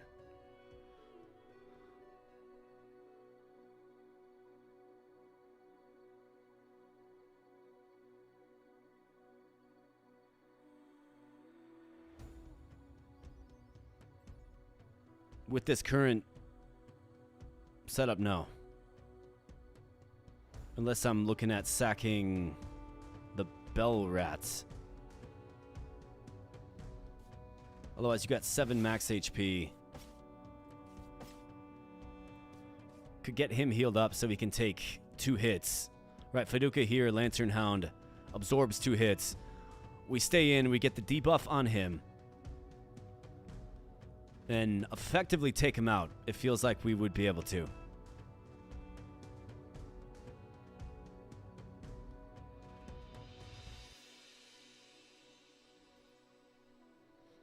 I mean, his bolt will hit for 5, and then Belrat could easily...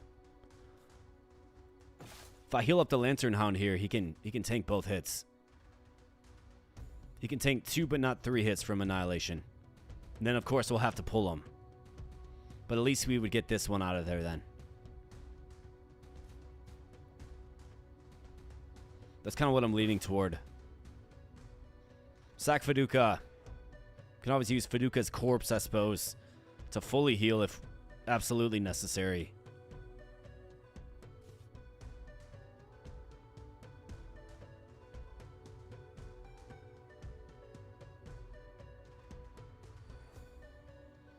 Could get some poison on him.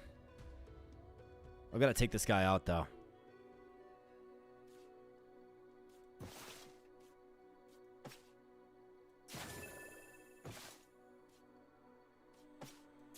So this is what I'm going to do. I'm going to go bolts for 5. Faduka, get in there. And just claw. Claw endlessly.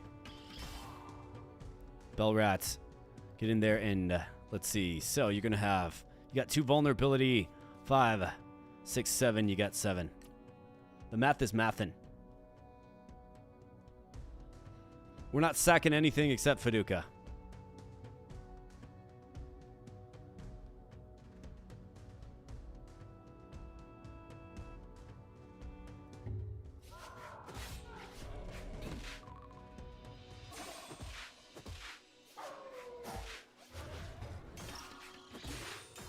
All right, there we go. All right, so another annihilation hit, which is rough.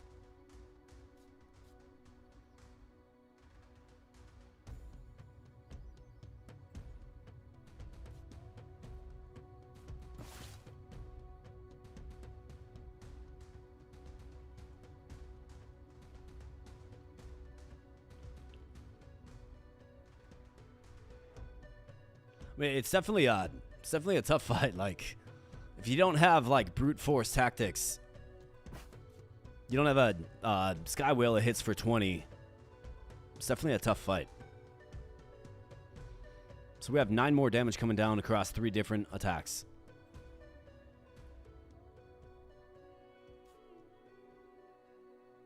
I could use the corpse of Fiduka.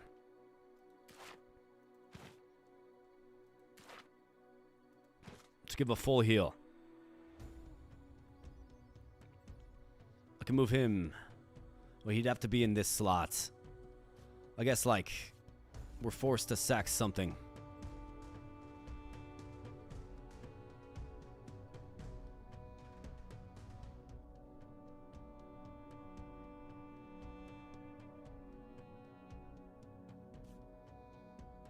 Unless... How about this? Oh, no, never mind. He's immune to weakness. Darn, I was thinking we could just debuff his attack. But we cannot.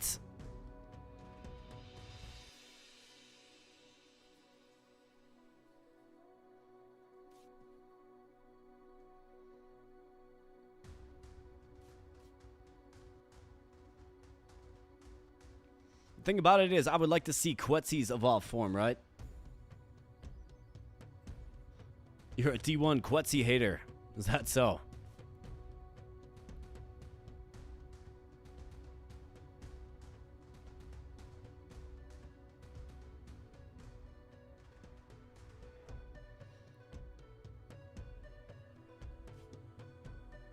I mean, it does feel like that's the move, man. It does.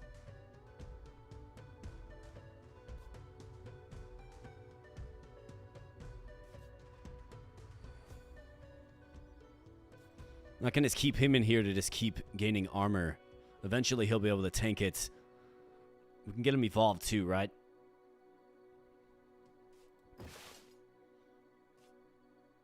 Might have another opportunity at another Quetzal or another unit. We'll have the Great Shell come in next, who can just absorb an annihilation. We've got to start hitting him.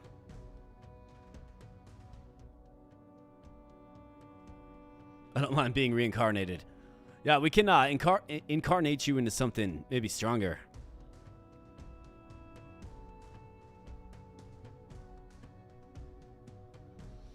He can absorb 2. We've got this guy.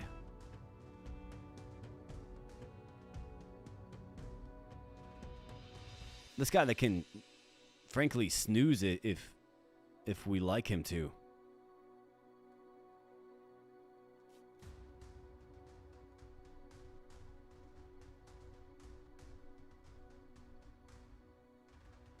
Reincarnation is great. So I think Lantern Hound probably has to get pulled because I can use him again in the future for his defensive properties.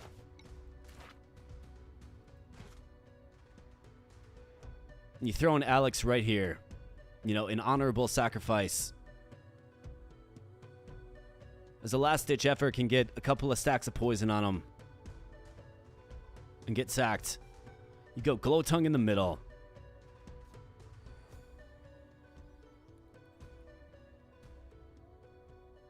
We can get vulnerability on him, which would be great. Then we can cycle in the Bell Rat if he chooses to use Annihilation again. We can go for the Snooze. I mean, there's tons of opportunities.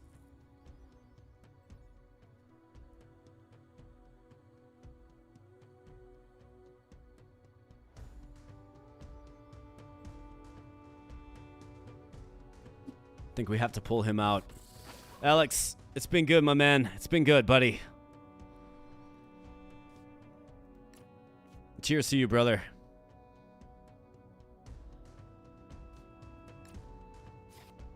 I mean, Bell Rat could.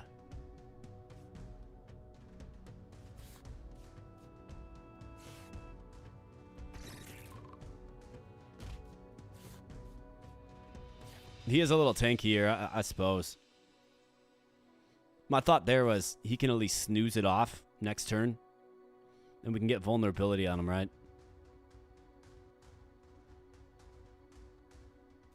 I'm going to get vulnerability on him. I'm going to do this. We will tank the hit with him. It's a hit for 3. It'll be fine. We can snooze it off. And then just keep gaining armor with the Bell Rat. So he can eventually step in and tank a hit if we need him to. I think that's what we should do.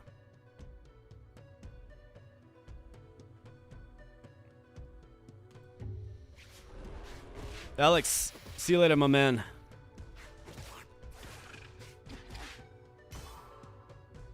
All right, Faduka is back in action.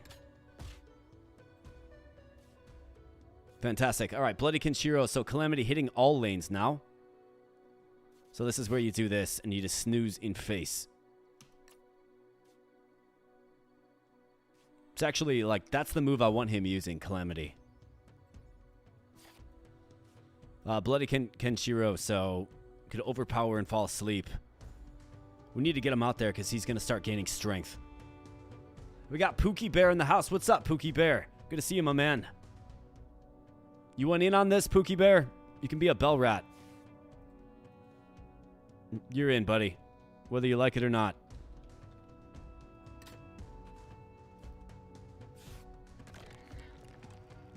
Let's get him out there, and we could overpower. His armor's gone. We're into his HP now. Of course, that does force him to fall asleep, but there's one guy that can take it.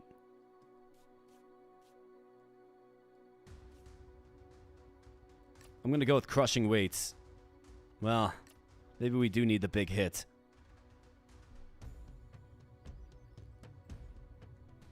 Oh, no, Dad. No, dude. Bell Rats. You should see the evolved form. Absolutely fantastic. We're just going to keep using Belgong. We're going to just keep stocking up that armor.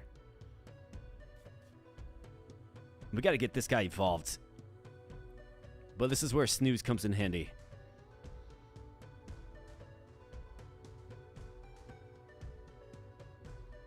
So 8 speed, 6 speed, hits all lanes for 3.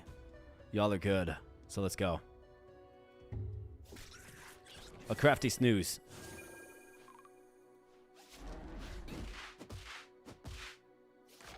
Bam. Huge hit for 9. Alright, ever growing.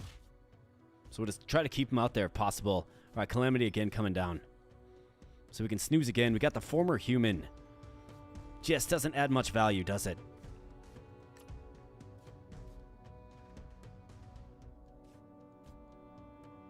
This guy's just got to stay out there and keep getting stronger. Could always heal him for 2 if necessary.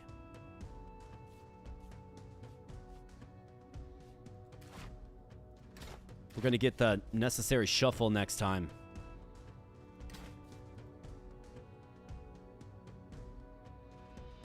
It's tough not doing any damage, though, man.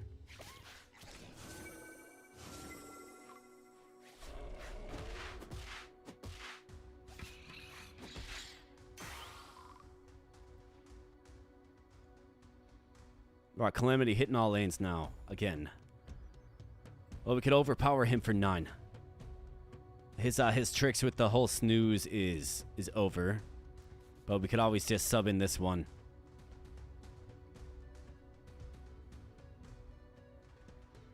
Yeah, man. The silver beetle and this guy. It would be great, but I think what we need is the ancient one, to be honest.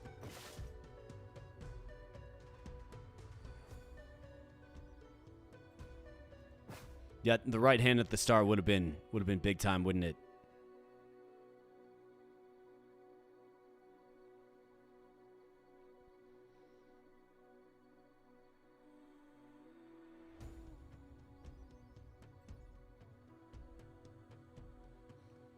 So another Calamity coming down for 3 on all lanes. Kenshiro can tank it this once. The Bell Rat, however, cannot.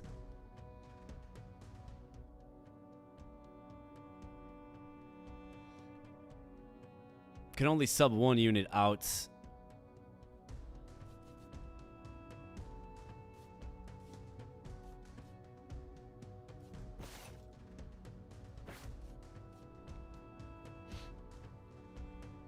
Speed doesn't quite work.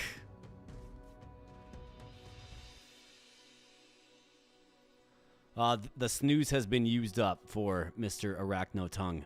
We could throw in this one and snooze him to occupy the slot. To, I guess, probably keep him using Calamity. He probably uses Calamity when you have a full field. You know what I mean?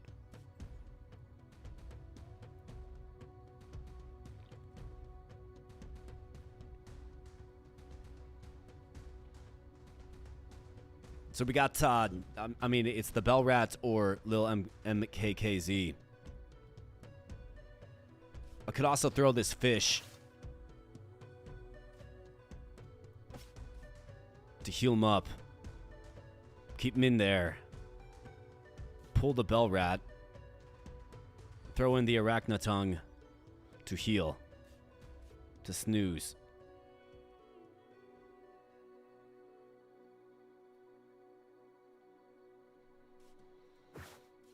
That's an option. But he takes 4 damage. But he's got Crafty.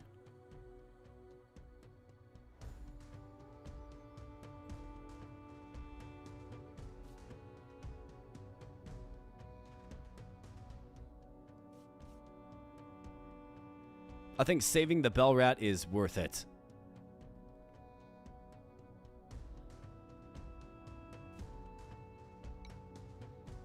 So we're going to pull him. We're going to pull him. We're going to give you a fish.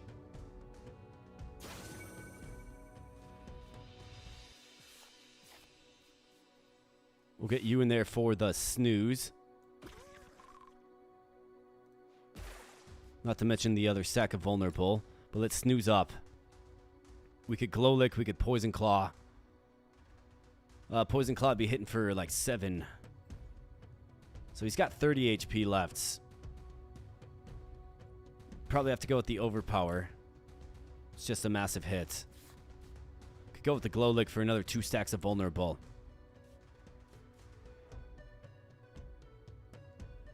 Although being completely out of healing options means this guy's probably done.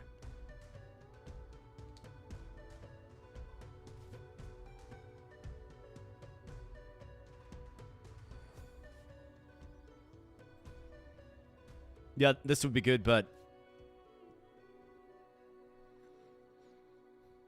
I mean, if we can, he's going to take massive damage though because he's got faint-hearted, right?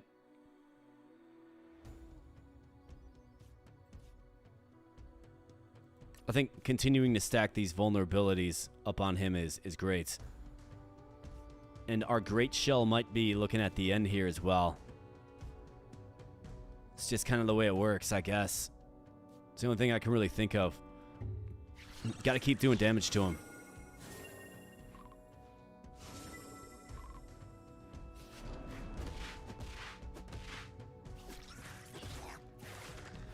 Bam. For 14. Massive hit.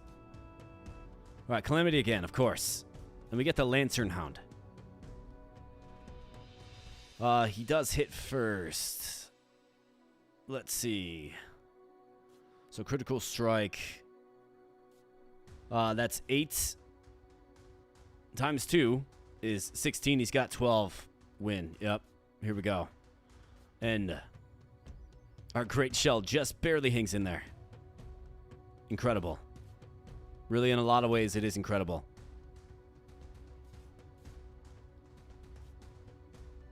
It'd be great to, you know, take a little parting nap with you, but I guess not.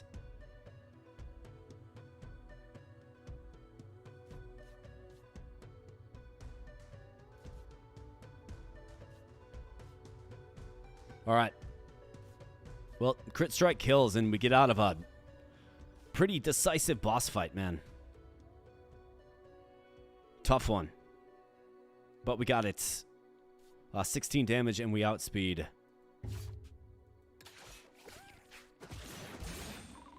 All right. Tough stuff, man.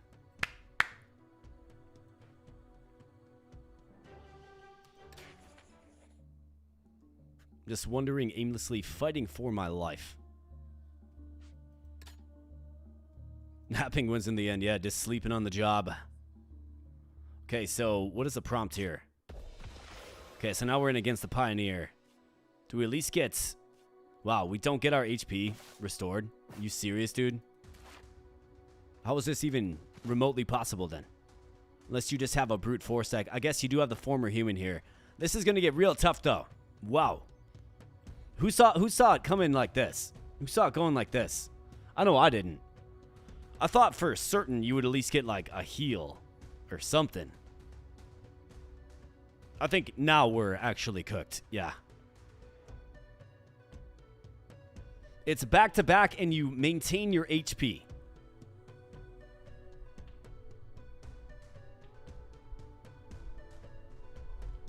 What is this game mode? Right, what is this game mode, dude?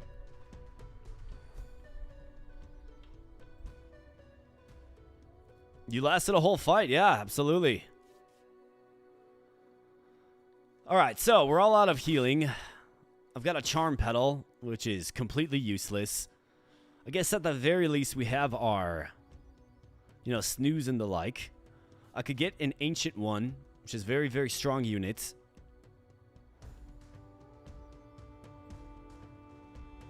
Time shear 4 inflicts 4 vulnerability.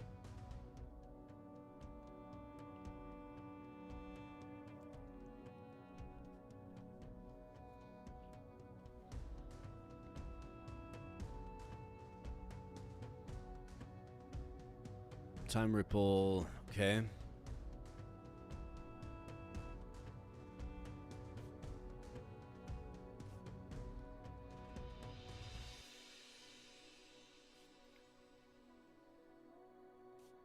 Let's see, who hits the hardest? You're the one that hangs around the whole time.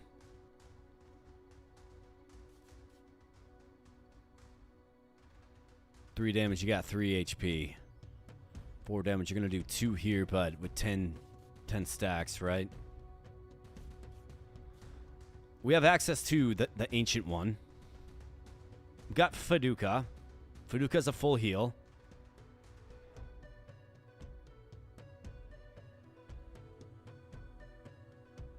A hit for 4 is tough, but ancient one can do a lot of damage to the former Pioneer. We can get you evolved. I think the evolved form of you can take this guy. If not, we can always just sleep. Then these guys can have their attack debuffed as well.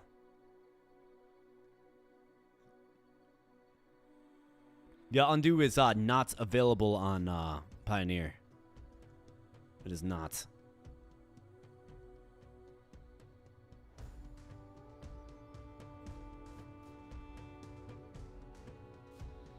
So, former human and little MKKZ has to get out there, has to get evolved.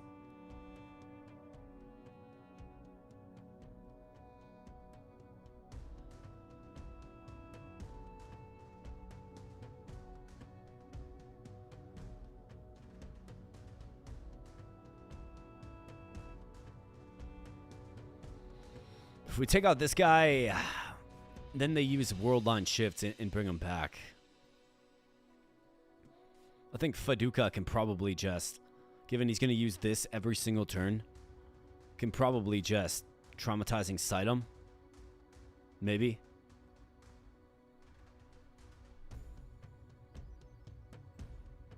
Can probably follow up with some Faduka action. I think you got to go former human. You got to go you. Given it's already bleak, right? Oh, I should have threw him over there. That's okay.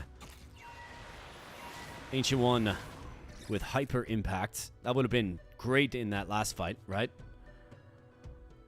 Got to pull the beetle. Right, so you got 4.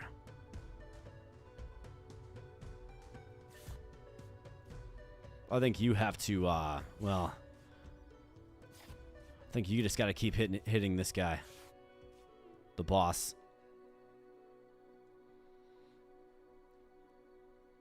We outspeed, so I could always snooze, but 3 stacks of vulnerable are going to stack up. No pun intended.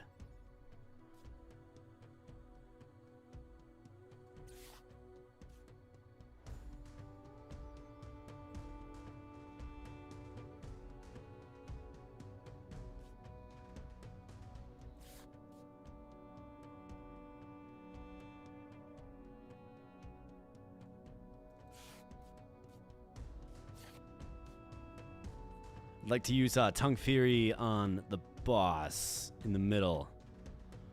I think you probably got to begin with this. I don't know if we snooze up here or...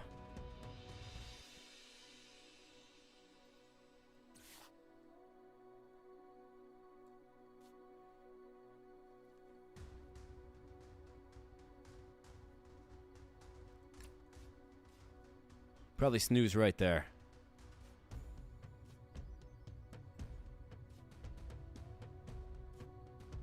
And then go Faduka.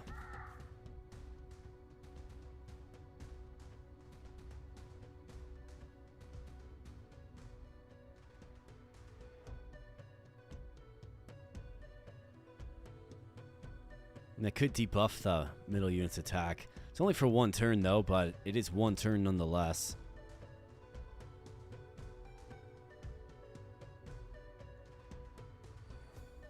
Can't stay longer than 1 turn.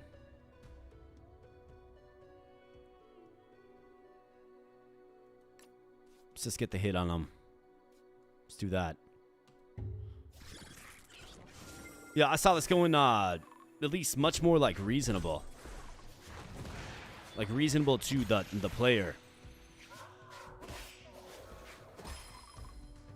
Or at the very least, like you can get a little healing at least, right? Like that's crazy.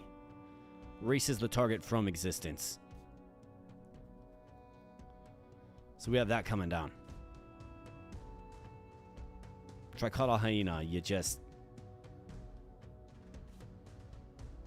not inspirational enough, man. You just aren't.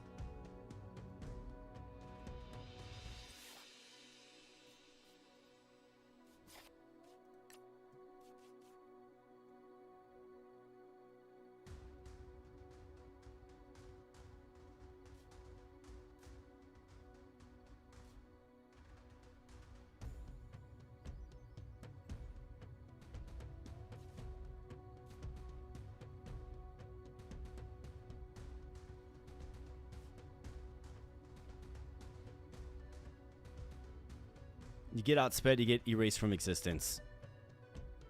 Same with you. These 2 units are too good to have that happen, to meet that fate. The big Giga Sting hit would be nice, but this guy can't survive a hit. The only time to use him would be when you're using World Line Shift. Otherwise, you can't survive this. You won't do any damage to this. It's got to be Pookie Bear. I'm sorry, Pookie Bear, but it's got to be, dude. I'm sorry, man. I really am.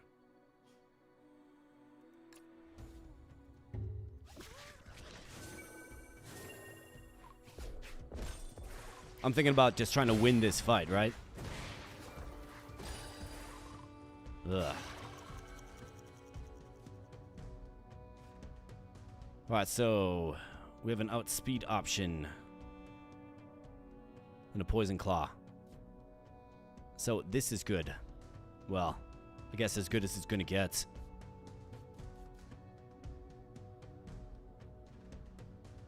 Time ripple for 2. Time rip. Time shear.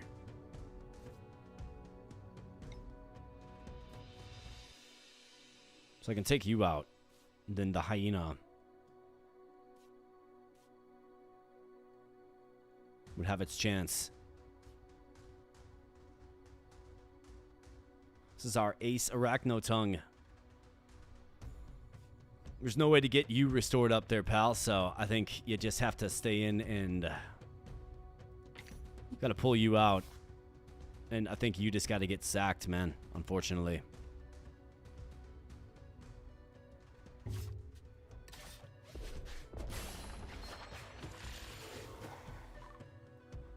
Got Faduka back. All right, welcome back, Faduka. Here's Bloody Kenshiro. At one point in time, a very, very strong unit. But, you know, reduced to 1 HP. It doesn't outspeed anything. All right, D reset. So that is... I think you go with Traumatizing Sight here, and then you can go for the Poison Claw kill.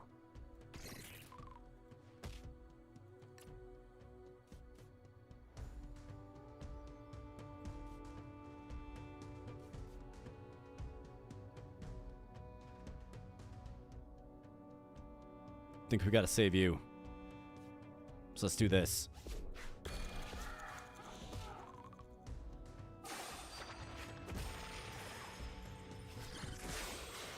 Alright, nice.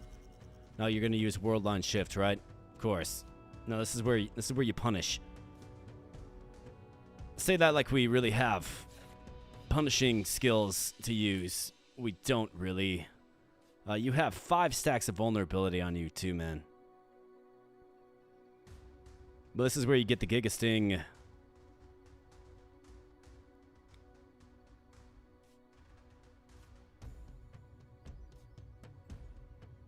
mean, Overpower would be great too, but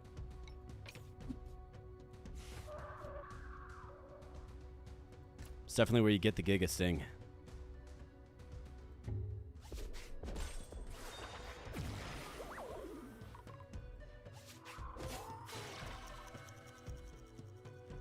Alright, not bad. Alright, so we could get the puppy dog again. Erases the target from existence.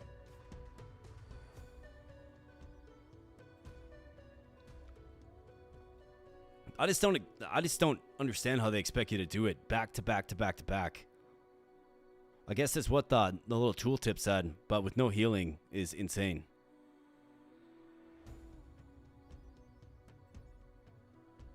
I guess I know what to expect for next time, right? Right, we got the Silver Beetle, the Hyena. This guy's going to use D reset.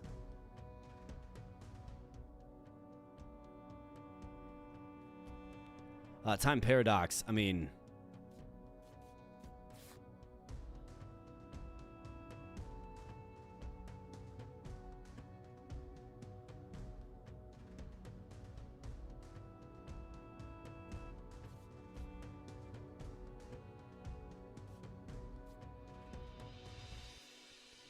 I think the Hyena probably has to take it. You get Kenshiro. We evolve the Tech Rabbit, I think. Just don't outspeed anything. He's got defensive.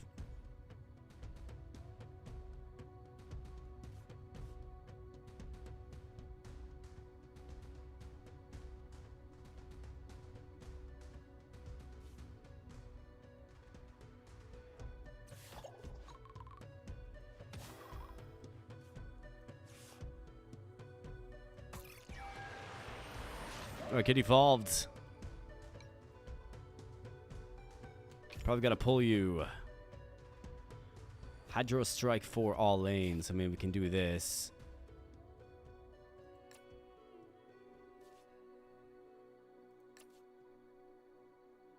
I mean, even Overpower doesn't Doesn't do anything.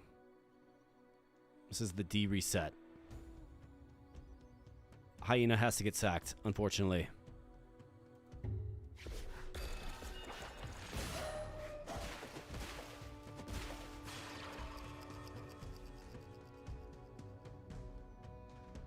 Now we're back to our old timeshare ways.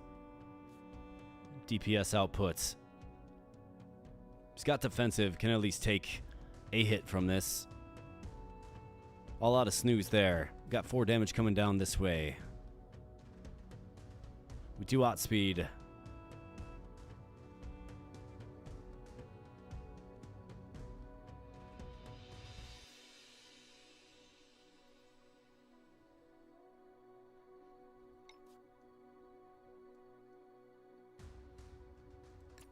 I mean, you got a bolt, use protection. Guess we could do it here as well for 6. Otherwise, you could get Tongue Fury for a bunch of vulnerability. And sack him. Hey, we got Micro in the house says, greeting. Hey, what's up, Micro? Good to see you, man. Thanks for being here. I mean, unfortunately, our Ace Arachno Tongue is toast here, but you know, this is what happens.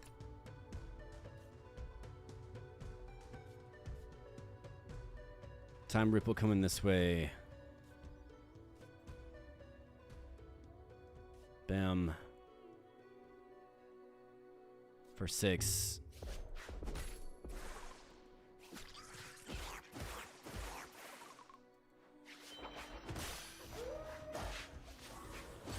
And rip Arachno Tongue.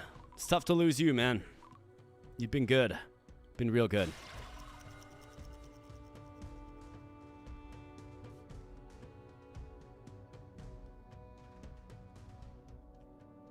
D reset. Got time shear coming down. Time rip 5. He's got 2. This kills. Okay, cool. Got Faduka again. Got you coming down. You could snooze up.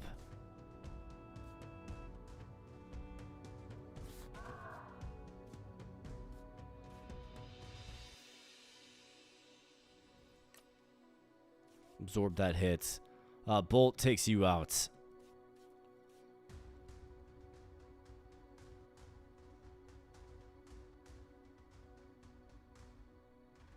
I'm gonna use World on Shift. So let's actually get you out here and go crushing weight so you can gain a strength stack.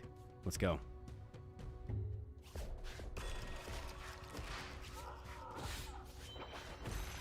Not a bad hit for 7 there by our boy Faduka. Alright, so World on Shift coming in.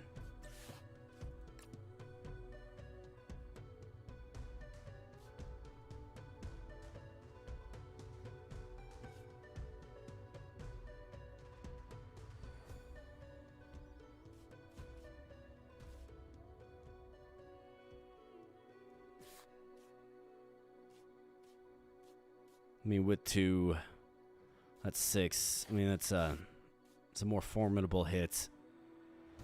With the sleep.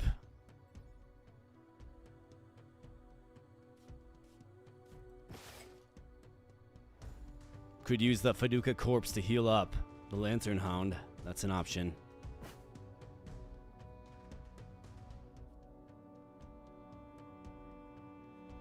So I could join the stream today. I watched most of your Decktamer videos. Got so addicted. Decided to play it myself. So I have my PC in 2 days. Well, that's awesome, man. That is awesome. Awesome to hear. I'm glad I could influence a fine game like Decktamer on ya. Are there any unlocks exclusively tied to difficulty? I mean, you don't get the 5th descent without Pioneer, but as far as like creatures that show up and encounter you, I don't think so. But don't quote me on that because I'm not certain of that.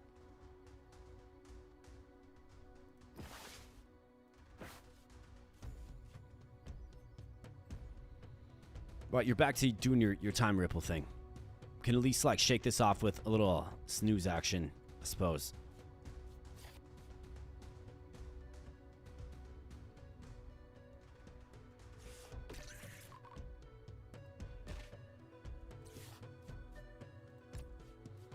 And then Hydro Strike. I mean, it's really the only way to do any damage to the boss. Just gotta keep getting damage on the boss, man.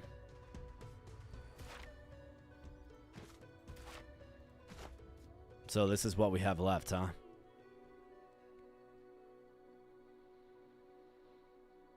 I mean, Time Paradox is coming down, and it's just gonna keep coming down, frankly. You have basically 2 turns of heal left, MKKZ, but you're gonna get vulnerability stacks. Lantern Hound, I love you too much. I guess what I could do is I could take him out. I could pull him next turn, more like. Get defensive back for him.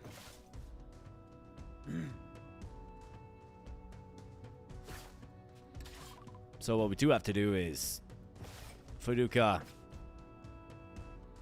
your sacrifice for a greater cause, my man. And we're gonna go Hydro Strike right there. We're gonna snooze and overpower.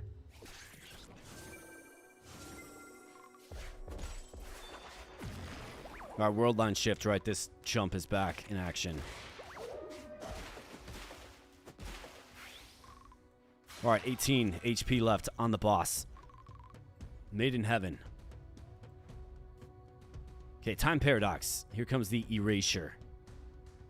I guess you're sleeping. It's fitting. We got D-reset again.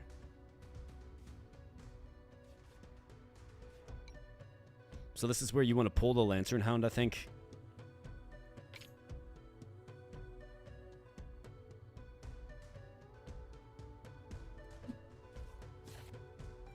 You and Silver Beetle. Evolve you. Yes.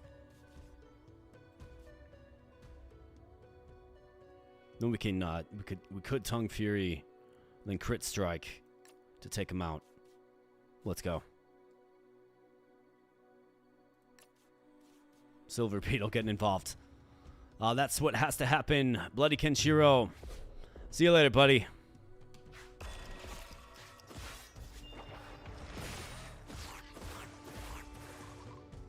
Alright, nice job.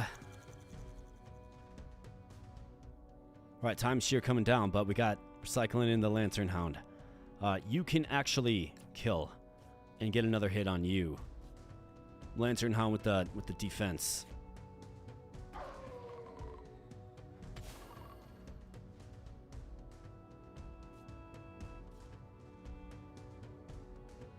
I gotta sack the Silver Beetle here as well.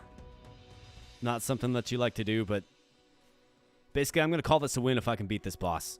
We'll see. Let's go.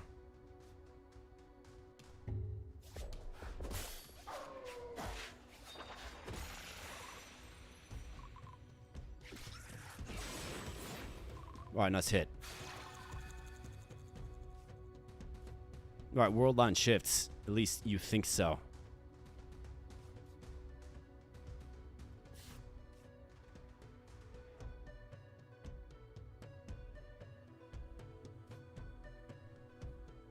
You're gonna get it.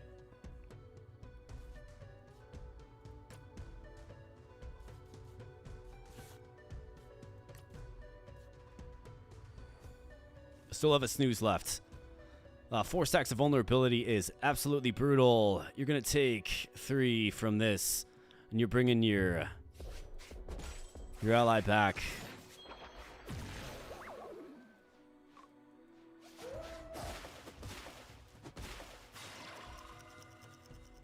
At least we outspeed you.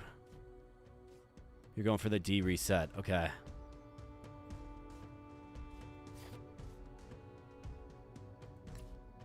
Hits first always is good. I've always got the snooze that I can use. Don't have any vulnerability. I guess this will hit all lanes. We outspeed.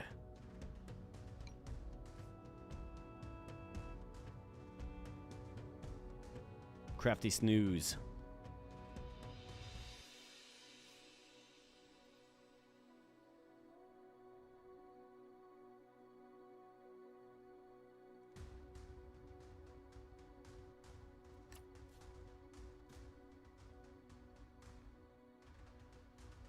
do that. All right, D reset. Bam. Get wrecked, man. Pioneer. Give me a break. Pioneer of nothing. All right, 3 and 2 coming down.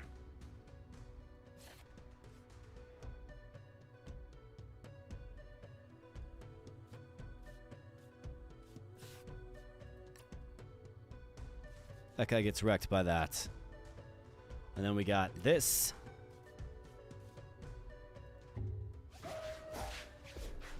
Big hit there. Oh, his vulnerability expired. Is that so? Well, lucky for us. We've got the solution. It's only fitting that it's the Lantern Hound that survives. Well, so who saw me winning that fight, going into that fight, knowing that we had, what, like 0 HP across the board for everybody? We're going to call that one a win.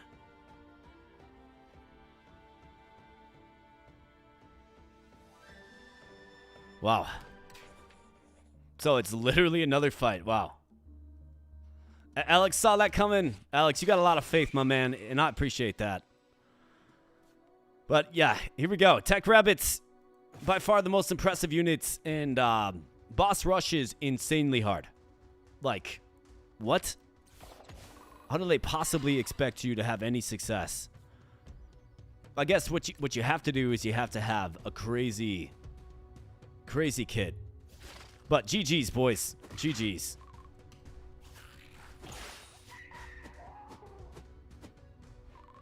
Good team.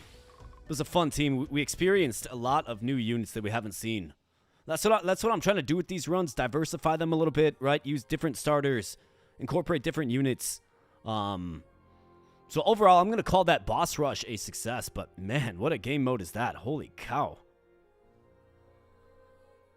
Let's see. So you got a question. Been amazed. Thought out your moves so well. Well, I appreciate that, Micro. I must say, not all commenters would have the same sentiment. I've had some commenters that are like, oh, you're so dumb. How dare you make this move? It's like, you know, when every single one of your moves is micro-analyzed, it's like, yeah, you're right. I could have done this. I wasn't thinking of that, right? Like, this game, it's easy to miss one detail in this game and then just be like, well, either it, like, sacks your run, which is possible for sure. But, you know, it costs you. Does damage to you. It's something that maybe you missed one minute detail. You know, maybe just something. It's really easy to miss one thing in this game and then everything gets blown up, right? So what I try to do is I try to take my time. I try to think long and hard before ending my turn. I know that does irritate some people because I've also got comments on the contrary that are like, oh, dude, you just got to make a move. It's, I don't know. The way I see it, I can't make everybody happy. But it's good to hear your feedback. Thank you for saying that. I do appreciate that. In a game where the objective is to tame the monsters, which monster would you say is not worth taming? Well, it depends on where you are at in the run. It depends on what you need in the run. And it depends on probably like the stats of the monsters as well, because not all monsters are created equal. Some monsters have different stats. Some of them have mutated skills as well, right? So it's a tough question for me to answer because it's very subjective, right? There's not an objectively great monster, right? Now, there are some that are usually better than others, but if one of them has a good healing skill and the other one doesn't, you know, then, and you need healing, then objectively, the healer is probably best for your team. You know what I mean? Faduka's battery is low. Fun stream. GG's. Yeah, that mode is absolutely unforgiving. I wish they would at least give you like a half heal or something. We got Liz Curly heading out. It's time to go to sleep. Have a nice night, aka. Hey, have a nice night as well. Welcome into the stream. Thanks for being here. Glad you had some fun here and have a fantastic evening.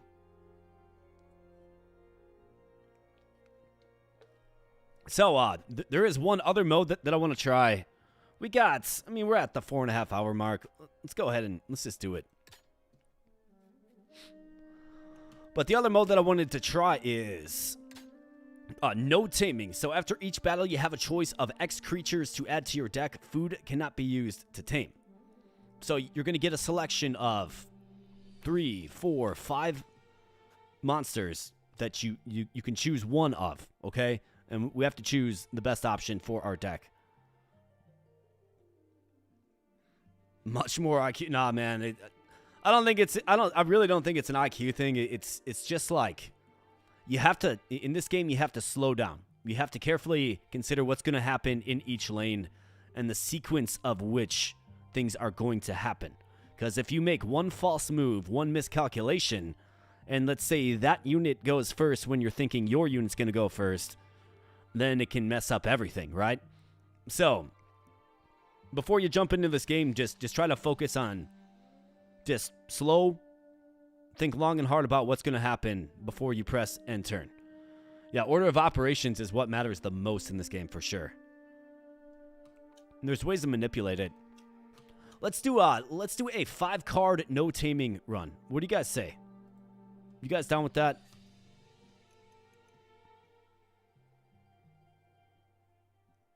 Would you be here for the ride? Would you be here for the ride if we decide to do it? I think it's fun. Instead of like hand selecting units, maybe we'll go with 4. 5 maybe seems like a little too much, maybe a little too quote unquote easy, but maybe we can go with 4 if you guys are cool with that.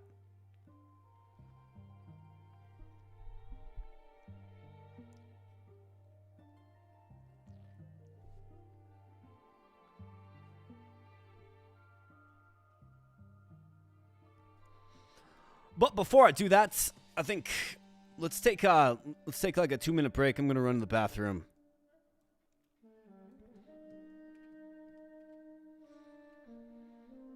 How does it differ from limited tames? Well, I think so. There's gonna be 8 waves, at least. So I've never done it before. I've never did boss rush either. The last stream when we did endless, that was the first time I did that too. But I think the way it's gonna work is you get, after each battle, you have a choice of 4 creatures to add to your deck. You can add one of them. So you're going to be able to add a roster of what? I guess after each battle, so 8, right?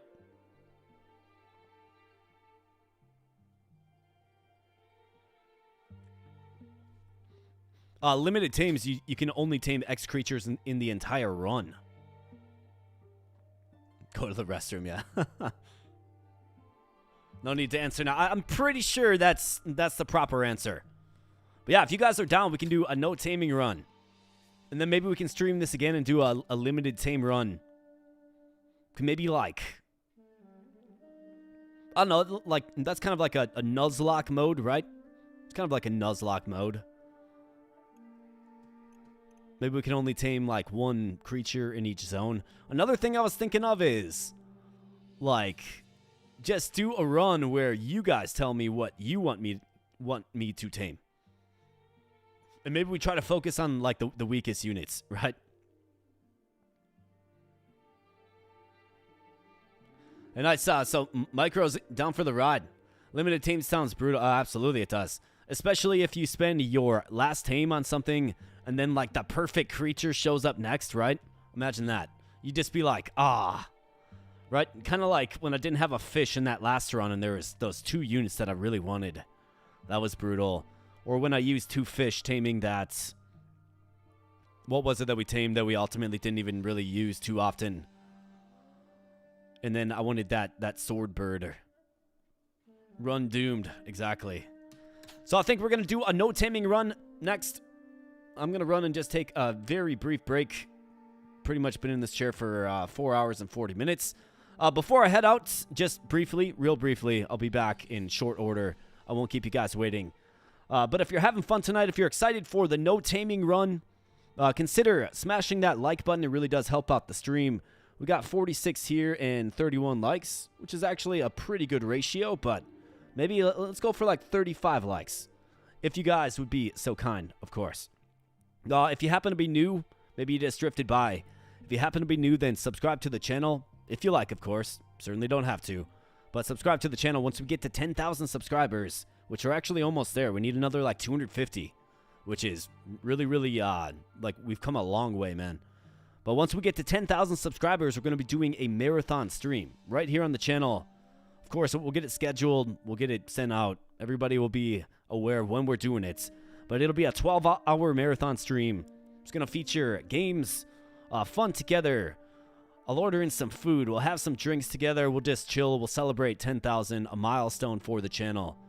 So let's get to 10K. If you have friends that like these kind of games and whatnot, and you think that they would like the channel, share it. Share it with them. Let's try to grow this thing. I think we can all do a part, right? Obviously, the biggest part falls on your boy putting out good content. But if you guys want to support a small and growing channel, a guy that on average over the past 2 years has released 1.04 videos per day. So that's an upload every day on average. If you like that kind of grind, right? It does take a lot of time.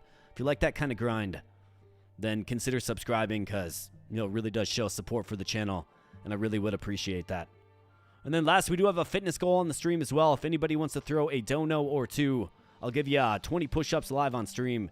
We're at 3 of 10 for the goal, and if we get to 10, so this is any donation of any value at all, but if we get to 10, then I'll give you a bonus 100 push-ups live on stream. And if you do the math there, that's of course 300 push-ups. So if you want to make me work a little bit, get the blood pumping a little bit, then consider throwing a couple of bucks my way. Certainly don't have to enjoy. I'm just appreciating that you guys are here tonight, of course. Let's see, and you can also feel free to do push-ups with me. I'm all about fitness on this channel as well as, of course, fun through gaming. But just a couple of shameless plugs for the channel, of course. You can also join our Discord server as well. There's a link in the pinned comment. So consider that if you like. A bunch of ways to stay connected with the channel. So I'm going to just step out for a moment, as I've been saying here for the past 5 minutes. And while I am away, why don't you guys check this out. It's a fun little thing that I made that I think you'll enjoy. So we already checked out the Luna montage. I mean, who doesn't like a cute dog, right? So let's check out something a little more WTF-y, where you're probably going to be like, the heck is this? Well, I think the video I'm about to play says it all. So enjoy.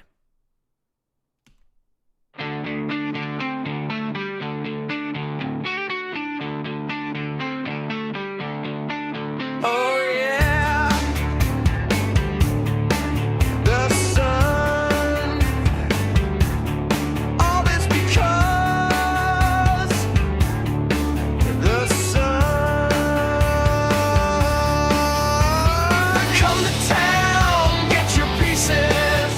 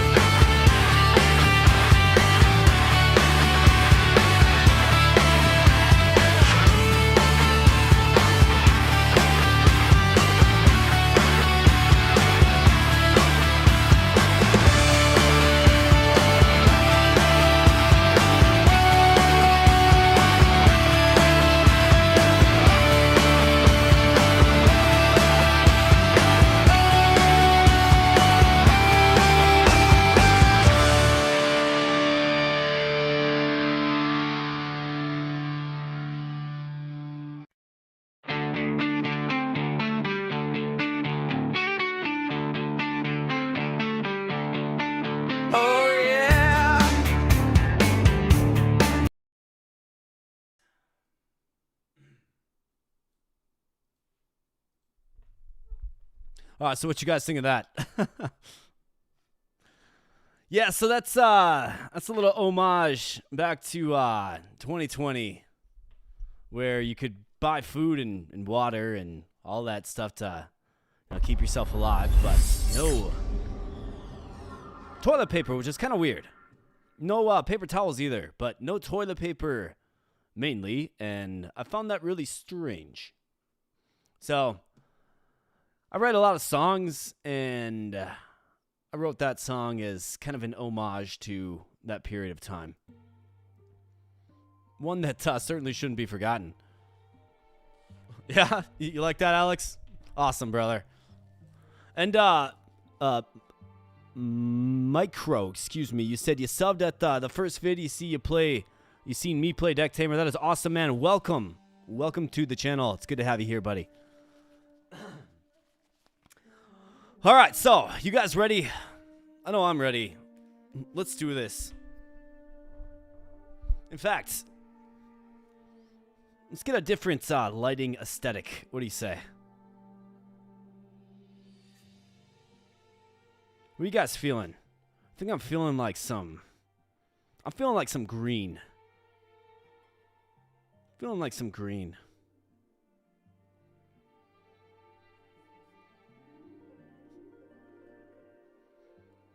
Yeah, that's quite nice. You guys like that? Feels like we're going through the forest or something. I guess we do start off in a forest type depth, so makes sense. Let's do that. All right, so no taming is what we're going to do.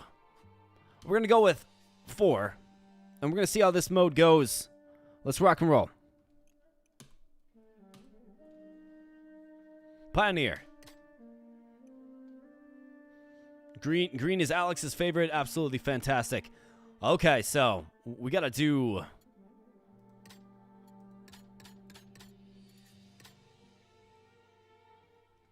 Is there any particular boss you guys want to see? Really? This guy's eyes are blurred out? Alright. Let me do something. Unless somebody specifically wants this on, I'm going to turn this off. Because I think that's silly that guy's eyes are blurred out.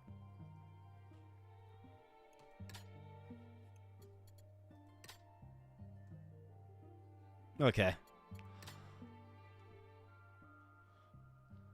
Eye of the Abyss. So, in our stream tonight, we have seen the Eye of the Abyss. We defeated him. We defeated the former Pioneer.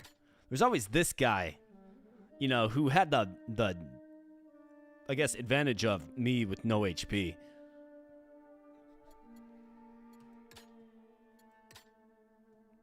Could always just go Lost Explorer too, I suppose. Let's go with Son of the Abyss. I think we need a little bit of a rematch. Let's go. Right, Lantern Dog. Got a lots of respect for the Lantern Dog. Amazing, amazing upgraded form. Absolutely. Furball. So I do like the Furball. I mean, look at its 6 starting speed. Also pretty impressive. The Heavy Paw will hit last. It's a hit that hits for 3, though, early on, right? If you think about that. And think about the overall team that we're going to assemble, right? We get 1 unit per 1 fight, okay? Pleading Face also quite nice with that 6 speed. I did a run with Furball, yeah. And then we got the Shellcat, one of my favorite. I mean, absolutely fantastic unit. Really is. I've done a run with all these guys here on the channel with the full release of the game.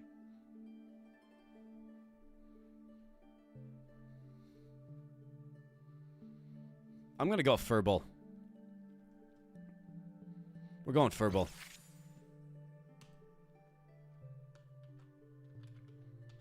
And we're going to call it Micro because you sub to the channel, which I appreciate. You get to lead our team today here, buddy. Bull Weevil, we got Bell Rats. I mean, I think you stick with the Bell Rat. It's like the best one. It really is.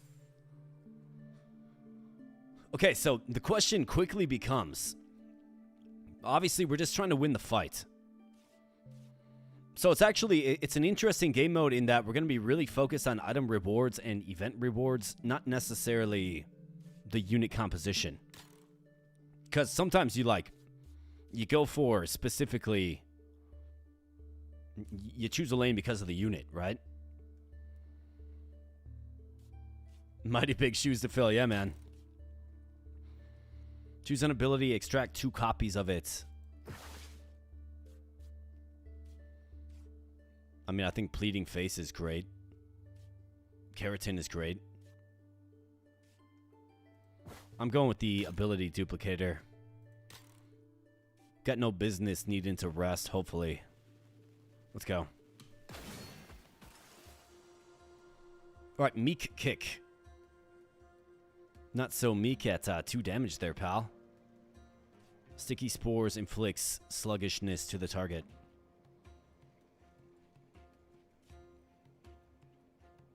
Restores 2 HP. In face to the team. Poison heals this creature instead.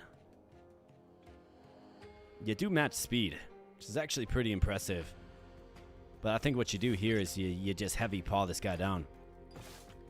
And that means we can use our items solely for healing.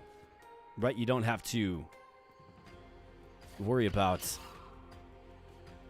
saving them for taming. Bam. That's right, take that, man. Restore 2 HP to the team. Well, you think so, don't ya? And Hammertail. Let's make it happen. Bam.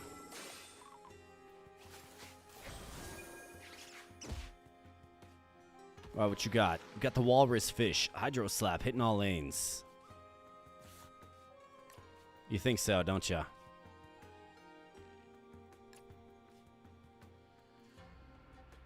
Well, I guess he's going to go first, isn't he?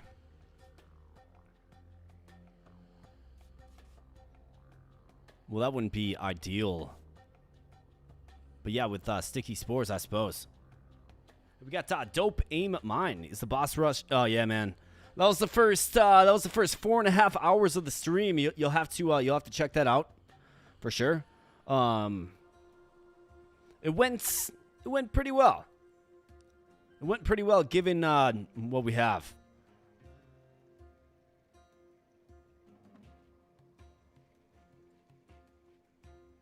Looks like Alex is heading on out. I appreciate that thought, Alex. Thanks so much, my friend. Good to have you in here as always, buddy. Have yourself a great night. That's not for whom the bell rat tolls. Yes, indeed. All right, well, this guy's actually got a pretty decent early hit on us. And if he keeps using Hydro Slap, I don't like that too much.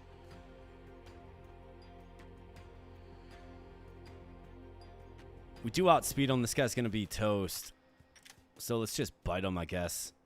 Could also just pull Micro here and throw in a Bell Rat. He's going to go first anyways, I suppose. Let's do that.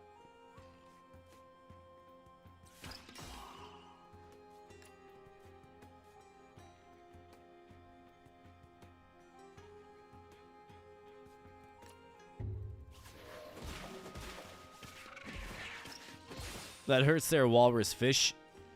Hurts more than it should there, I guess.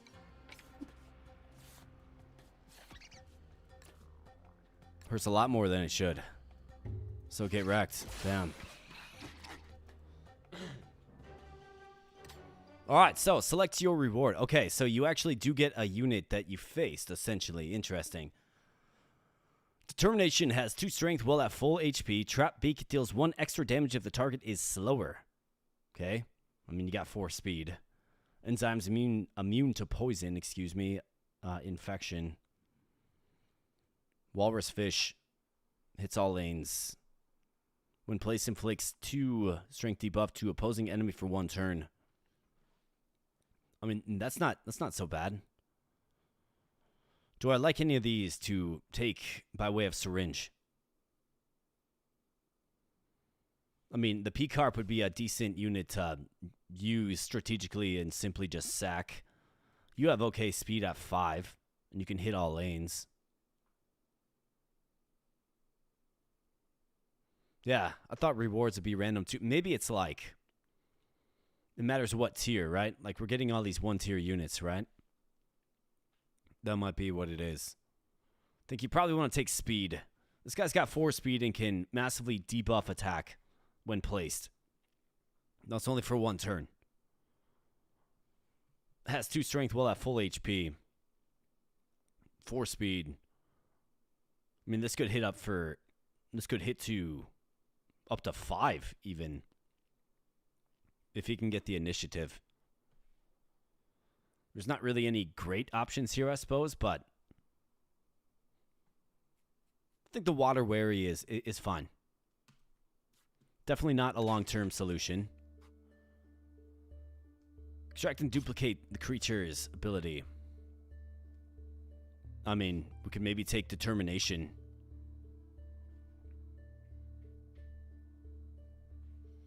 Oh, you've never seen the Furball evolve? Oh yeah, you're gonna love it. It's a fantastic unit.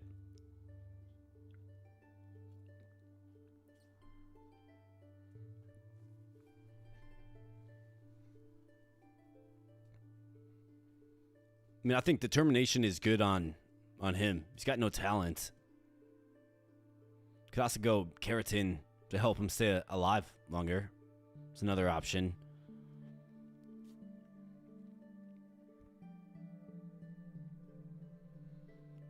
I mean, Trap Beak is an option as well, an interesting option given you have 6 speed. I mean, plus 2 strength while at full. We will be... Let's be swiping that. And we actually got 2 of them. Hey, we got Pillar Pull here. Well, I mean, maybe. We might get Pillar Pull. So, Special Foraging and then Mystery Trade. And Illumi.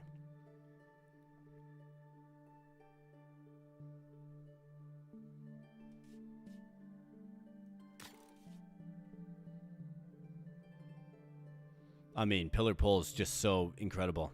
It really is. We got Chris VF. So looking so different than you sound, King. How's the run going? Yeah, brother. It's going good, man. So we did a boss rush. We did that. So that was the first 4.5 hours of the stream. And now we're into, what is it called? Basically, it's a mode where we get a selection of 4 creatures after a fight to tame versus taming them manually. So what I've already noticed is it's going to give us a ton of access to food, right? Which is good for healing our units. So that's super cool. We got Kyle Brown in the house. What's up, Kyle Brown? Good to see you, my man. Forgot about the stream. What did you miss? Well, the first 4.5 hours is the boss rush.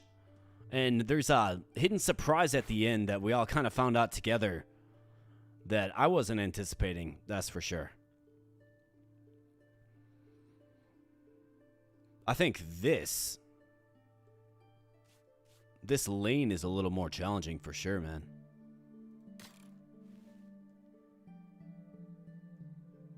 Suction cups.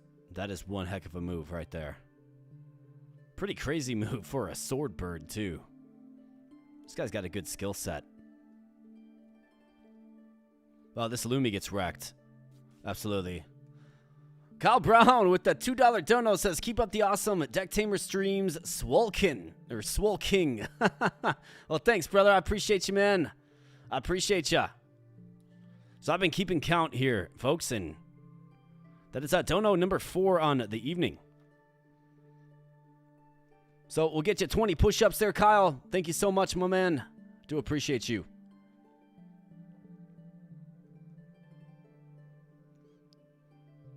Oh, really? It's only a team of 2 on this game? Really? Man, I would have thought it was so much more. Like, whoever is like the person directing the arts is doing a phenomenal job with this game. Does Pillar Pole evolve? No, Pillar Pole does not evolve. Nope. But imagine like a future state where all these creatures do, right? Just think about that. I mean, I think that's an ideal future state for this game. I think you probably go mystery trade here. I think that's what we do. But first and foremost, we're going to get Kyle Brown his push-ups. Looks like he wants to do them with me. All right. I'll hold off. We'll do one more fight, Kyle. And you let me know when you're ready to go, my man. So we're going to do this route. Mystery trade, I think, is better. This is choose between food that tames and adds creature to your hand. Random mutation. I mean, we're unable to do that. So let's go with this. All right. See, look at this. So we got a bunch of people doing push-ups. This is the kind of community that we want to build for sure. All right, Lumi coming out with the scratch. I think Lumi gets wrecked. Well, Lumi will get wrecked. We got Feces throw, which is really interesting skill set.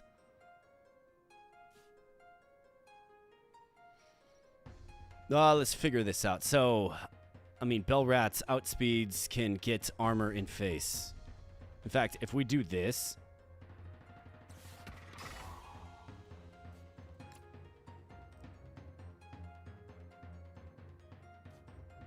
we could just leave him out there. He could just tank this hit. Otherwise, we're taking 1 damage. I suppose it's okay to take 1 damage.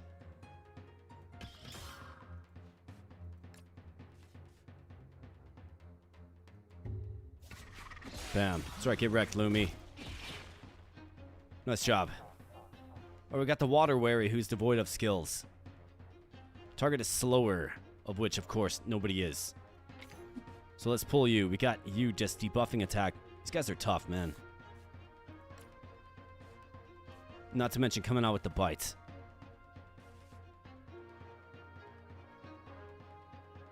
I mean, this Water Wary is garbage compared to everything else. Could always Pleading Face him to debuff his attack. Let's do that. Get debuffed.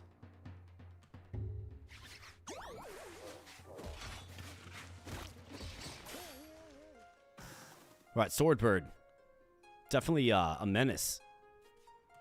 Let's go Heavy Paw with you. He's going to do Pierce, which takes out the Water Wary.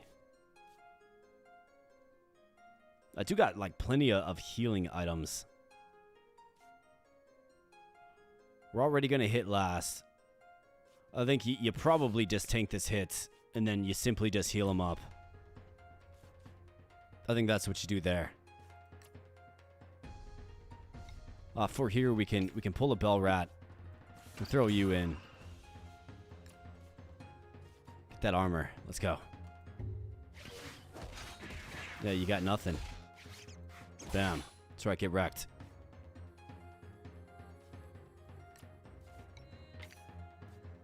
I guess you already got an armor. Could Heavy Paw.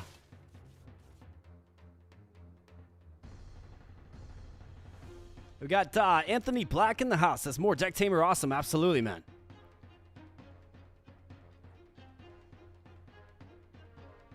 The person directing this art is probably also overdue for a few therapy sessions. Yeah, no kidding. That's so true. That is so true. Especially some of like the later game ones. I mean, even this Naked Worm Newt is disturbing on many levels. It really is.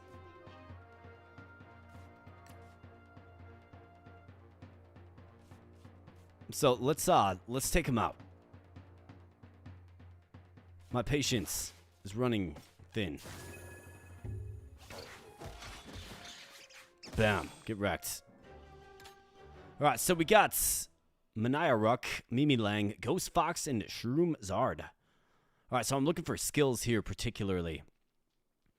So Fortitude, immune to negative effects. I mean, it's got its uses. 6 speed on this one. Gains the move of its allies to its left. Resets on retreat. Venom bites. Charismatic. When placed in on retreat, draws 1 card. Boldness. Targets the enemy with the highest health. 4/2. A 5/4 creature.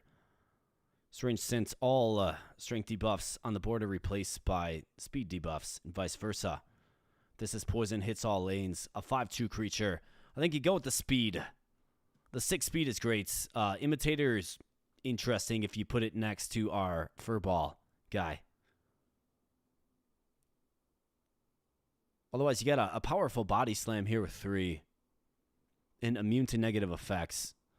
You think about this guy just pulverizing that newt, right? Let's go with the speed. And more healing items. Trade with the stranger, yes. Take this water wary. This thing is garbage. A Garrick Frog. Toxic Stare. When placed, inflicts poison to the opposing enemy and it bites. It's got 3 speed.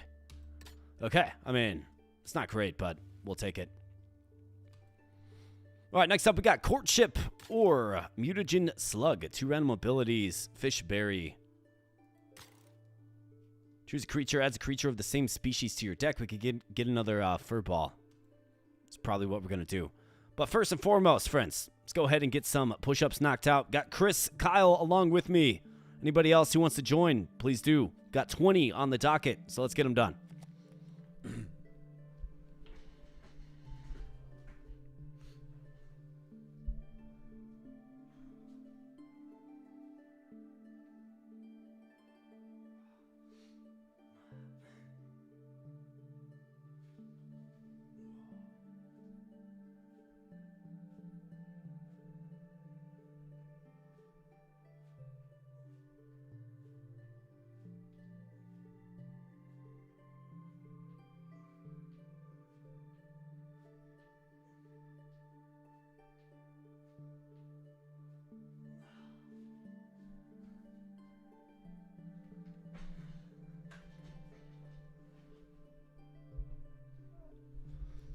All right. All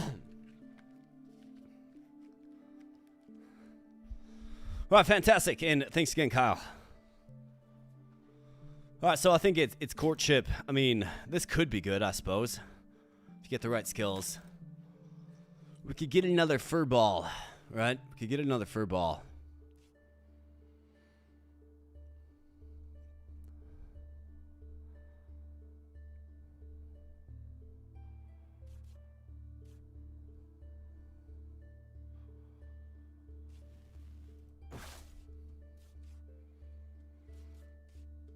Let's give you determination. And let's go. All right, Neurotoxin, double bites in landing. Gain 4 attack. He's got 6 speed as well, wow.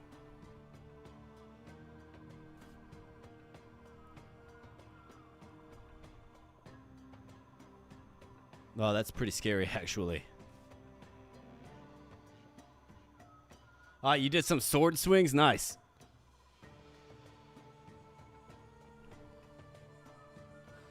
Push up sword swings.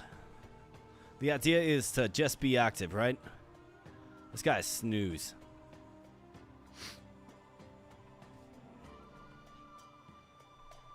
And this guy's hitting for 4, and he's always has sturdy, really. Ugh.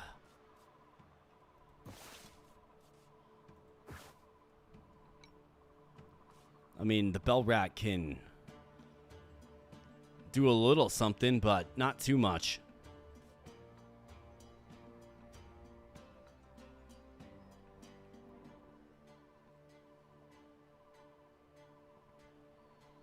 We've got a double bite coming down. Another pretty tough move.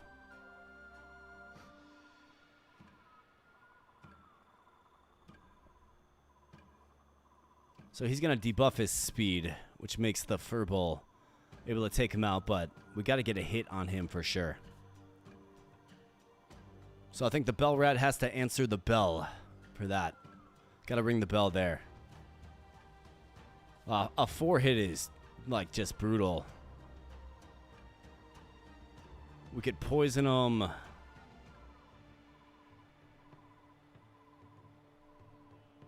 But then, of course, sack Mimi Lang.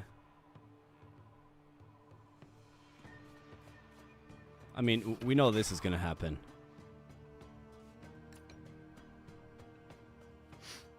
We know that's a given. That's a guarantee.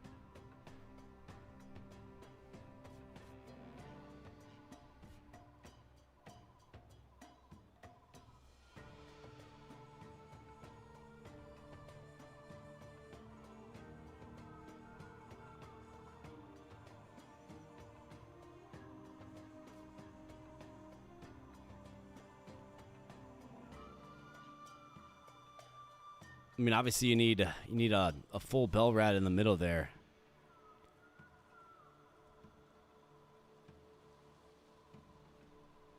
This spore plant is tough stuff. There's resilience.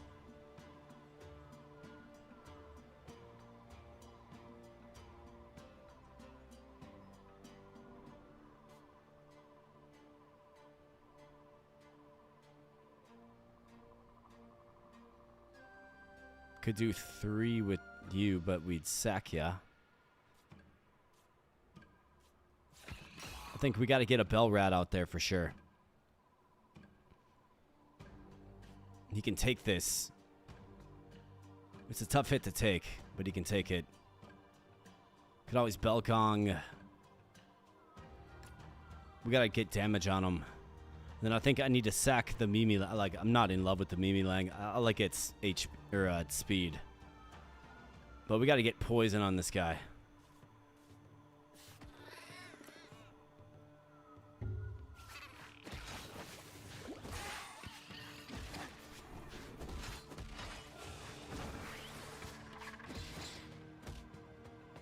All right, that's right. Take that poison damage.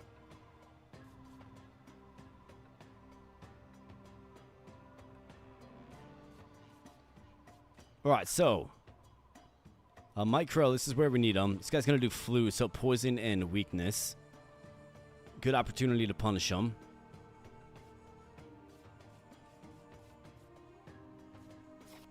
This is where we need you. Who do we got coming in? The Ghost Fox.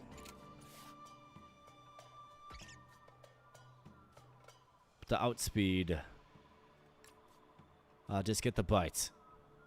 Just get the bite.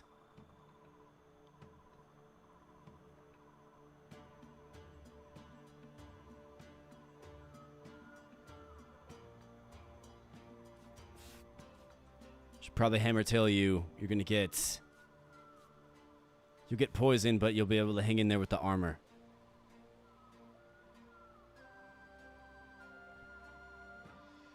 You gotta rock and roll. Yeah, man. Have yourself a good morning, actually. Looking forward to more videos from you. Well, that has been a guarantee over the past 2 years. Absolutely. But thanks for stopping in. And I will try to do my best with the furball named after you, my man.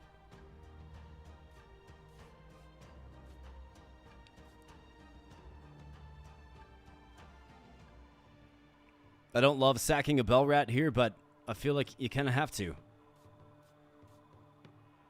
can at least get him in there next, or... I mean, Pleading Face does debuff the attack a little bit. If we can get him to full HP, he can take him out. But that's got to be next turn, because he's got an assignment. So this is what has to happen, unfortunately.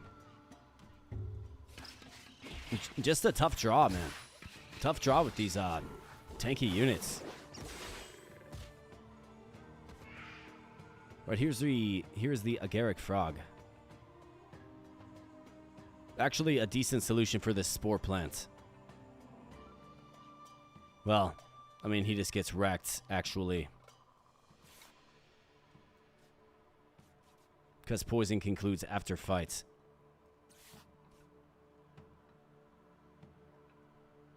So we would have to heal him up, which isn't ideal. Really isn't. But we're getting plenty of food items.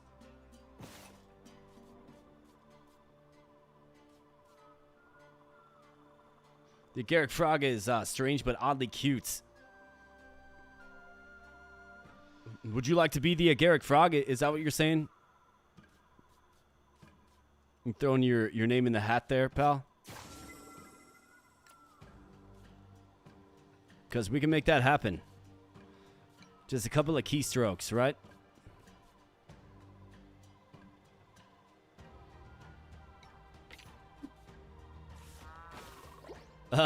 Sure, why not? All right, we gotcha.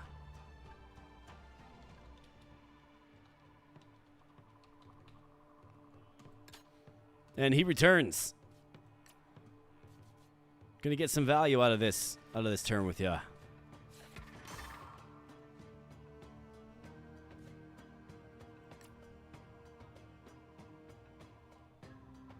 Let's go with this, and let's go. That plant was absolutely brutal, dude.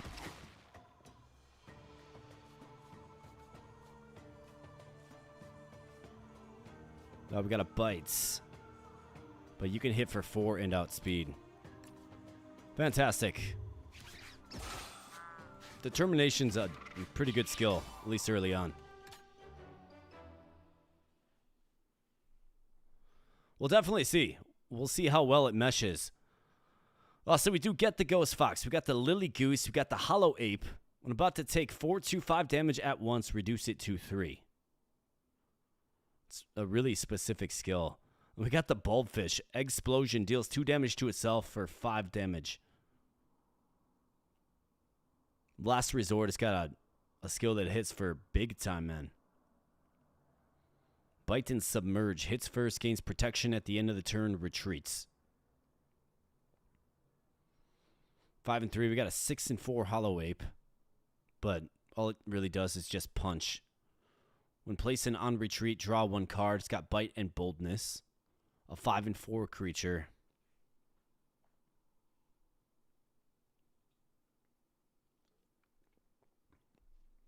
I mean, I think you take the Bulbfish. Of these 4, it's the one I see the most useful. Given it needs to keep itself alive, but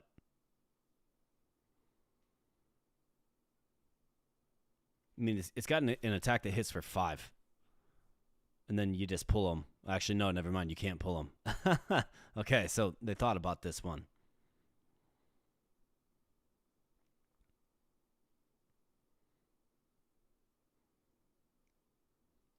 I guess his only attack ability does damage to himself.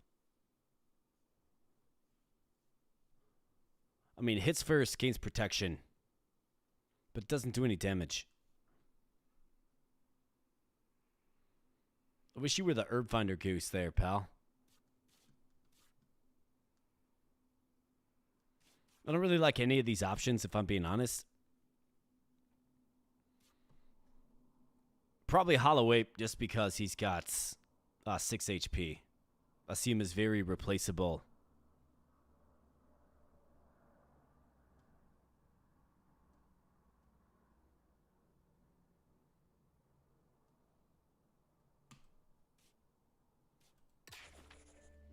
Seek a mate. Furball. Nice. Got another one. Alright, so a dead creature rejoins. Actually wouldn't be the worst. Or a cloning flower. Duplicates creature. The copy gets a curse. Tadwell. Here you go. With Ascension. Although, we're not guaranteed to get it, right? Of course we're not.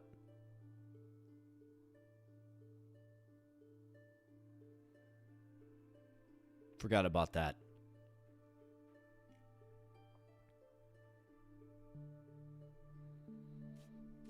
I mean, do I get yet another Furball? You know, clone them. Otherwise, we have what? We're down a couple of Bell Rats. We're down that Mimi Lang.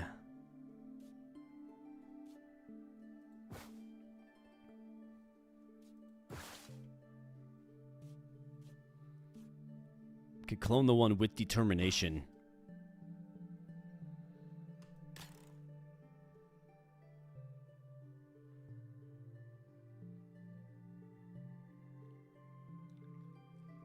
What games was I staying up too late to play in high school? Suikoden for sure. That was a huge one. And FFT, of course, just naturally.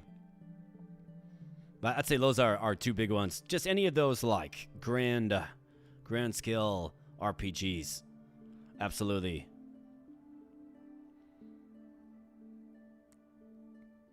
Grandia as well. That was another one. Final Fantasy VII for sure.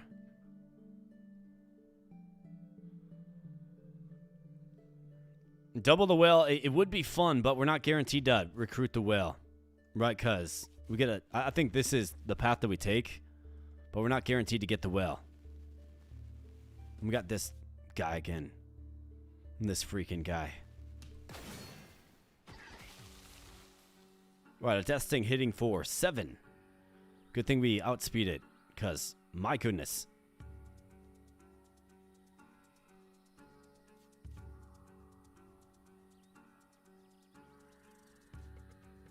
When attacked, inflicts poison to the attacker.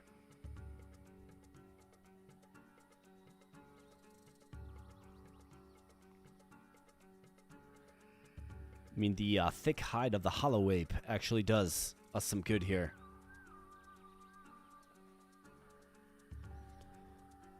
Yeah, you can always choose the path of least resistance. That's absolutely true. I mean, this guy has to come out here and he's got to be swinging heavy on this guy.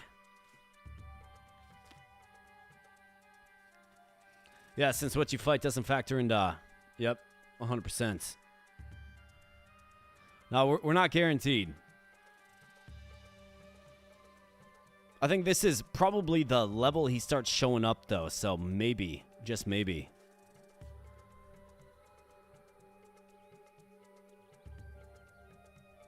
We got a tough body slam coming, and then we'll get poisoned.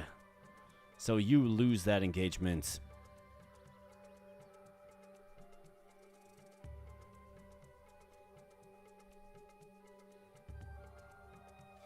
Don't outspeed this guy either.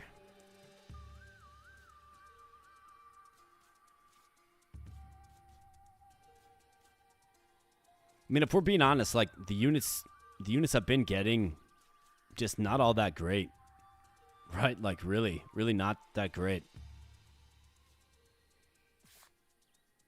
I think you probably have to take out this guy. He's gonna do 3 damage to you. You outspeed him, so 2 attacks takes this guy out. For this Buffaline, it's like, what do we even do with this guy? He's got poison.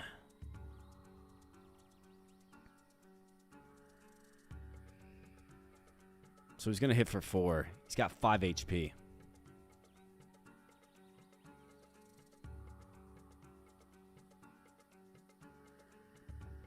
Yeah, Sting Slug is Death Sting, for sure.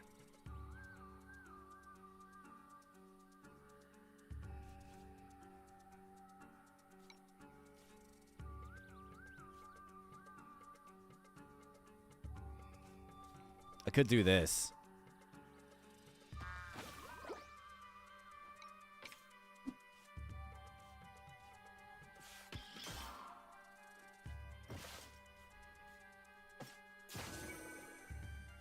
I mean, you can be, I don't want to say you can be reckless, but you can be pretty, generous with your food supply in this mode. He outspeeds me, so let's hammer tail him. Bam.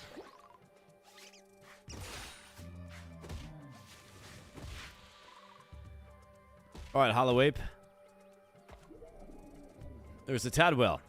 Gonna bash. You gotta finish the job.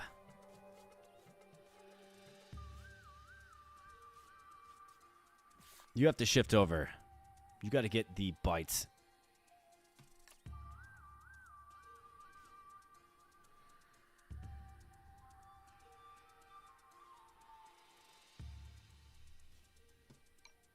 A bash for 3, which it will truly do 3.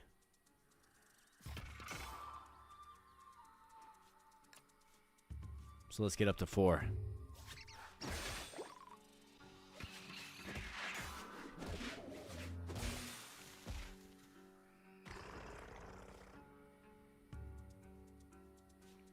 Hydro Slap. You think so, huh?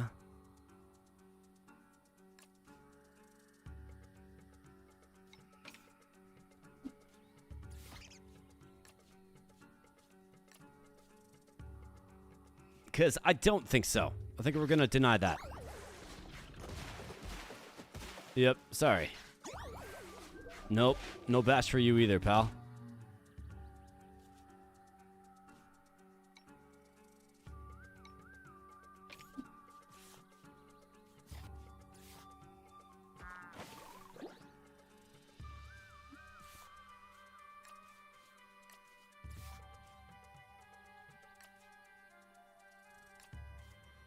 Let's do this. You guys are all nerfed up anyways, man. Bam. Big hit there. Tadwheel goes down and another bite. It also makes you play the battles a little bit differently in that you're not worried about, I got to make sure this guy has 1 HP left to recruit him, etc., right? It's all about just winning the fights. All right, so we got... I mean, the Scaly Dragon's a good one. When attacked, this deals damage equal to this creature's armor to the attacker. Has hardening as well for 3 armor. A decent body slam. 6 speed. Galvanizing is good on the Crystal Lawn. We got the Buffalion. Biotoxic Swipe. Deals triple damage if the target has poison. So that with the Agaric Frog, right? Think about it. He's got 5 speed. Shells Up gives 2 armor to the team. I mean, I think the Scaly Dragon is probably the best.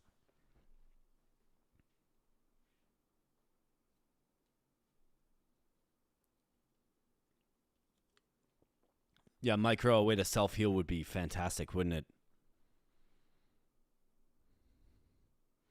I think you got to go Scaly Dragon. I am kind of compelled by this guy. But more speed, same HP, has hardening. We need some guy that can just tank a hit. Duplicated creature. I mean, do we duplicate this guy?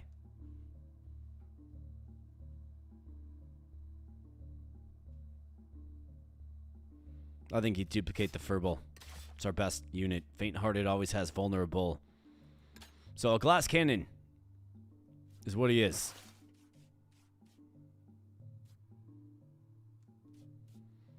So now we got to get those guys healed up. Be nice to have. Heal all. All right, Silver Beetle. Or Aberration. We take the Silver Beetle. What is this? Tusk Powder. Gives 3 armor. Okay. Fish and Berry. Razor Petal Laceration. A Trench Crawler at 5, huh? We've got plenty of healing items. I don't want to get too crazy with them, but we do. I think we need determination on all of our... Otherwise, determination on you wouldn't be bad either.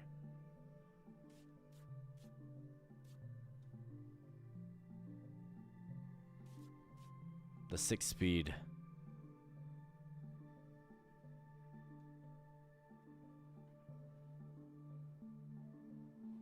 The team armorer, well, the main reason I didn't pick him is because he's got 2 speed, so he's mostly always going to go last. So my thought with the Scaly Dragon here is to get him out there, outspeed, use hardening, and then he's going to get attacked with spiky scales. He'll deal 3 damage to the attacker, right? So that's actually pretty good. I think both of the units are decent. But the 2 speed is what's led me away.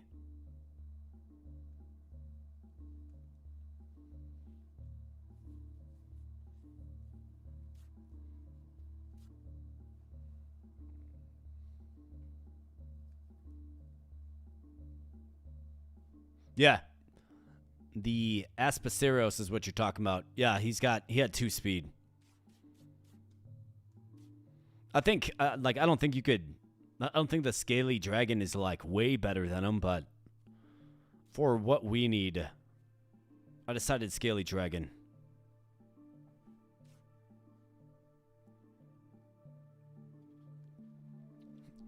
The way I see it, we need a unit that, when we have a really strong attack coming our way, I can throw him out there. And in this case, it's the Scaly Dragon. He can outspeed him with hardening and just use it.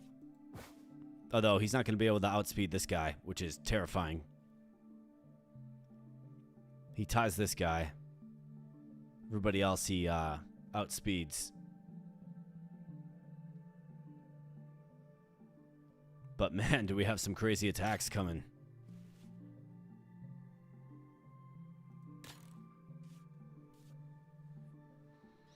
Yeah, speed kills in this one, man. It's just, it's so important to have high speed. Especially with some of like the gimmicky boss fights.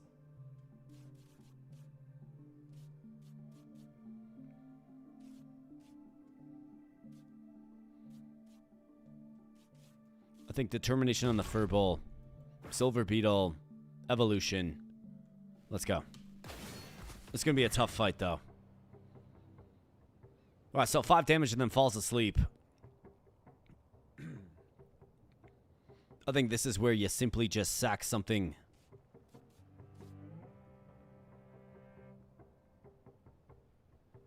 Oh yeah, in this one especially. And what do you know? He's out there, right? He's just gonna keep screeching. So we need to sack a Bell Rats. Pretty simple. This guy will go to sleep. Not to mention this guy with his speed debuff.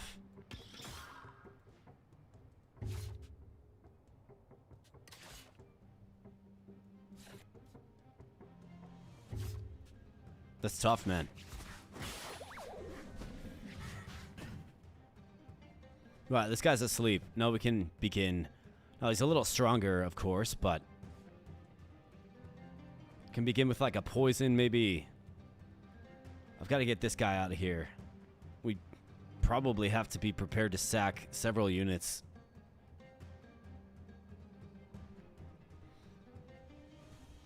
Yeah, that's what I do like about this mode, is you don't have to worry about food management. You can use it to heal. And then, right, you don't have to worry about weakening and then prolonging the fight and doing all that kind of stuff.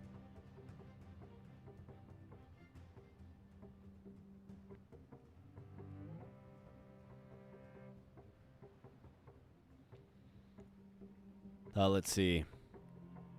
Where do I begin to kind of dissect this?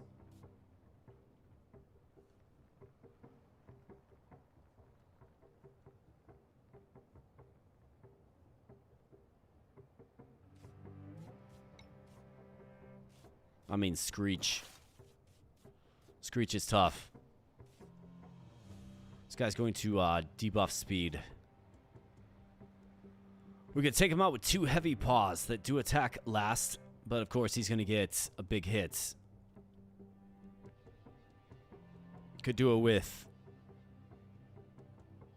2 bites at full health.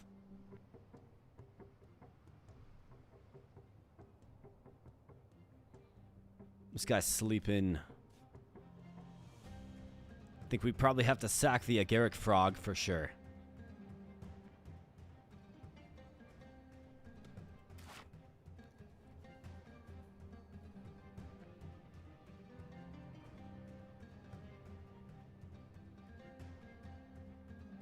Scaly Dragon be a decent get in the hand as well.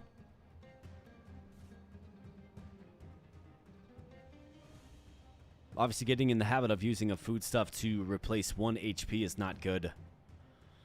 Our team has a lot of determination, so we need a healer, man. We just need it.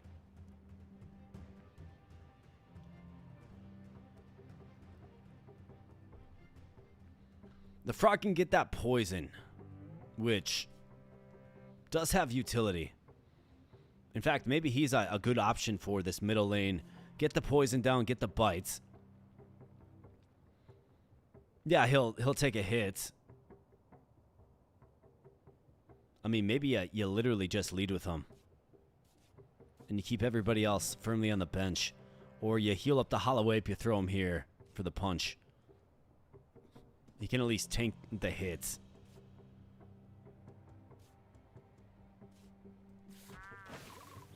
That's what I'm going to do. We're going to get this guy. I'm going to bite him. So he's got 3, right? Our speed's going to get debuffed.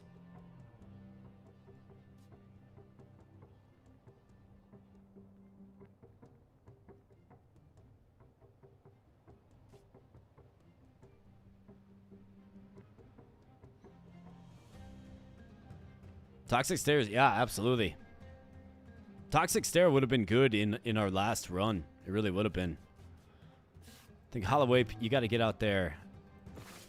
And got to give you a berry. You got to get the punch and just take the screech, man. Which hurts. Big time.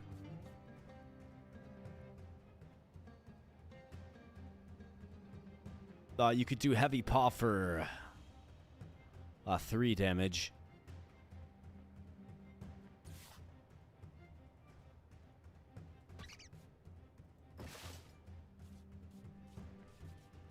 Don't love getting in the habit of healing for 1 HP, but we need that boosted damage. Now our speed is debuffed. Bam.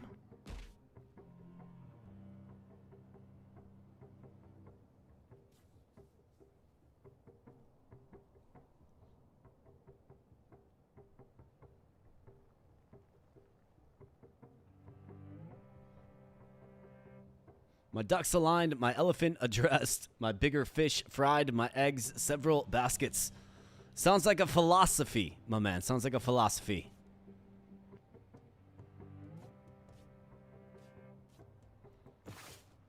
This guy's just gotta go, dude. His broad scale speed debuffing is so brutal.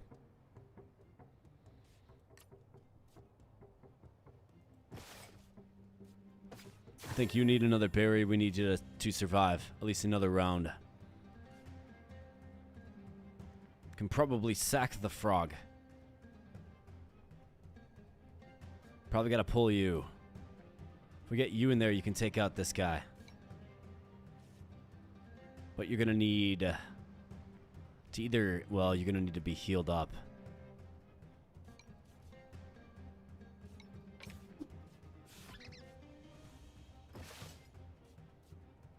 It's tough to use so many food items. But man, I just don't know what else to do, really.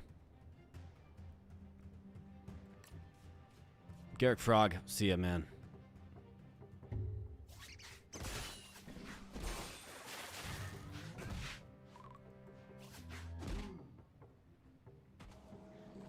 Alright, Scaly Dragon, we finally get him.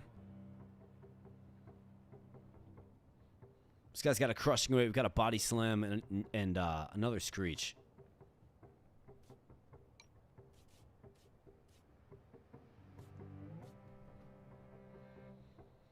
Well, let's think about this. So, Polro, he's got to go because he's debuffing speed.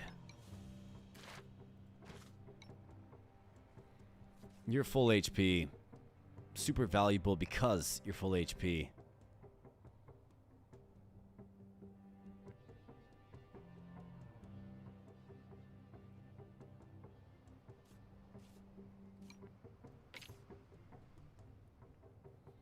So I think we got to pull him.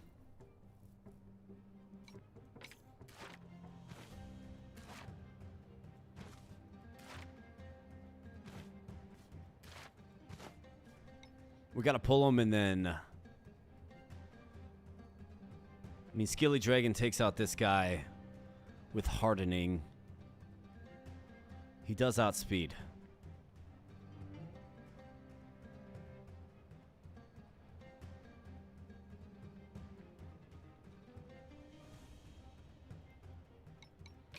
See, you got to get pulled for sure.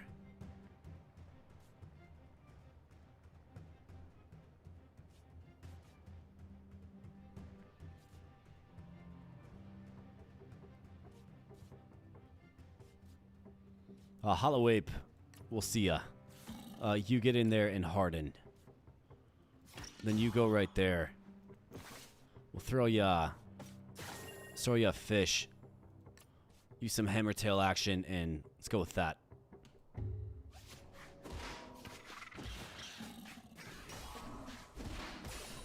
That's right, get wrecked, man. Sick of you anyways.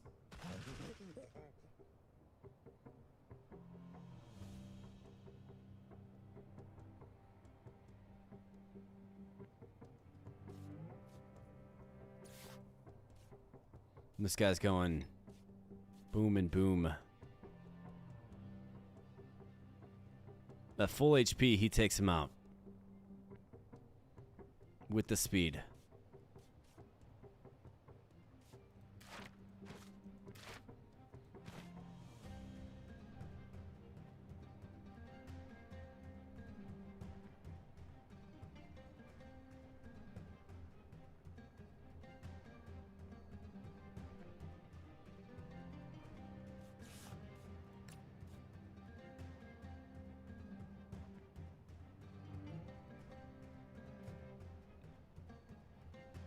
Got 2 damage coming down. It's going to do 3. He does outspeed, so we can body slam to victory next turn.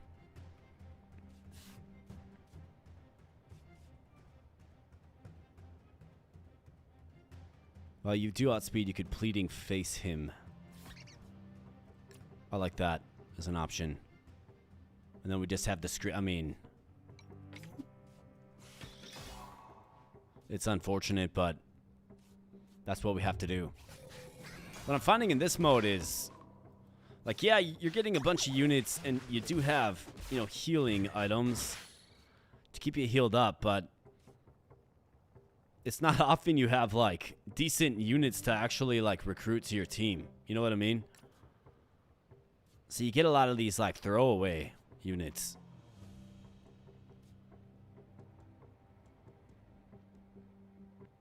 Maybe not even throwaway, it's just, it feels like...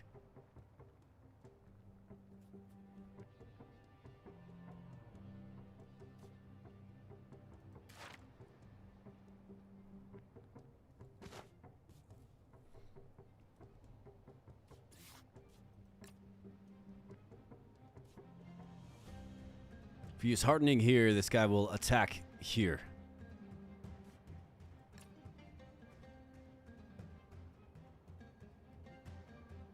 Get the bite here, take him out.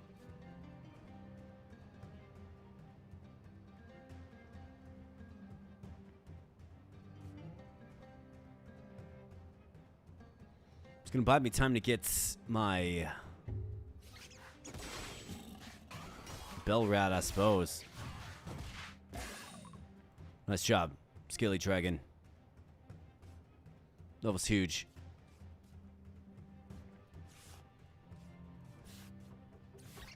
We really need a healer here, boys. Really, really bad.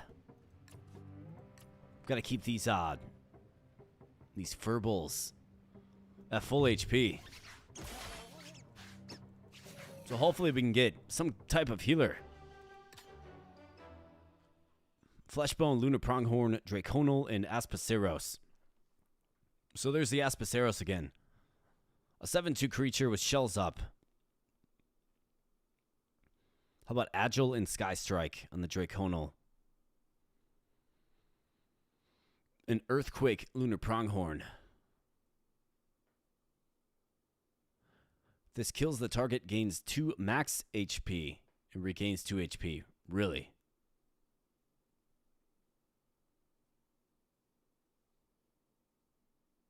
You don't use, so this is a challenge mode where you don't use food to tame creatures. Matthew. That's why. We're doing a limited tame is what it's called. I mean, this is crazy. And not to mention, when damage adds blood to your inventory, 5 uses left this battle. That can heal Furballs by 1 exactly, which is often what we need. And then if he can kill a unit with Devour, target gains 2 max HP and regains. I mean, that's pretty crazy. 4 speed, it makes me a little nervous, but seems like that's the snowballing units. So I'm gonna take him. Not to mention we have the silver beetle now. So we can get the evolved form of Furball. The former human as well. Or experimental syringe. And Grimjaw.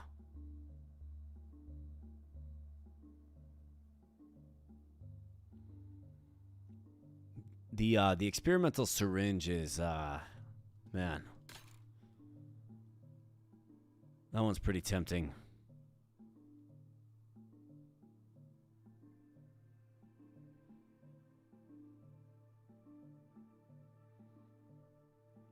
I don't add Devour to my Furball. I think I probably do. Because he's going to have Determination at full HP, right? Make it hit for 4.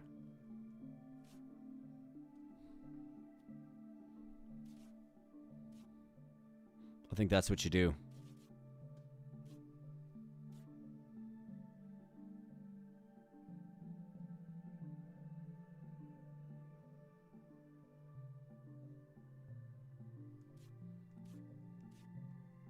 I wonder if you do, like, take this kit from him, too.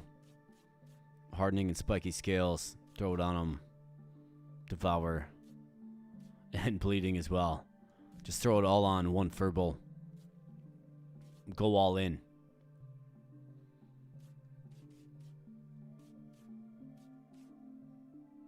You'd have to heal him. You want him full HP. It'd be an interesting little thing to play around with.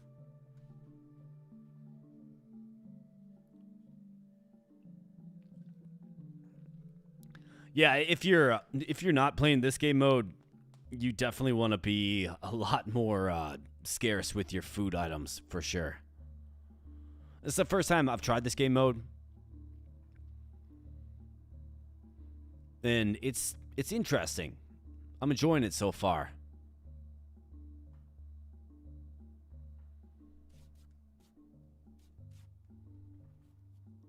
I think you want to get Devour. Maybe even bleeding. Or maybe not bleeding.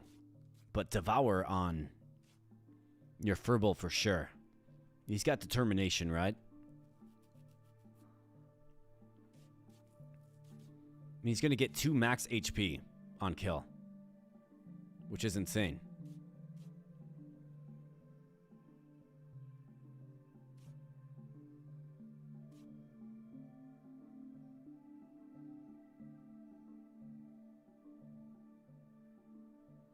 Deals damage equal to this creature's armor to the attacker. I mean, do we like this? 6 speed, 5 HP. We can finally evolve these guys.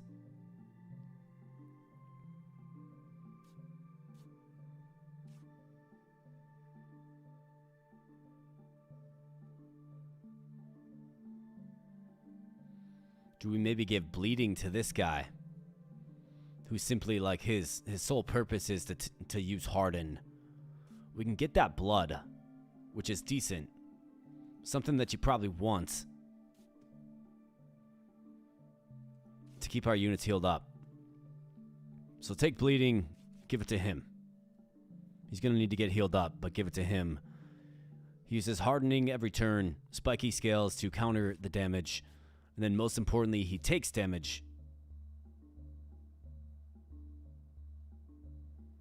to give us blood to heal up. And then take Devour here, give it to our Ace Furball.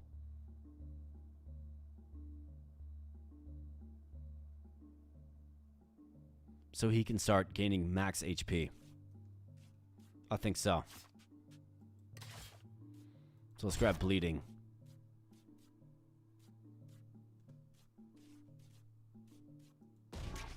Throw that on you. Give you some meat there, pal. Devour.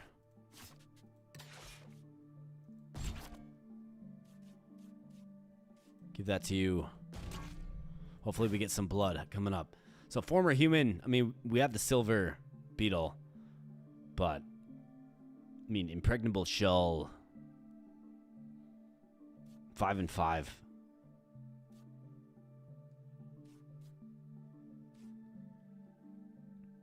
Poison Claw.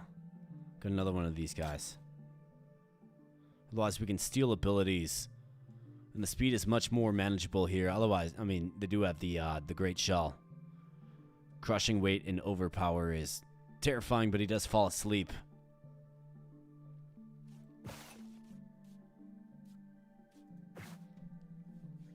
It's probably our opportunity, I would think.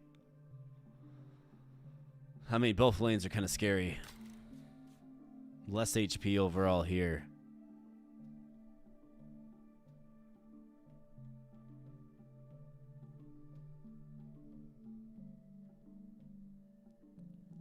Lots of speed.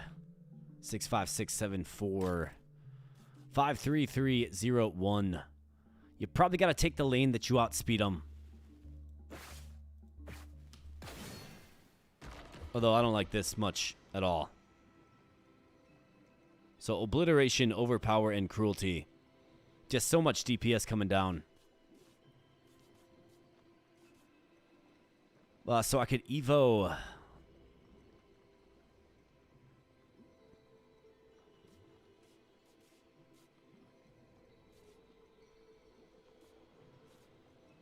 mean, we got these furballs.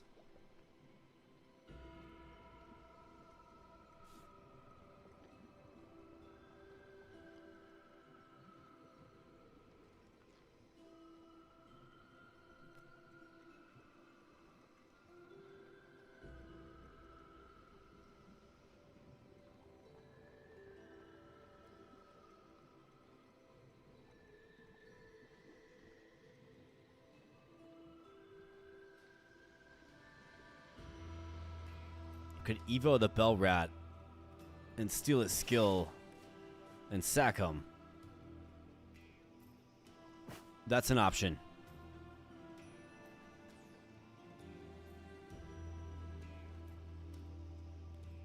He is the last of his kind. But then we're going to be dealing with overpower. I guess the Bell Rat would have to take that on. Got obliteration coming down over there. It does a whopping 5 damage.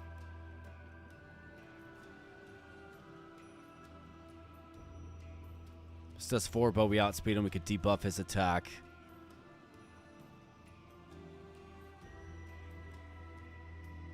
Obliteration for 5. I mean, the evolve form might actually be able to do some stuff, and then Great Shell. So I think that's what we do.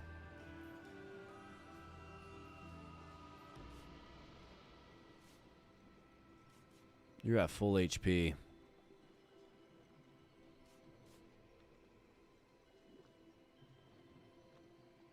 Okay, so this is what we do. We go Bell Rat.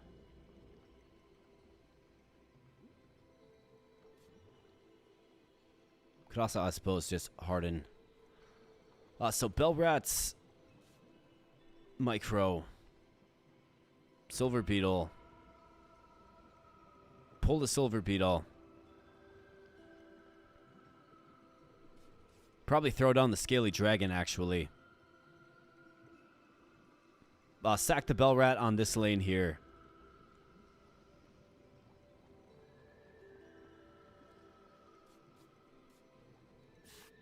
So Bell Rat, Micro, Silver Beetle, pull the Silver Beetle.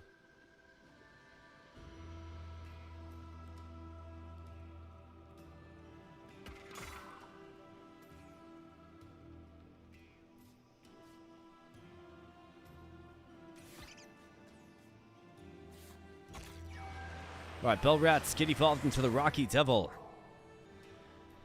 And then we got the False Yeti as well. So double the target's negative effects to all enemies for 1 turn. He does outspeed. Group Roar gives 2 speed. And then Devour. If he was at full HP, obviously he's going to be hitting a little stronger. Then Endless Shell. When an ally's place, gives it 2 and gains 2. That's pretty incredible. It's really incredible.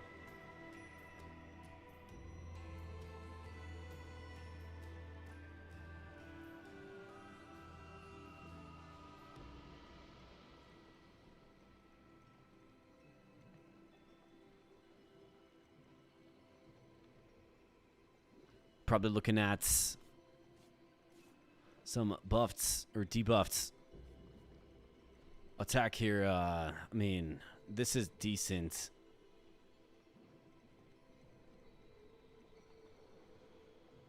Make this hit for 3.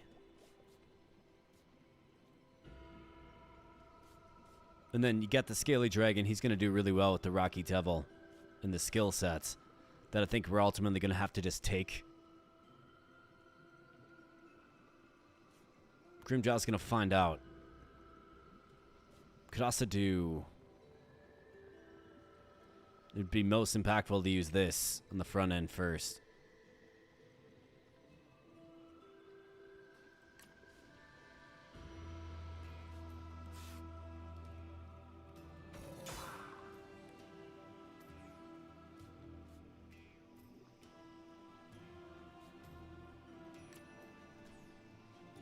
So you got hardening, get that bleeding effect going.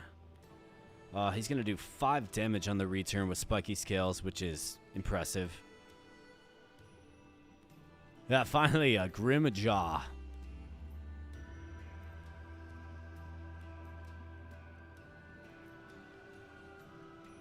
And the shell, I probably...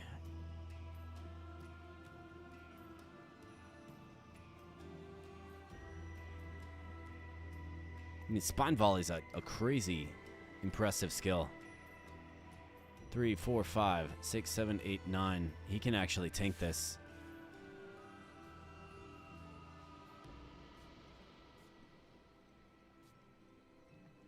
Which means you can use Spine Volley. But you're going to be using it first.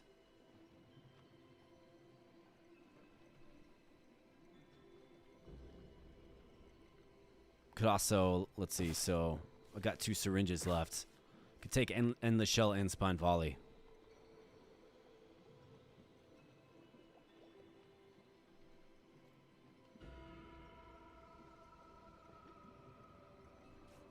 I guess you don't necessarily have to either. You could just Flail Tail him for 4. He's going to hit you for 4, but he's going to have a debuff.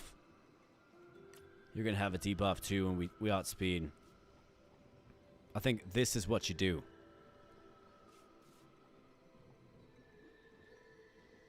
So let's go.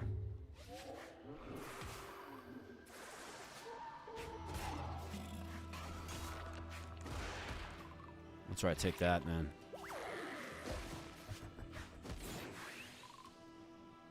Alright, so we got that bleeding effect. This guy's got protection on. He's gonna hit for 3.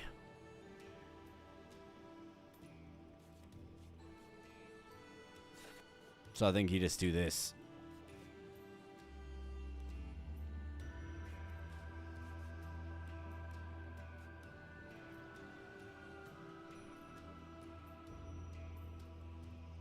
We can get this guy up to full, not quite.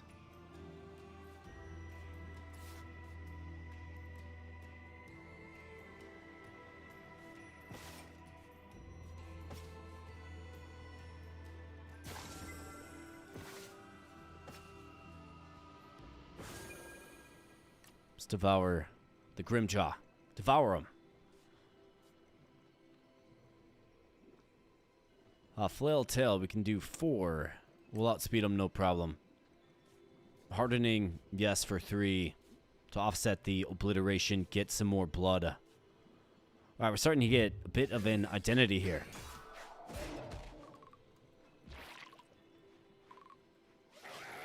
Bam. Bam. Alright, nice.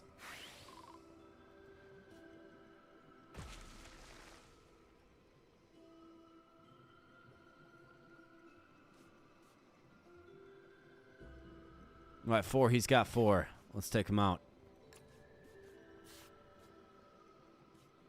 You got the speed advantage, so let's do it. And then how about a little hardening for you as well with the speed advantage?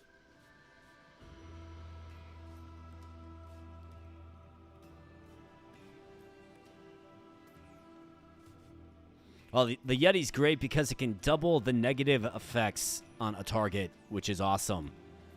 But I'm devouring with him, which gives him max HP. in face, of course. We outspeed across the board. Look at that. So we got +2 max HP. Bam.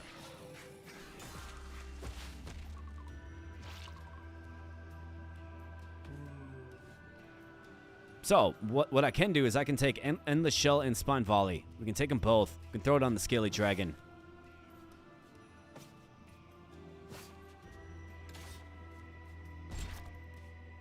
If not on the Scaly Dragon, we can throw it on somebody. And then I can always just re-evolve the Bell Rats to get these moves back. I think this is a fine way to spend the rest of our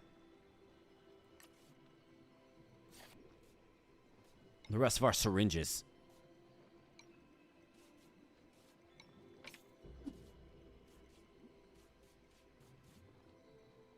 Oh, you got Body Slam.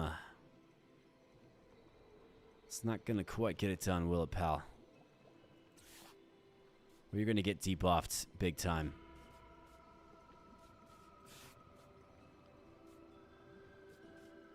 Maybe not big enough. Could debuff him again, I suppose.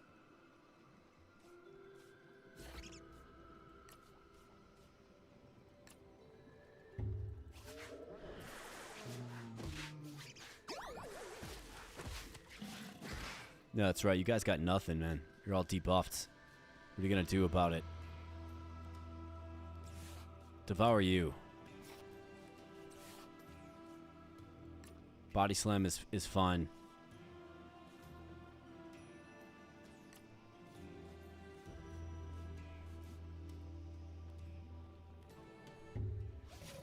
But Arts fell asleep watching, yeah? I don't know if that's a good or a bad thing. Maybe you were tired or needed some sleep, or maybe I'm just boring. I hope I'm not. I hope it's not the latter. How about this? We get a Shadow Moth. Man, I've always wanted to use one of these guys, and they're 10 speed. Sonic Boom, Trickery. At the end of the turn, inflicts a strength debuff to the opposing enemy. Hail. Gain strength up, Scythe Swipe for 6 damage. 7 speed. Pretty good. Vile Spine, Siren Spray, Giga Sting. This guy's all about the poison, but he does have Giga Sting with 6 speed. Then we got a Trench Crawler. Fair enough. Well, it's good to have you here, my man. Good to have you here. Man. So, like, who do we... Like, Shadow Moth, 10 speed is insane.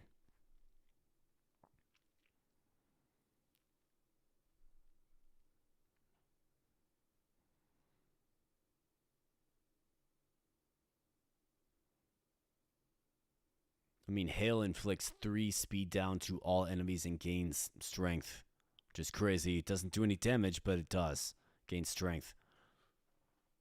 Shadow Moth has a move that hits for 5, and he's got 10 speed, so he will likely always go first.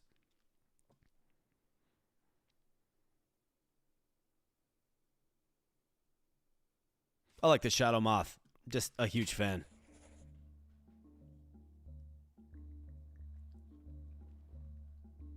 Just a huge fan. Experimental Syringe, yes. We're going to go with this one. To see if maybe we can stumble across a danger level 3 or lower unit. We actually might not anymore. Yeah, it doesn't look like it, unfortunately. Hey, who's this guy? An unknown. He's on both lanes. Alright, Revenants. A dead creature joins, or more food.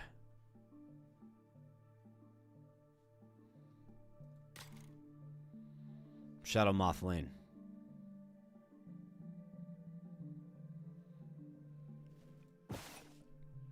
Alright, Spine Volley and Endless Shell. When an ally is placed, gives it 2 armor and gains 2 armor.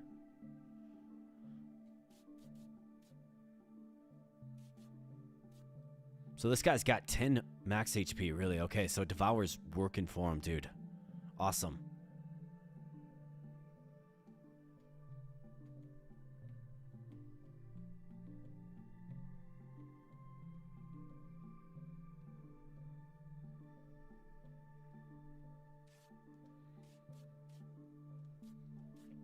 I mean, you probably give spine volley to this guy, I would think.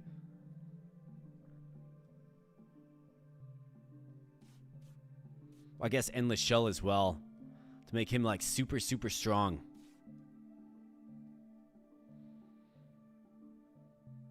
You probably give it both. Give him both. Though I was thinking of a way to make this guy a little more armored as well. I guess he's all about like debuffing. But if you go with this, and then spine volley.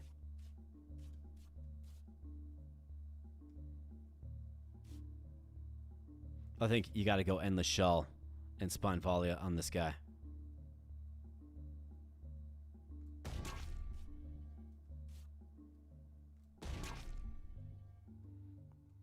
Absolutely. Okay, cool.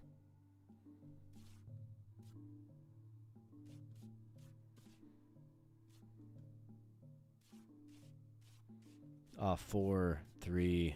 Could give him just 2 food items, I suppose. Got some blood coming. I mean, we need him full HP. Could also use you full HP as well. That would be useful. We'll have to see what the layout looks like. I think Revenant, maybe more food items is where it's at. These guys don't have as crazy of speed. Shadow Moth is over this way, so I'm good. I want nothing to do with the Shadow Moth.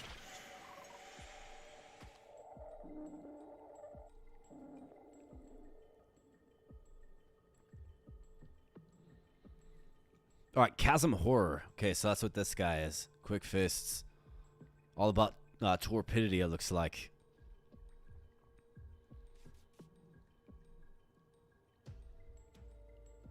This guy's got a body slam hitting for 3. Silver Beetle, so we can get the Bell Rat evolved, and you.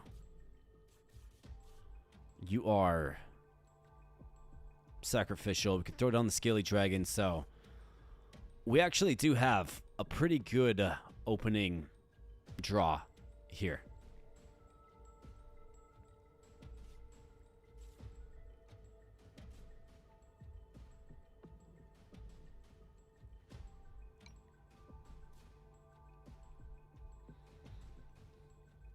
So I think you go Bell Rat, you go Micro, and then Silver Beetle, evolve them, get the Scaly Dragon down.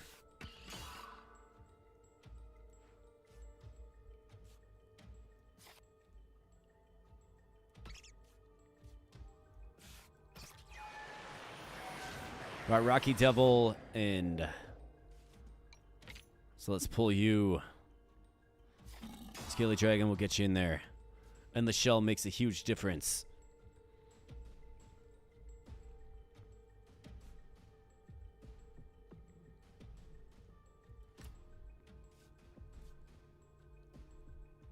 Deals double damage if this creature has protection. Okay, so we don't want to do that then. For sure not. So he's going to take 5 damage from this. We could increase strength in the team. And speed. Spine volley. Flail tail. I think it's pretty obvious. You should probably do this. You outspeed him. Go hardening here. You'll have up to 5. He will take 5 damage. Got a body slam coming in. This guy's quick as well. Maybe you stave that off with the armor that we have.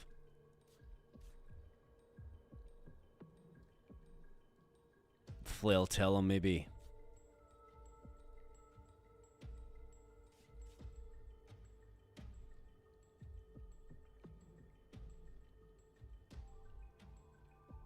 For him, affliction, and then we can afflict him next turn as well. Could also just spine volley too, I suppose.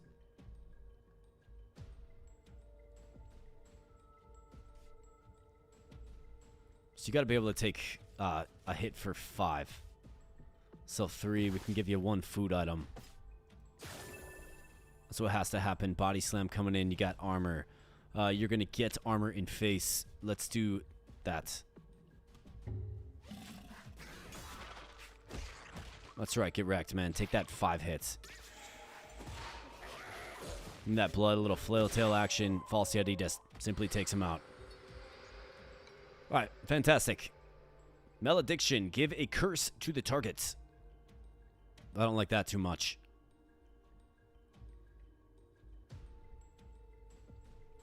Thought you had stopped alive after the boss rush? No, my man. I had one more. I had one more in me. So here we are. We're playing limited tames mode.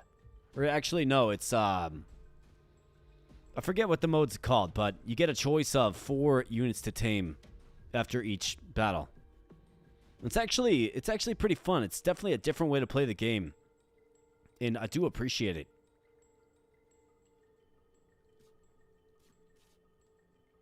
I've been enjoying my time with it for sure.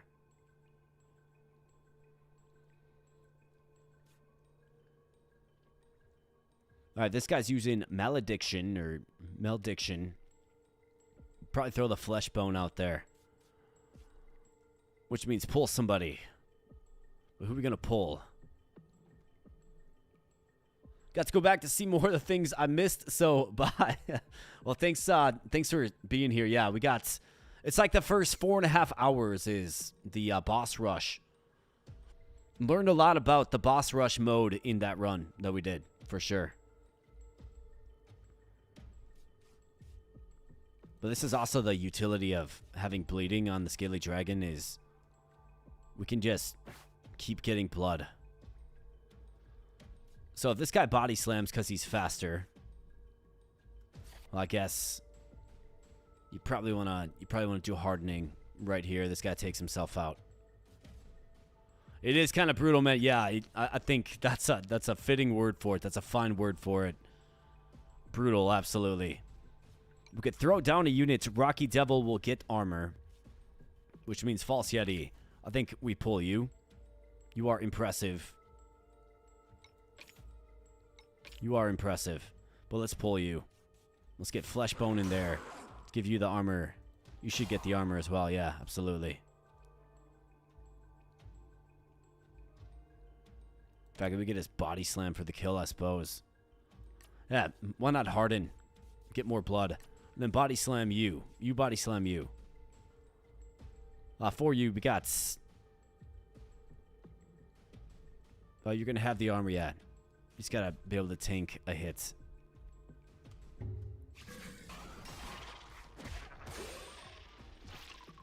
Scaly Dragon is fast asleep.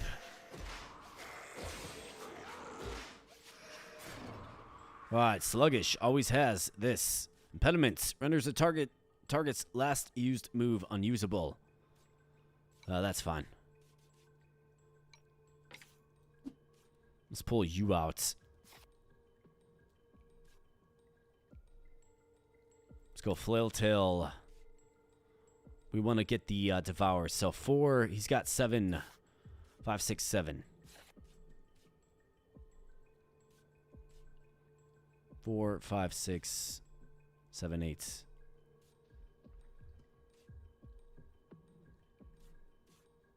Could always do, I suppose, this. At least we could try it. So let's do this. I'll give him a few units of armor.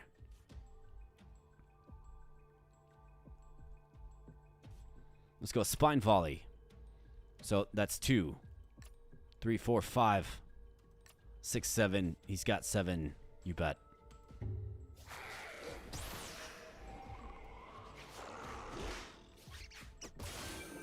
All right, good job, Furball. Way to consume and devour soul. He's got 12 HP in face. I wonder if it caps off at 20 like other skills do. I guess I don't know. All right, Mass Howler, a favorite of mine. Stare down. I mean, pounce for 8 damage, one-time use, and then Blind Rage. Needlefang, Sticky Goo. Paralytic Agent. Needle Bite. Inflicts as much poison to all enemies as they have slowness, really. That'd be crazy with, like, a Kilomaro run. Then we got Caustic, Pestilence, Giga Sting, Claw Swipe, Poison Claw. When an enemy takes damage, inflict slowness to it. And then paralytic agent. I mean, I think you probably got to go with the Masked Howler.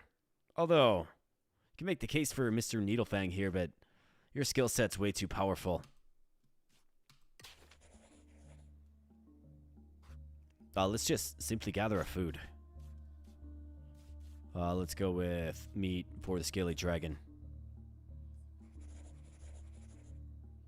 Restfully heal all creatures. The answer is, of course, yes. Much needed, and we're going into the final frame here, friends. In the final frame we go, we got a bunch of healing items. I'm actually feeling pretty good about this. I think we managed to stumble into a pretty strong team. But let's see how it does in the final frame. Orphan Colony, Son of the Abyss, and Elder Tongue Biter.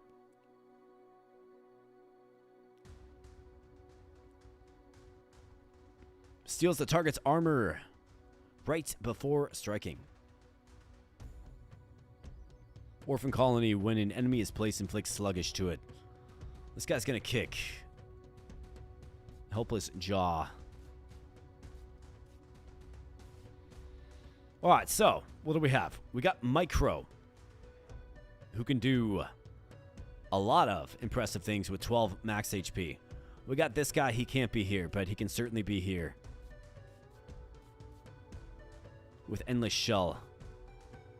And then we got another Furball.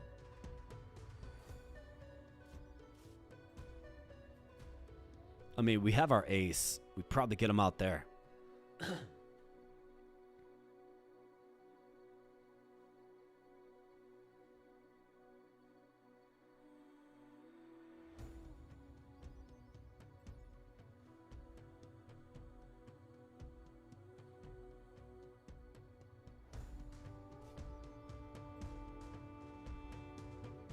When an ally takes damage, give its speed increase.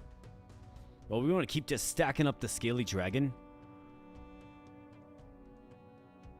I mean, Endless Shell is just so impressively good. It really is. So I want to get the Scaly Dragon down first. How about this? Scaly Dragon on this guy.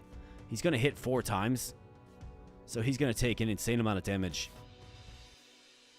So let's get... So there's a couple of ways to go about this. So we'll get 3.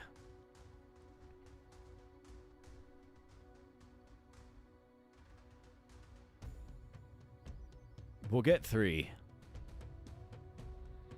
Ideally, what we want is we want him to have... So we're going to have to do this first, meaning we can't get both Furballs evolved. I think that's okay, though.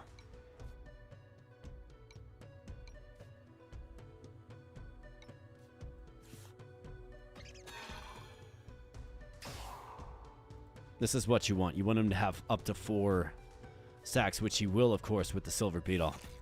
Right?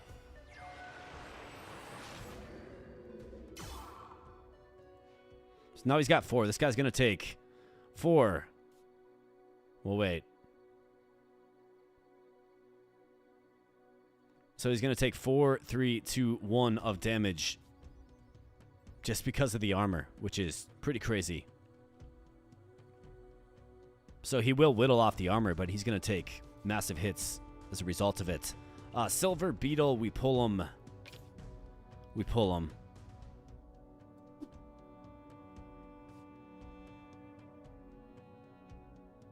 This guy gets outsped.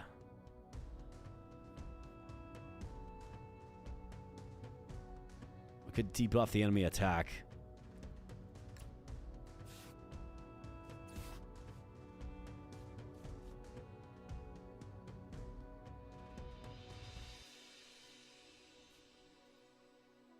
Do a little sonic boom action.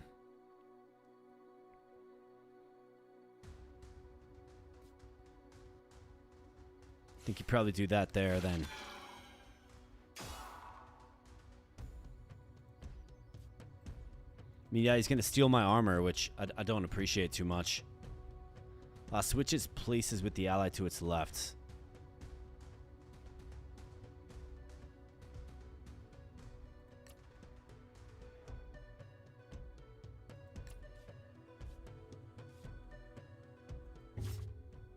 Oh, whoops.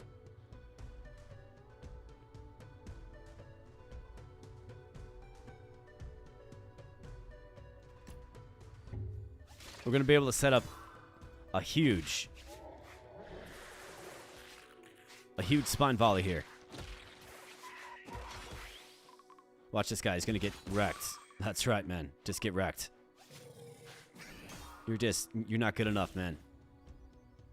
Hits all lanes, deals 1 damage to itself. Hits all lanes for 1. Let's just go ahead and keep group roaring this, man. Fragment cover.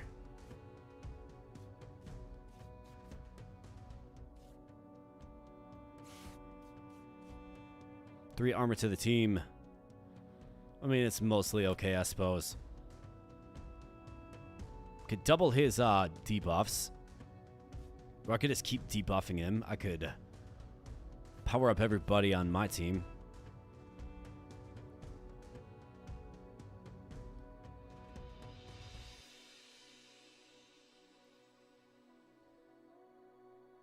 Removes all negative effects and restores 3 HP to the team.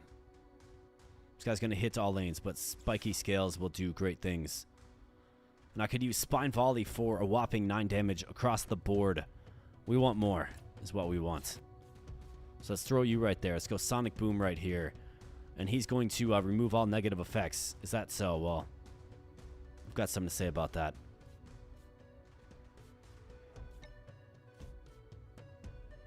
Suppose we could always pull this moth. Throw in the flesh bone. Guess we don't really need to. Let's do this.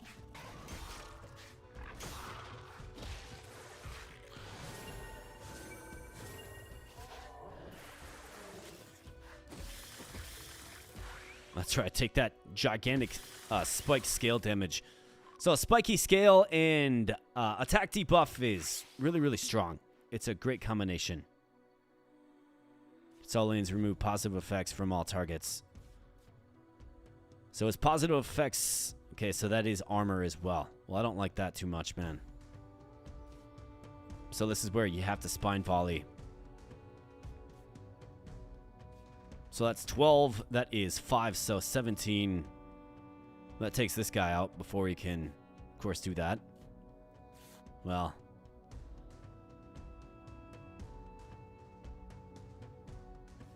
This guy's a nuisance. Stealing armor, dude.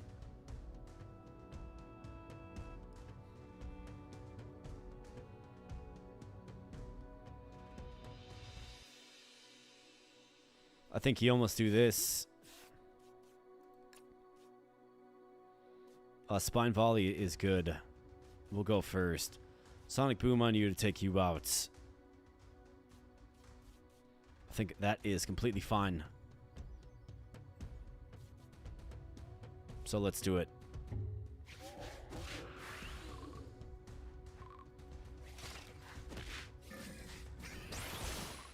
Nice job. Huge hit. And you got nothing, man. You are just nerfed. And you got wrecked as well. You found out. So you happy.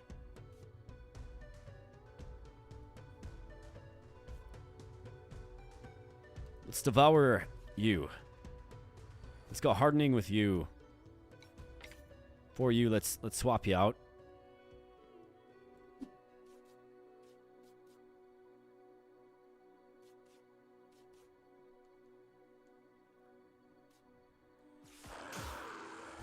To give you some more endless shell action. You bet. Bam, get devoured.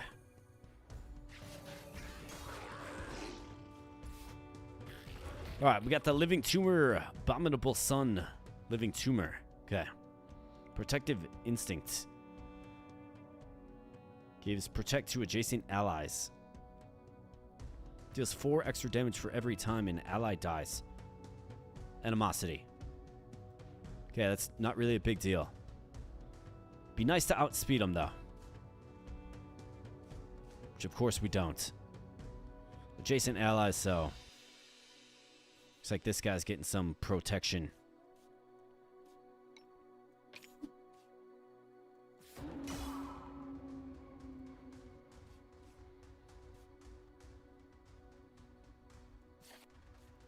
go. Spine volley.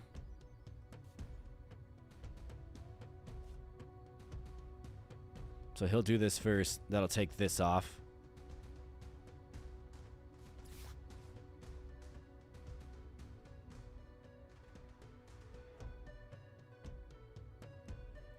Could stare him down to just kill his speed.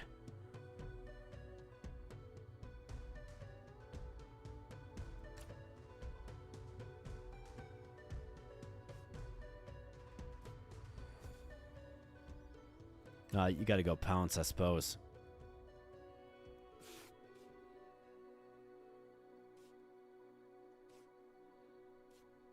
So let's do that. Spine volley. It's gonna be a big hit here.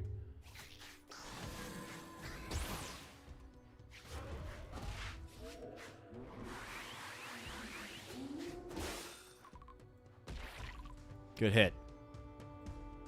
Deals 2 damage to the opposing enemy, really. Fills the board with living tumor. Okay. So that's what he's all about. Got it. Alright, Skilly Dragon, you did good. I think...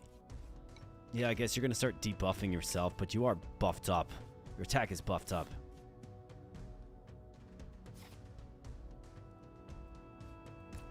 You can probably just body slam.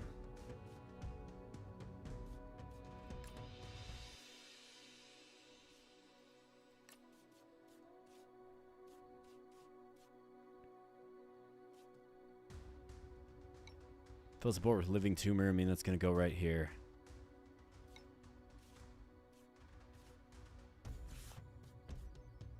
Maybe get the big hit on him. I think so. Let's go with that.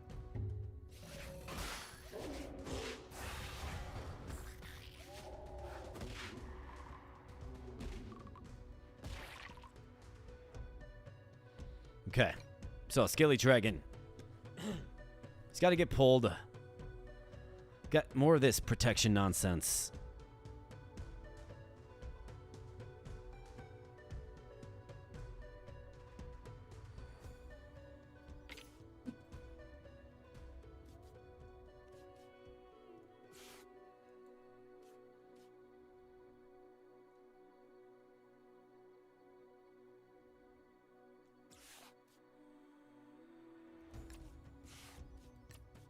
Suppose we're going to do this. You're going to give protect. So let's take you out. You got 4 HP. Animosity coming in. I think you just sack probably the flesh bone here.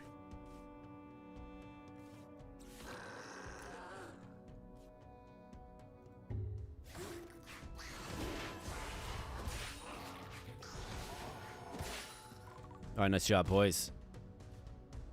So what are you going to do now? More of these living tumors. All right, Scratch coming down. We got a Shadow Moth that we could deploy. What I want to do is I want to get another False Yeti out there. So I think we can pull him because his attack's all debuffed.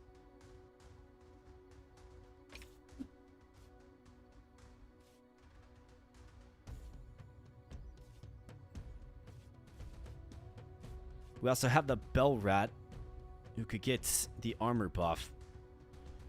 Maybe that's actually a better...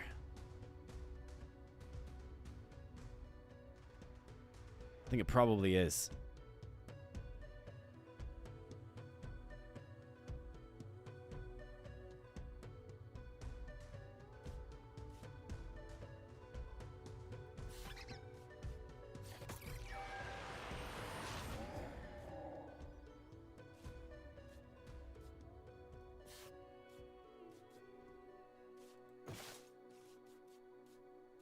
I mean, I've got tons of blood.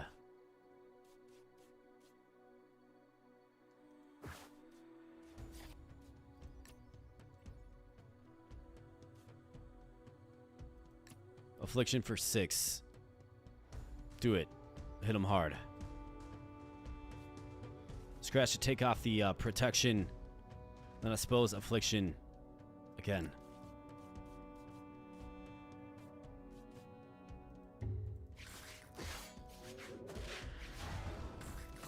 Okay, Silver Beetle's gonna fall here. Maybe not. The end of each turn. Oh, to the opposing enemy. Okay, got it.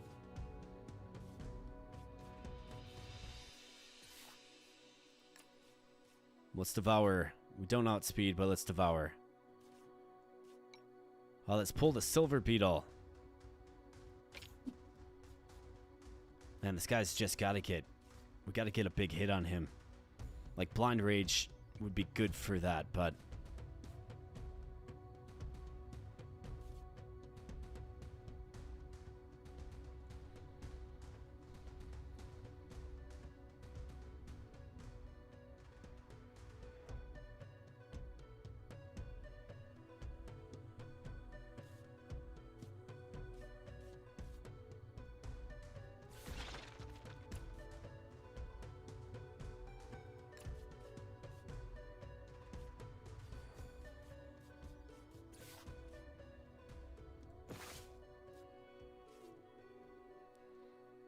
it's gonna hit for 16. That's a big hit. Man. So what we have to do is I've got to get like as much damage as possible down on this middle guy. But he is hanging in there. Really hanging in there.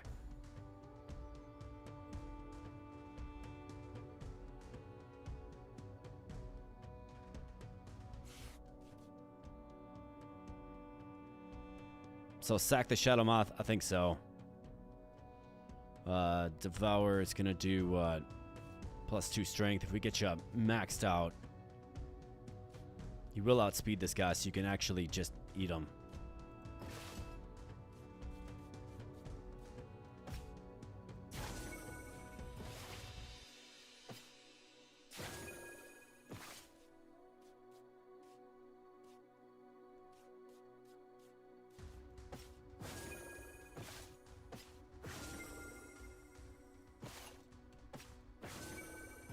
Let's heal him up. No, he's full. He's got enough to kill. So let's do it. Sonic Boom. It's not the biggest hit, but it's a hit nonetheless. We got Group Roar to buff the attack even further for the Sonic Boom to be more impactful.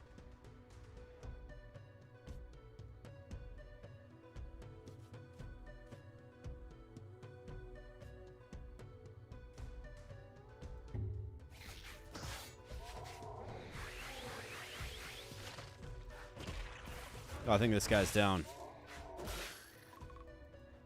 Yep, he is. That's not good. Didn't realize that. Alright, so he's going to fill the board. This is where you get a hit on him.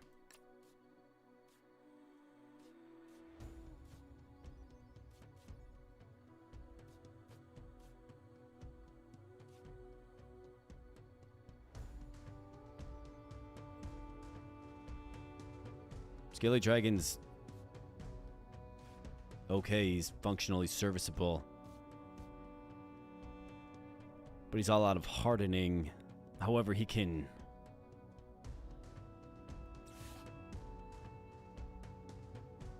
We've got a scratch coming in. So it'll be 3 total damage. He's got 4. I'd have to heal him.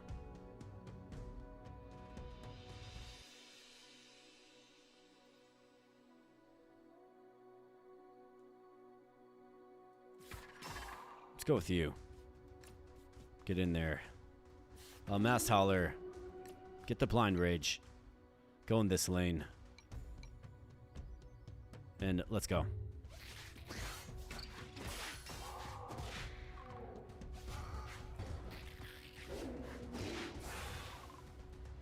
Right now he's hitting for a whopping 24, but he's going to use Ruthlessness. Kill its allies and regains HP equal to their combined health.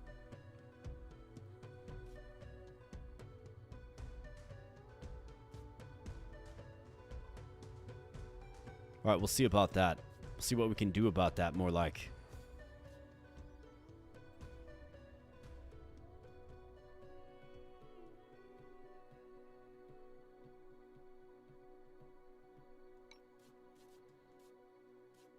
So it'd be great to kill this guy.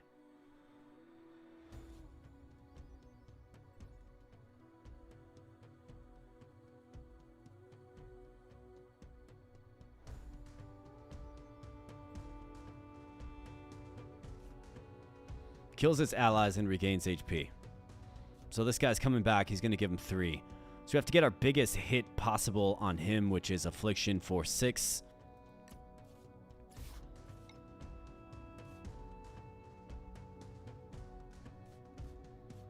I mean, that's what we have to do. So 6. So he's going to heal for 7, basically. We can offset it with 5.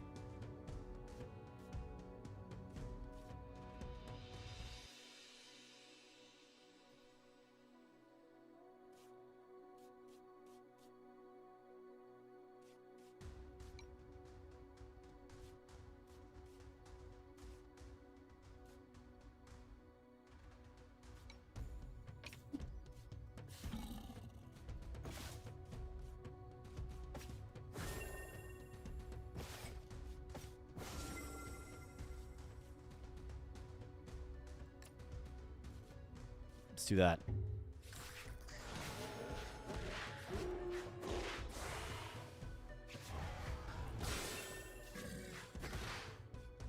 No, he's going to summon him back, isn't he? Of course he will. This guy's annoying.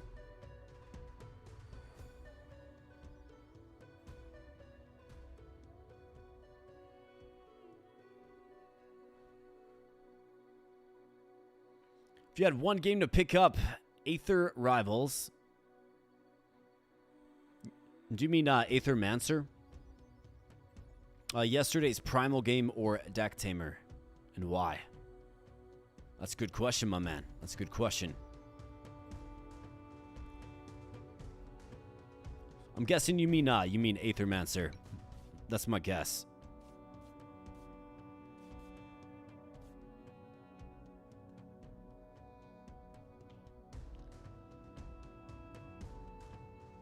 The 3-unit collector battler. I think you're talking about Aethermancer, yeah, man. Unless I'm not thinking of what I intend to think of. Yeah, Aethermancer. I think like Aethermancer is a really quality game. I haven't spent too much time with it, but my short time with it has been nothing short of enjoyable. So that's I mean, if you want a ton of content, I would say that or Decktamer. We're just kind of scratching the surface on Primal Fray, right? But I do like it, and Primal Fray's solid, man. We gotta pull him. Or do you maybe...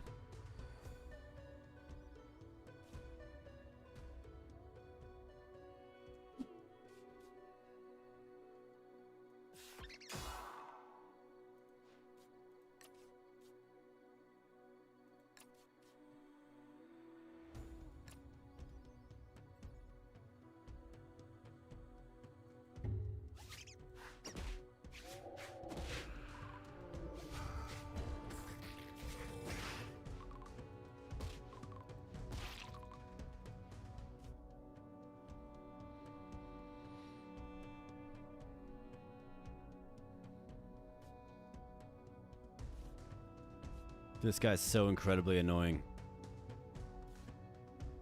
I guess I don't know why I'm shocked by just how annoying this guy is, but this is insanely annoying.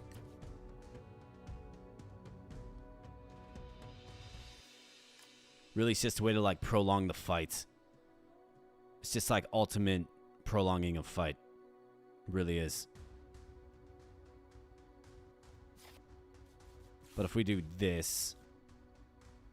So he's going to go first. Then we spine volley and take off his protect. I guess he gets 10 more HP though. But then we can administer the 7 to him, 6 to him. If only I had vulnerability on him, man. We'd be cooking.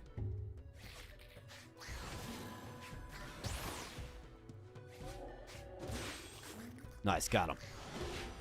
That's right, finally. Finally, my goodness.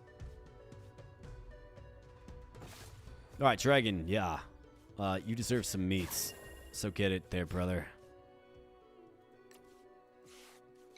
Let's cycle you out because...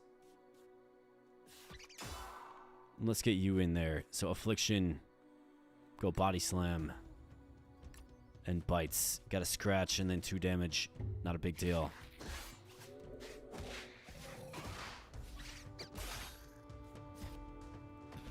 And here we go. The Perfect Sun. Complete Hypnosis. At the end of the turn, fills the board with illusory copies of himself that secretly have 1 HP and hides among them. I've got 2 units of blood, which is good.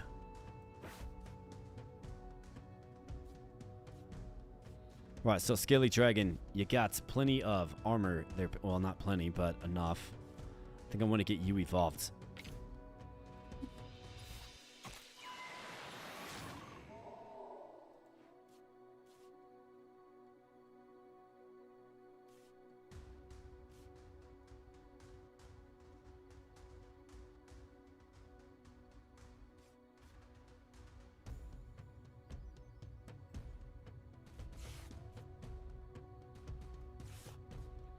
Well, let's go Horror Scream. He's got 9 speed, which is pretty fast.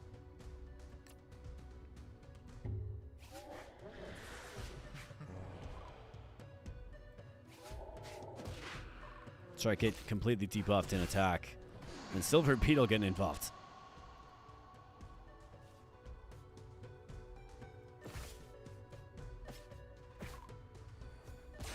That's right. Try to get out of here with that wing slash.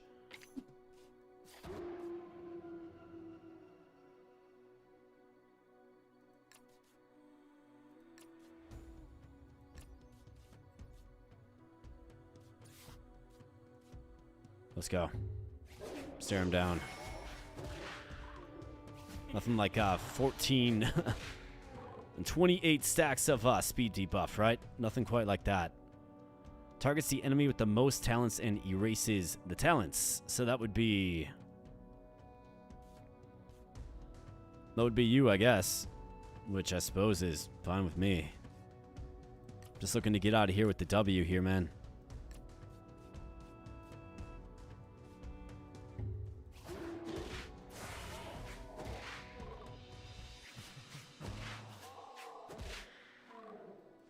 $99 debuff stacks.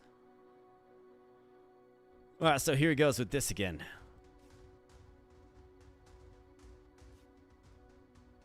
Complete Hypnosis, but it does make him prone and vulnerable. He's got 32 HP left.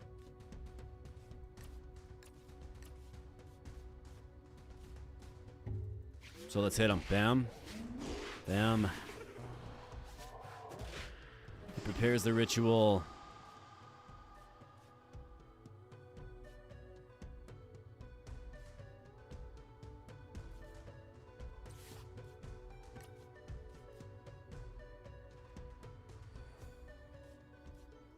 I like that their statistical debuffs carry over. That's quite nice.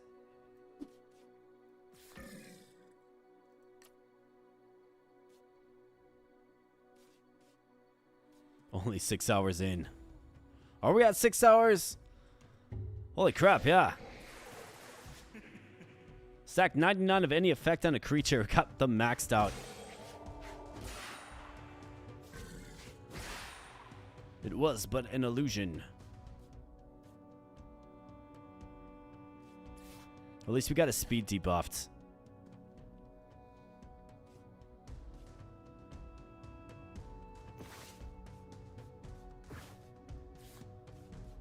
Alright, Mass Howler. I mean, get back in there. We're going to keep cycling you in, bro. I'm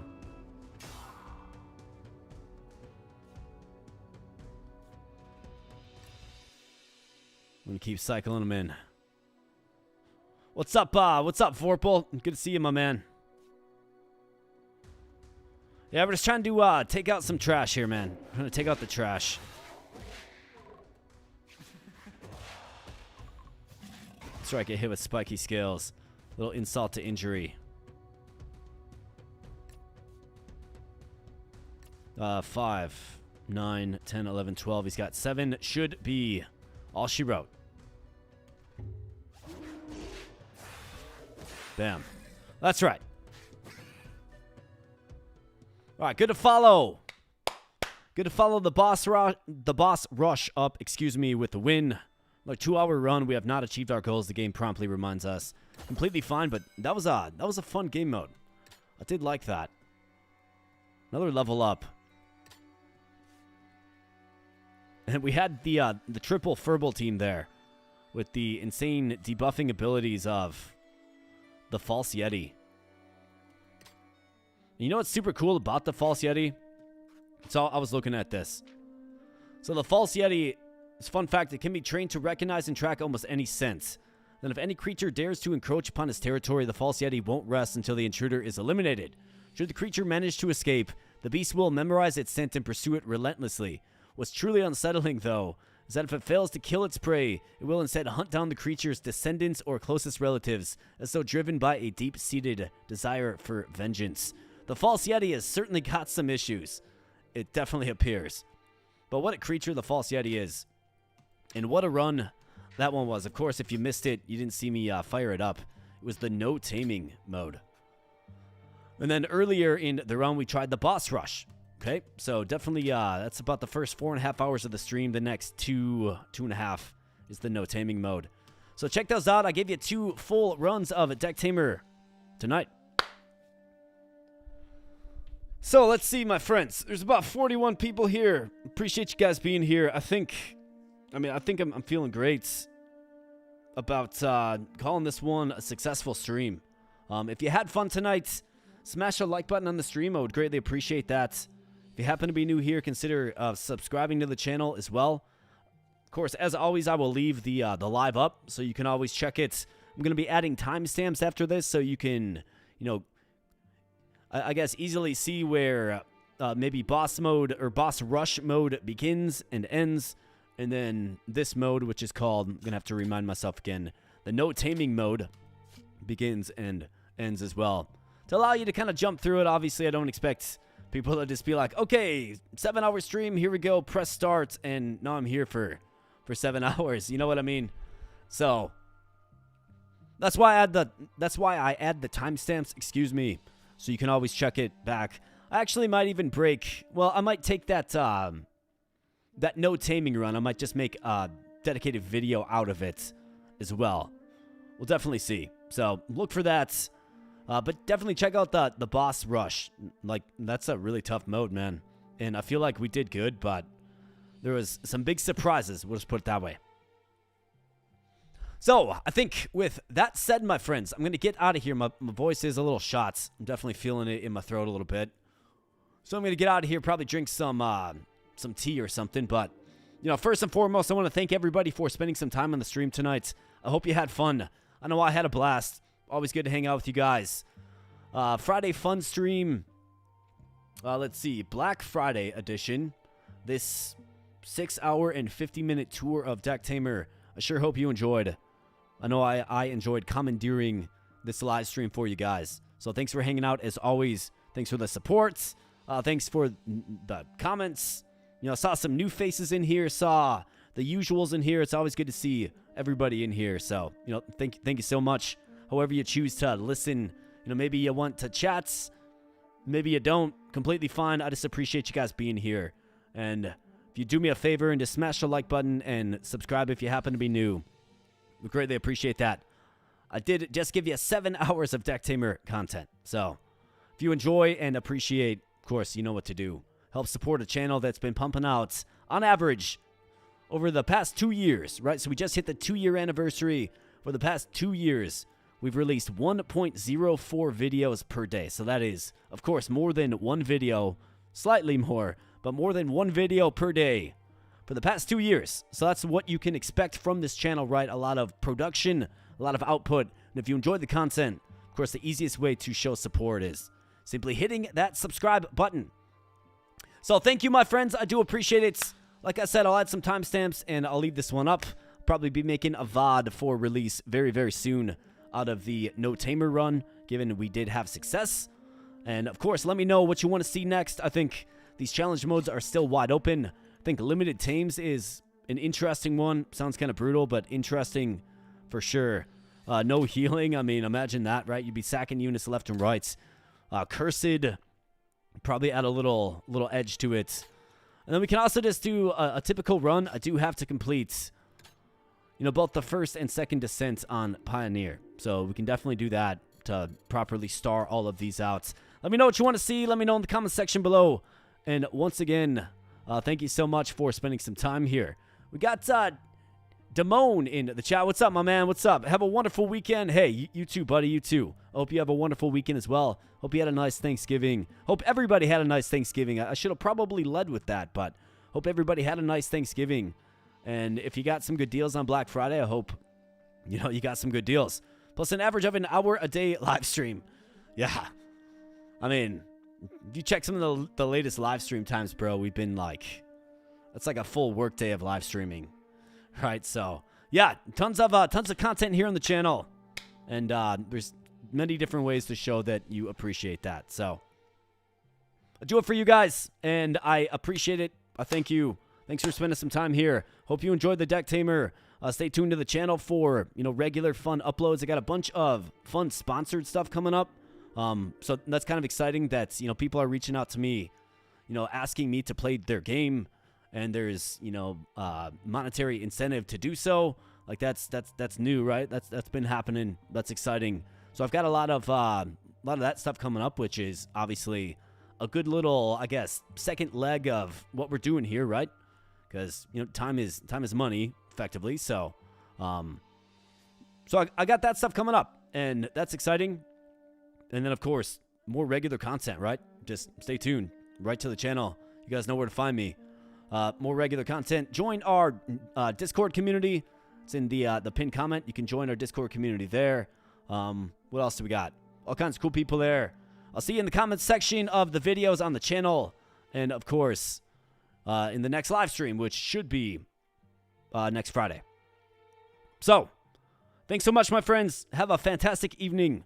And I'll be catching you in the next live stream, video, comment section, Discord, wherever we cross paths. Thanks so much. Catch you guys later. Bye.